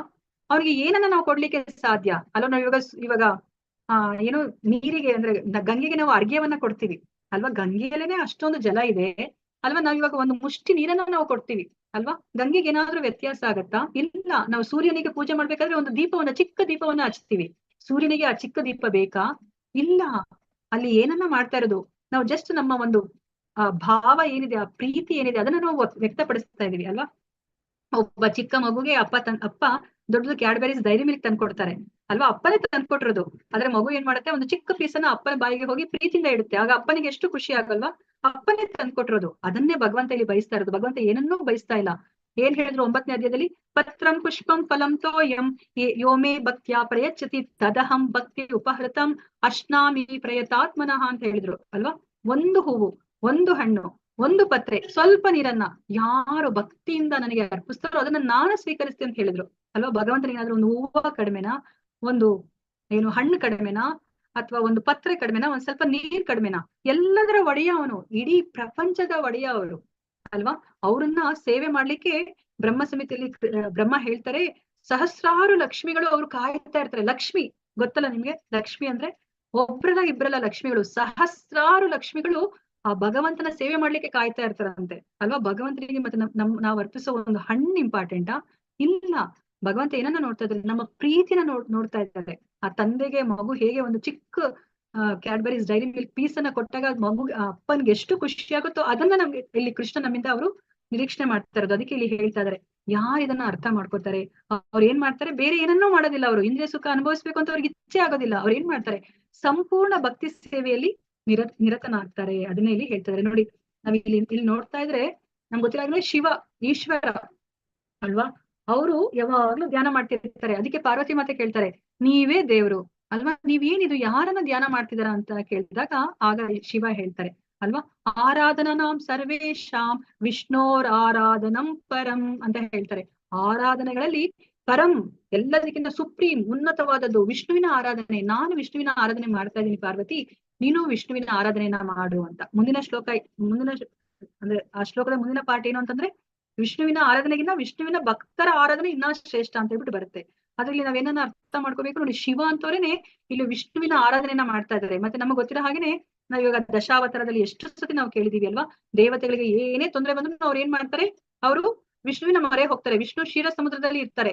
ಅವರ ಮೊರೆ ಹೋಗಿ ನಮ್ಗಿಂತಹ ಒಂದು ಕಷ್ಟ ಬಂದಿದೆ, ಇದರಿಂದ ನಮಗೆ ಕಾಪಾಡು ಅಂತ ಕೇಳ್ಕೊತಾರೆ ನೋಡಿ. ದೇವತೆಗಳು ಸಹ ಬ್ರಹ್ಮ ಮತ್ತೆ ಶಿವನೊಡನೆ ಅವರು ವಿಷ್ಣುವನ್ನ ಪ್ರಾರ್ಥನೆ ಮಾಡ್ತಾರೆ. ದೇವತೆಗಳೇ ಪ್ರಾರ್ಥನೆ ಮಾಡ್ತಾ ಇದಾರೆ, ಬ್ರಹ್ಮ ಪ್ರಾರ್ಥನೆ ಮಾಡ್ತಾ ಇದಾರೆ, ನಮ್ಮ 2ನೇ ಸೃಷ್ಟಿಕರ್ತ ಶಿವ ಪ್ರಾರ್ಥನೆ ಮಾಡ್ತಾ ಇದಾರೆ. ಇಂತಹದಿದ್ದಾಗ ನಾವು ಯೋಚನೆ ಮಾಡ್ತೀವಿ, ಸಂದೇಹ ಪಡ್ತೀವಿ ಅಲ್ವಾ, ನಾನು ಕೃಷ್ಣನನ್ನ ಪ್ರಾರ್ಥನೆ ಮಾಡ್ಬೇಕಾ, ಕೃಷ್ಣನಿಗೆ ನಾನ್ ನಮಸ್ಕಾರ ಮಾಡ್ಬೇಕಾ ಅಂತ ನಾವು ಸಂದೇಹ ಪಡ್ತೀವಿ ಅಲ್ವಾ. ನಾವು ಅದನ್ನ ಇಲ್ಲಿ ಅರ್ಥ ಮಾಡ್ಕೋಬೇಕು. ಅದಕ್ಕೆ ಇಲ್ಲಿ ಕೃಷ್ಣ ಹೇಳ್ತಾರೆ ಕೊನೆಯದಾಗಿ, ಇತಿ ಗುಹ್ಯತಮಂ ಶಾಸ್ತ್ರಂ ಇದಂ ಉಕ್ತಂ ಮಯಾನಗ ಏತದ್ ಬುದ್ಧ್ವಾ ಬುದ್ಧಿಮಾನ್ ಸ್ಯಾತ್ ಕೃತಾಕೃತ್ಯಶ್ಚ ಭಾರತ. ಪಾಪರಹಿತನಾದ ಅರ್ಜುನನೇ, ಇದು ವೇದಗಳ ಅತ್ಯಂತ ರಹಸ್ಯವಾದ ಭಾಗ. ಇದನ್ನು ಅರ್ಥ ಮಾಡಿಕೊಂಡವನು ಬುದ್ಧಿವಂತನಾಗುತ್ತಾನೆ, ಅವನ ಎಲ್ಲ ಪ್ರಯತ್ನಗಳು ಪರಿಪೂರ್ಣವಾಗುತ್ತೆ ಅಲ್ವಾ. ನಾವ್ ಏನೇ ಒಂದು ಚಿಕ್ಕ ಕೆಲಸ ಮಾಡಿದ್ರು ನಮ್ಗಲ್ಲಿ ಯಶಸ್ವಿ ಆಗ್ಬೇಕು ಅಂತ ನಾವು ಯೋಚನೆ ಮಾಡ್ತೀವಿ ಅಲ್ವಾ. ಆದ್ರೆ ಮಾನವ ಜನ್ಮದ ಬಗ್ಗೆ ನಾವು ಯೋಚನೆ ಮಾಡೋದಿಲ್ಲ ಅಲ್ವಾ. ನಾವ್ ಇವಾಗ ಯಾವ್ದೋ ಒಂದು ಕೆಲಸ ಬೇಕಂದ್ರೆ ಗವರ್ಮೆಂಟ್ ಜಾಬ್ ಬೇಕು. ನಾನಿಲ್ಲಿ ಇರೋದೇ ಒಂದು 50-60 ವರ್ಷ ಇರ್ತೀನಿ, ನನ್ಗೊಂದು ಚೆನ್ನಾಗಿರೋದೊಂದು ಬಂಗ್ಲೆ ಬೇಕು, ಒಂದ್ ಸಾಲದು, ಇನ್ನ ಎಷ್ಟೊಂದ್ ಬೇಕು ಅಲ್ವಾ. ನನ್ನ ಮೊಮ್ಮಕ್ಳಿಗೆ ಎಲ್ಲ ಆಗ್ಬೇಕು, ಅಷ್ಟೊಂದು ಬಂಗ್ಲೆಗಳು ಬೇಕು ಅಂತ ಯೋಚನೆ ಮಾಡ್ತೀವಿ. ಆದ್ರೆ ಮಾನವ ಜನ್ಮ ಅಮೂಲ್ಯ. ಅದನ್ನ ಹೇಗೆ ನಾವು ಪರಿಪೂರ್ಣ ಮಾಡ್ಬೇಕು ಅನ್ನೋದು ಪ್ರಯತ್ನವನ್ನ ನಾವು ಪಡೋದೇ ಇಲ್ಲ ಅಲ್ವಾ. ಅದಕ್ಕೆ ಇಲ್ಲಿ ಕೃಷ್ಣ ನಮ್ಗೆ ತಿಳಿಸಿ ಕೊಡ್ತಾ ಇದ್ದಾರೆ ಅಲ್ವಾ. ಇದನ್ನ ನೀವು ಉಪಯೋಗಿಸ್ಕೊಳ್ಳಿ. ಇದು ಗುಹ್ಯತರ ಗುಹ್ಯತಮ ಅಲ್ವಾ. ನಮ್ಗೆ ಗೊತ್ತೇ ಇರಲಿಲ್ಲ, ನಾವು ನಮ್ಮನ್ನ ದೇಹ ಅಂತ ಅನ್ಕೊಂಡಿದ್ವಿ. ಗುಹ್ಯ, ಆ ಒಂದು ಸೀಕ್ರೆಟ್ ಅನ್ನ ಹೇಳಿದ್ರು ಕೃಷ್ಣ. ಅದಕ್ಕಿಂತ ಇನ್ನ ಸೀಕ್ರೆಟ್ ಹೇಳಿದ್ರು, ಗುಹ್ಯತಮ. ಏನ್ ಹೇಳಿದ್ರು? ನೀವ್ ಒಬ್ರೇ ಇಲ್ಲ, ನಿಮ್ಮ ಜೊತೆ ನಾನಿದ್ದೀನಿ, ಪರಮಾತ್ಮ ರೂಪಿಯಾಗಿ, ಚತುರ್ಭುಜ ರೂಪಿಯಾಗಿ ನಿಮ್ಮ ಜೊತೆ ಆ ಹೃದಯದಲ್ಲಿ ನಾನು ವಾಸ ಮಾಡ್ತಾ ಇದ್ದೀನಿ ಅಂತ ಹೇಳಿದ್ರು ಅಲ್ವಾ. ಗುಹ್ಯತಮ ಅಲ್ವಾ. ಇನ್ನ ಒಂದು ಸೀಕ್ರೆಟ್ ಹೇಳಿದ್ರು. ಏನ್ ಹೇಳಿದ್ರು? ನೀವು ಆಧ್ಯಾತ್ಮಿಕ ಲೋಕದಲ್ಲಿ ನೀವು ನನ್ನ ಜೊತೆ, ನೀವು ಹೇಗೆ ನಿಮ್ಮ ಸ್ನೇಹಿತರ ಜೊತೆ ಇರ್ಬೋದು, ಆತರ ನೀವು ನನ್ನ ಲೀಲೆಯಲ್ಲಿ ನೀವು ಭಾಗವಹಿಸ್ಬೋದು. ನಿಮ್ಗೆ ಯಾವ ರಸದಲ್ಲಿ ಇಷ್ಟನೋ ನನ್ನ ಜೊತೆ ನೀವು ಶಾಂತ ರಸದಲ್ಲಿ ಇರ್ಬೇಕು, ಇಲ್ಲ ಸ್ನೇಹಿತನಾಗಿ ಸಖ್ಯ ರಸದಲ್ಲಿ ಇರ್ಬೋದಾ, ಅಥವಾ ದಾಸ್ಯ ರಸದಲ್ಲಿ ಇರ್ಬೋದಾ. ಹನುಮಂತ ಹೇಗೆ ಶ್ರೀರಾಮನ ಜೊತೆ ಇದನೋ ಆತರ, ಇಲ್ಲ ಸಖ್ಯ ರಸದಲ್ಲಿ ಅರ್ಜುನನ ಜೊತೆ ಕೃಷ್ಣ ಅರ್ಜುನನ ಜೊತೆ ಹೇಗಿದನೋ ಹಾಗೆ, ಇಲ್ಲ ವಾತ್ಸಲ್ಯ ರಸದಲ್ಲಿ ನಂದ ಮಹಾರಾಜ ಯಶೋಧ ಕೃಷ್ಣನ ಜೊತೆ ಇರೋ ತರ, ಇಲ್ಲ ಎಲ್ಲದಕ್ಕಿಂತ ಉನ್ನತವಾದ ರಸ ಮಾಧುರ್ಯ ರಸ, ಗೋಪಿಕಾ ಸ್ತ್ರೀಯರು ರಾಧಾರಾಣಿ ಶ್ರೀಮತಿ ರಾಧಾರಾಣಿ ಕೃಷ್ಣ ಜೊತೆ ಇರೋ ತರ, ಇಷ್ಟು ಯಾವುದೇ ಒಂದು ರಸದಲ್ಲಿ ಇರ್ಬೇಕು ಅಂತ ನಾವು ಇಚ್ಛೆ ಪಟ್ರು ಭಗವಂತ ನಮ್ಗೆ ಅದಕ್ಕೆ ಅವರು ಅನುಗ್ರಹ ಮಾಡ್ತಾರೆ. ಇದನ್ನ ನಾವು ಅರ್ಥ ಮಾಡ್ಕೋಬೇಕಾಗಿರೋದು ಅಲ್ವಾ. ನಮ್ದು ಏನೇ ಇಚ್ಛೆ ಇದ್ರೂ ಸಹ ಭಗವಂತ ಅದನ್ನ ಪೂರೈಸ್ತಾರೆ. ಆದ್ರೆ ನಾವು ಅದಕ್ಕೆ ಪ್ರಯತ್ನವನ್ನ ಪಡ್ಬೇಕು. ಈ ಮನುಷ್ಯ ಜನ್ಮವನ್ನ ನಾವು ಈ ಮನುಷ್ಯ ಜನ್ಮದಲ್ಲಿ ಮಾಡುವಂತಹ ಎಲ್ಲ ಪ್ರಯತ್ನಗಳು ಪರಿಪೂರ್ಣವಾಗೋ ತರ ನಾವು ಮಾಡ್ಕೋಬೇಕು. ಸೊ ಇವತ್ತಿನ ಅಧ್ಯಾಯದಲ್ಲಿ 20 ಶ್ಲೋಕಗಳಿತ್ತು. ಪುರುಷೋತ್ತಮ ವಿಭಾಗ ಯೋಗ. ಇದರಲ್ಲಿ ನಮ್ಗೆ ಕೃಷ್ಣ ಈ ಭೌತಿಕ ಪ್ರಪಂಚವನ್ನ ಆಲದ ಮರ ತಲೆ ಕೆಳಗಾಗಿರುವಂತಹ ಆಲದ ಮರ, ಬೇರುಗಳ ಮೇಲಿರೋದು, ಕಾಂಡಗಳು ಅದರ ಏನು ಬ್ರಾಂಚಸ್ ಎಲ್ಲ ಕೆಳಗಿರುವಂತಹ ಒಂದು ಮರಕ್ಕೆ ಹೋಲಿಸ್ತಾರೆ. ಆ ಮರದಲ್ಲಿ ನಾವು ಸಿಕ್ಕಾಕೊಂಡ್ಬಿಟ್ಟಿದೀವಿ, ಸಿಕ್ಕಾಕೊಂಡು ಮೇಲೆ ಕೆಳಗಡೆ ಅನಾದಿ ಕಾಲದಿಂದ ನಾವು ಓಡಾಡ್ತಾ ಇದೀವಿ. ಇದರಿಂದ ಹೊರಗಡೆ ಬರ್ಬೇಕಂದ್ರೆ ನಾವು ಹೇಗೆ ಅದನ್ನ ಕತ್ತರಿಸ್ಬೇಕು ಅಂತ ಹೇಳಿದ್ರು, ನಾವು ಏನು ಅಸಂಗ ಶಸ್ತ್ರೇನ ದೃಢೇನ ಚಿತ್ವ, ದೃಢ ಮನಸ್ಸಿನಿಂದ ನಾವು ಅನಾಸಕ್ತಿ ಅನ್ನೋ ಒಂದು ಖಡ್ಗದಿಂದ ಅದನ್ನ ಕತ್ತರಿಸ್ಬೇಕು. ಕತ್ತರಿಸಿದ್ರೆ ಎಲ್ಲಿ ಹೋಗ್ತೀವಿ, ಯಾವ ಜಾಗಕ್ಕೆ ಹೋಗ್ತೀವಿ ಅಂತಂದ್ರೆ ನಾವು ಮತ್ತೆ ಈ ಭೌತಿಕ ಪ್ರಪಂಚಕ್ಕೆ ಬರೋದ್ ಬೇಕಾಗಿಲ್ಲ. ಅಂತ ಜಾಗಕ್ಕೆ ಹೋಗಿ ನಾವಲ್ಲಿ ದೇವೋತ್ತಮ ಪರಮ ಪುರುಷನ ನಾವು ಕಂಡು ಶರಣ ಆಗ್ತೀವಿ ಅಂತ ಹೇಳಿದ್ರು. ಮತ್ತೆ ನಮ್ಗೆ ಟ್ರಾನ್ಸ್ ಮೈಗ್ರೇಷನ್ ಆಫ್ ಸೋಲ್ ಅದನ್ನ ನಾವು ಅರ್ಥ ಮಾಡ್ಕೊಂಡ್ವಿ. ಕೃಷ್ಣನೇ ಎಲ್ಲವನ್ನ ನಿರ್ವಹಿಸ್ತಾ ಇರೋದು, ಎಲ್ಲವನ್ನ ಪಾಲನೆ ಮಾಡ್ತಿರೋದು ಕೃಷ್ಣನೇ. ನಮ್ಮ ಭೌತಿಕ ಶರೀರ ಮತ್ತೆ ಸೂಕ್ಷ್ಮ ಶರೀರ, ನಮ್ಮ ಮನಸ್ಸು ನಮ್ಮ ಆತ್ಮ ಎಲ್ಲವನ್ನ ಅವರು ನಿರ್ವಹಿಸ್ತಾ ಇದ್ರೆ ಅಂತ ಹೇಳ್ಬಿಟ್ಟು ನಾವು ತಿಳ್ಕೊಂಡ್ವಿ. ಮತ್ತೆ ವೇದಾಂತವನ್ನ, ಇಡೀ ವೇದಾಂತ ಅಷ್ಟು ಕಠಿಣವಾಗಿರೋ ವೇದಾಂತವನ್ನ 3 ಶ್ಲೋಕದಲ್ಲಿ ನಮ್ಗೆ ಕೃಷ್ಣ ತಿಳಿಸಿಕೊಟ್ರು. ಆ 2 ತರದ ಪುರುಷರಲ್ಲಿ ಉತ್ತಮ ಪುರುಷೋತ್ತಮ ಕೃಷ್ಣ ಅಂತ ಹೇಳ್ಬಿಟ್ಟು ನಾವು ಇವತ್ತಿನ ದಿನ ನಾವು ತಿಳ್ಕೊಂಡ್ವಿ. ಶಿಲ ಪ್ರಭುಪಾದ್ ಕಿ ಜೈ, ಭಗವದ್ಗೀತಾ ಗ್ರಂಥ ಮಹಾರಾಜ್ ಕಿ ಜೈ, ಶಿಲ ಪ್ರಭುಪಾದ್ ಕಿ ಜೈ, ಶಿಲ ಗುರುದೇವ್ ಕಿ ಜೈ. ಇಲ್ಲಿ ನೆರೆದಿರುವ ಅನಂತ ಕೋಟಿ ವೈಷ್ಣವ ಭಕ್ತರೊಂದಿಗೆ ಜೈ. ವಾಂಚಾ ಕಲ್ಪತರುಭ್ಯಶ್ಚ ಕೃಪಾ ಸಿಂಧುಭ್ಯೇವ ಚ ಪತಿತನಾಂ ಪಾವನೇಭ್ಯೋ ವೈಷ್ಣವೇಭ್ಯೋ ನಮೋ ನಮಃ. ಹರೇ ಕೃಷ್ಣ ಕೃಷ್ಣ ಕೃಷ್ಣ ಹರೇ ಹರೇ, ಹರೇ ರಾಮ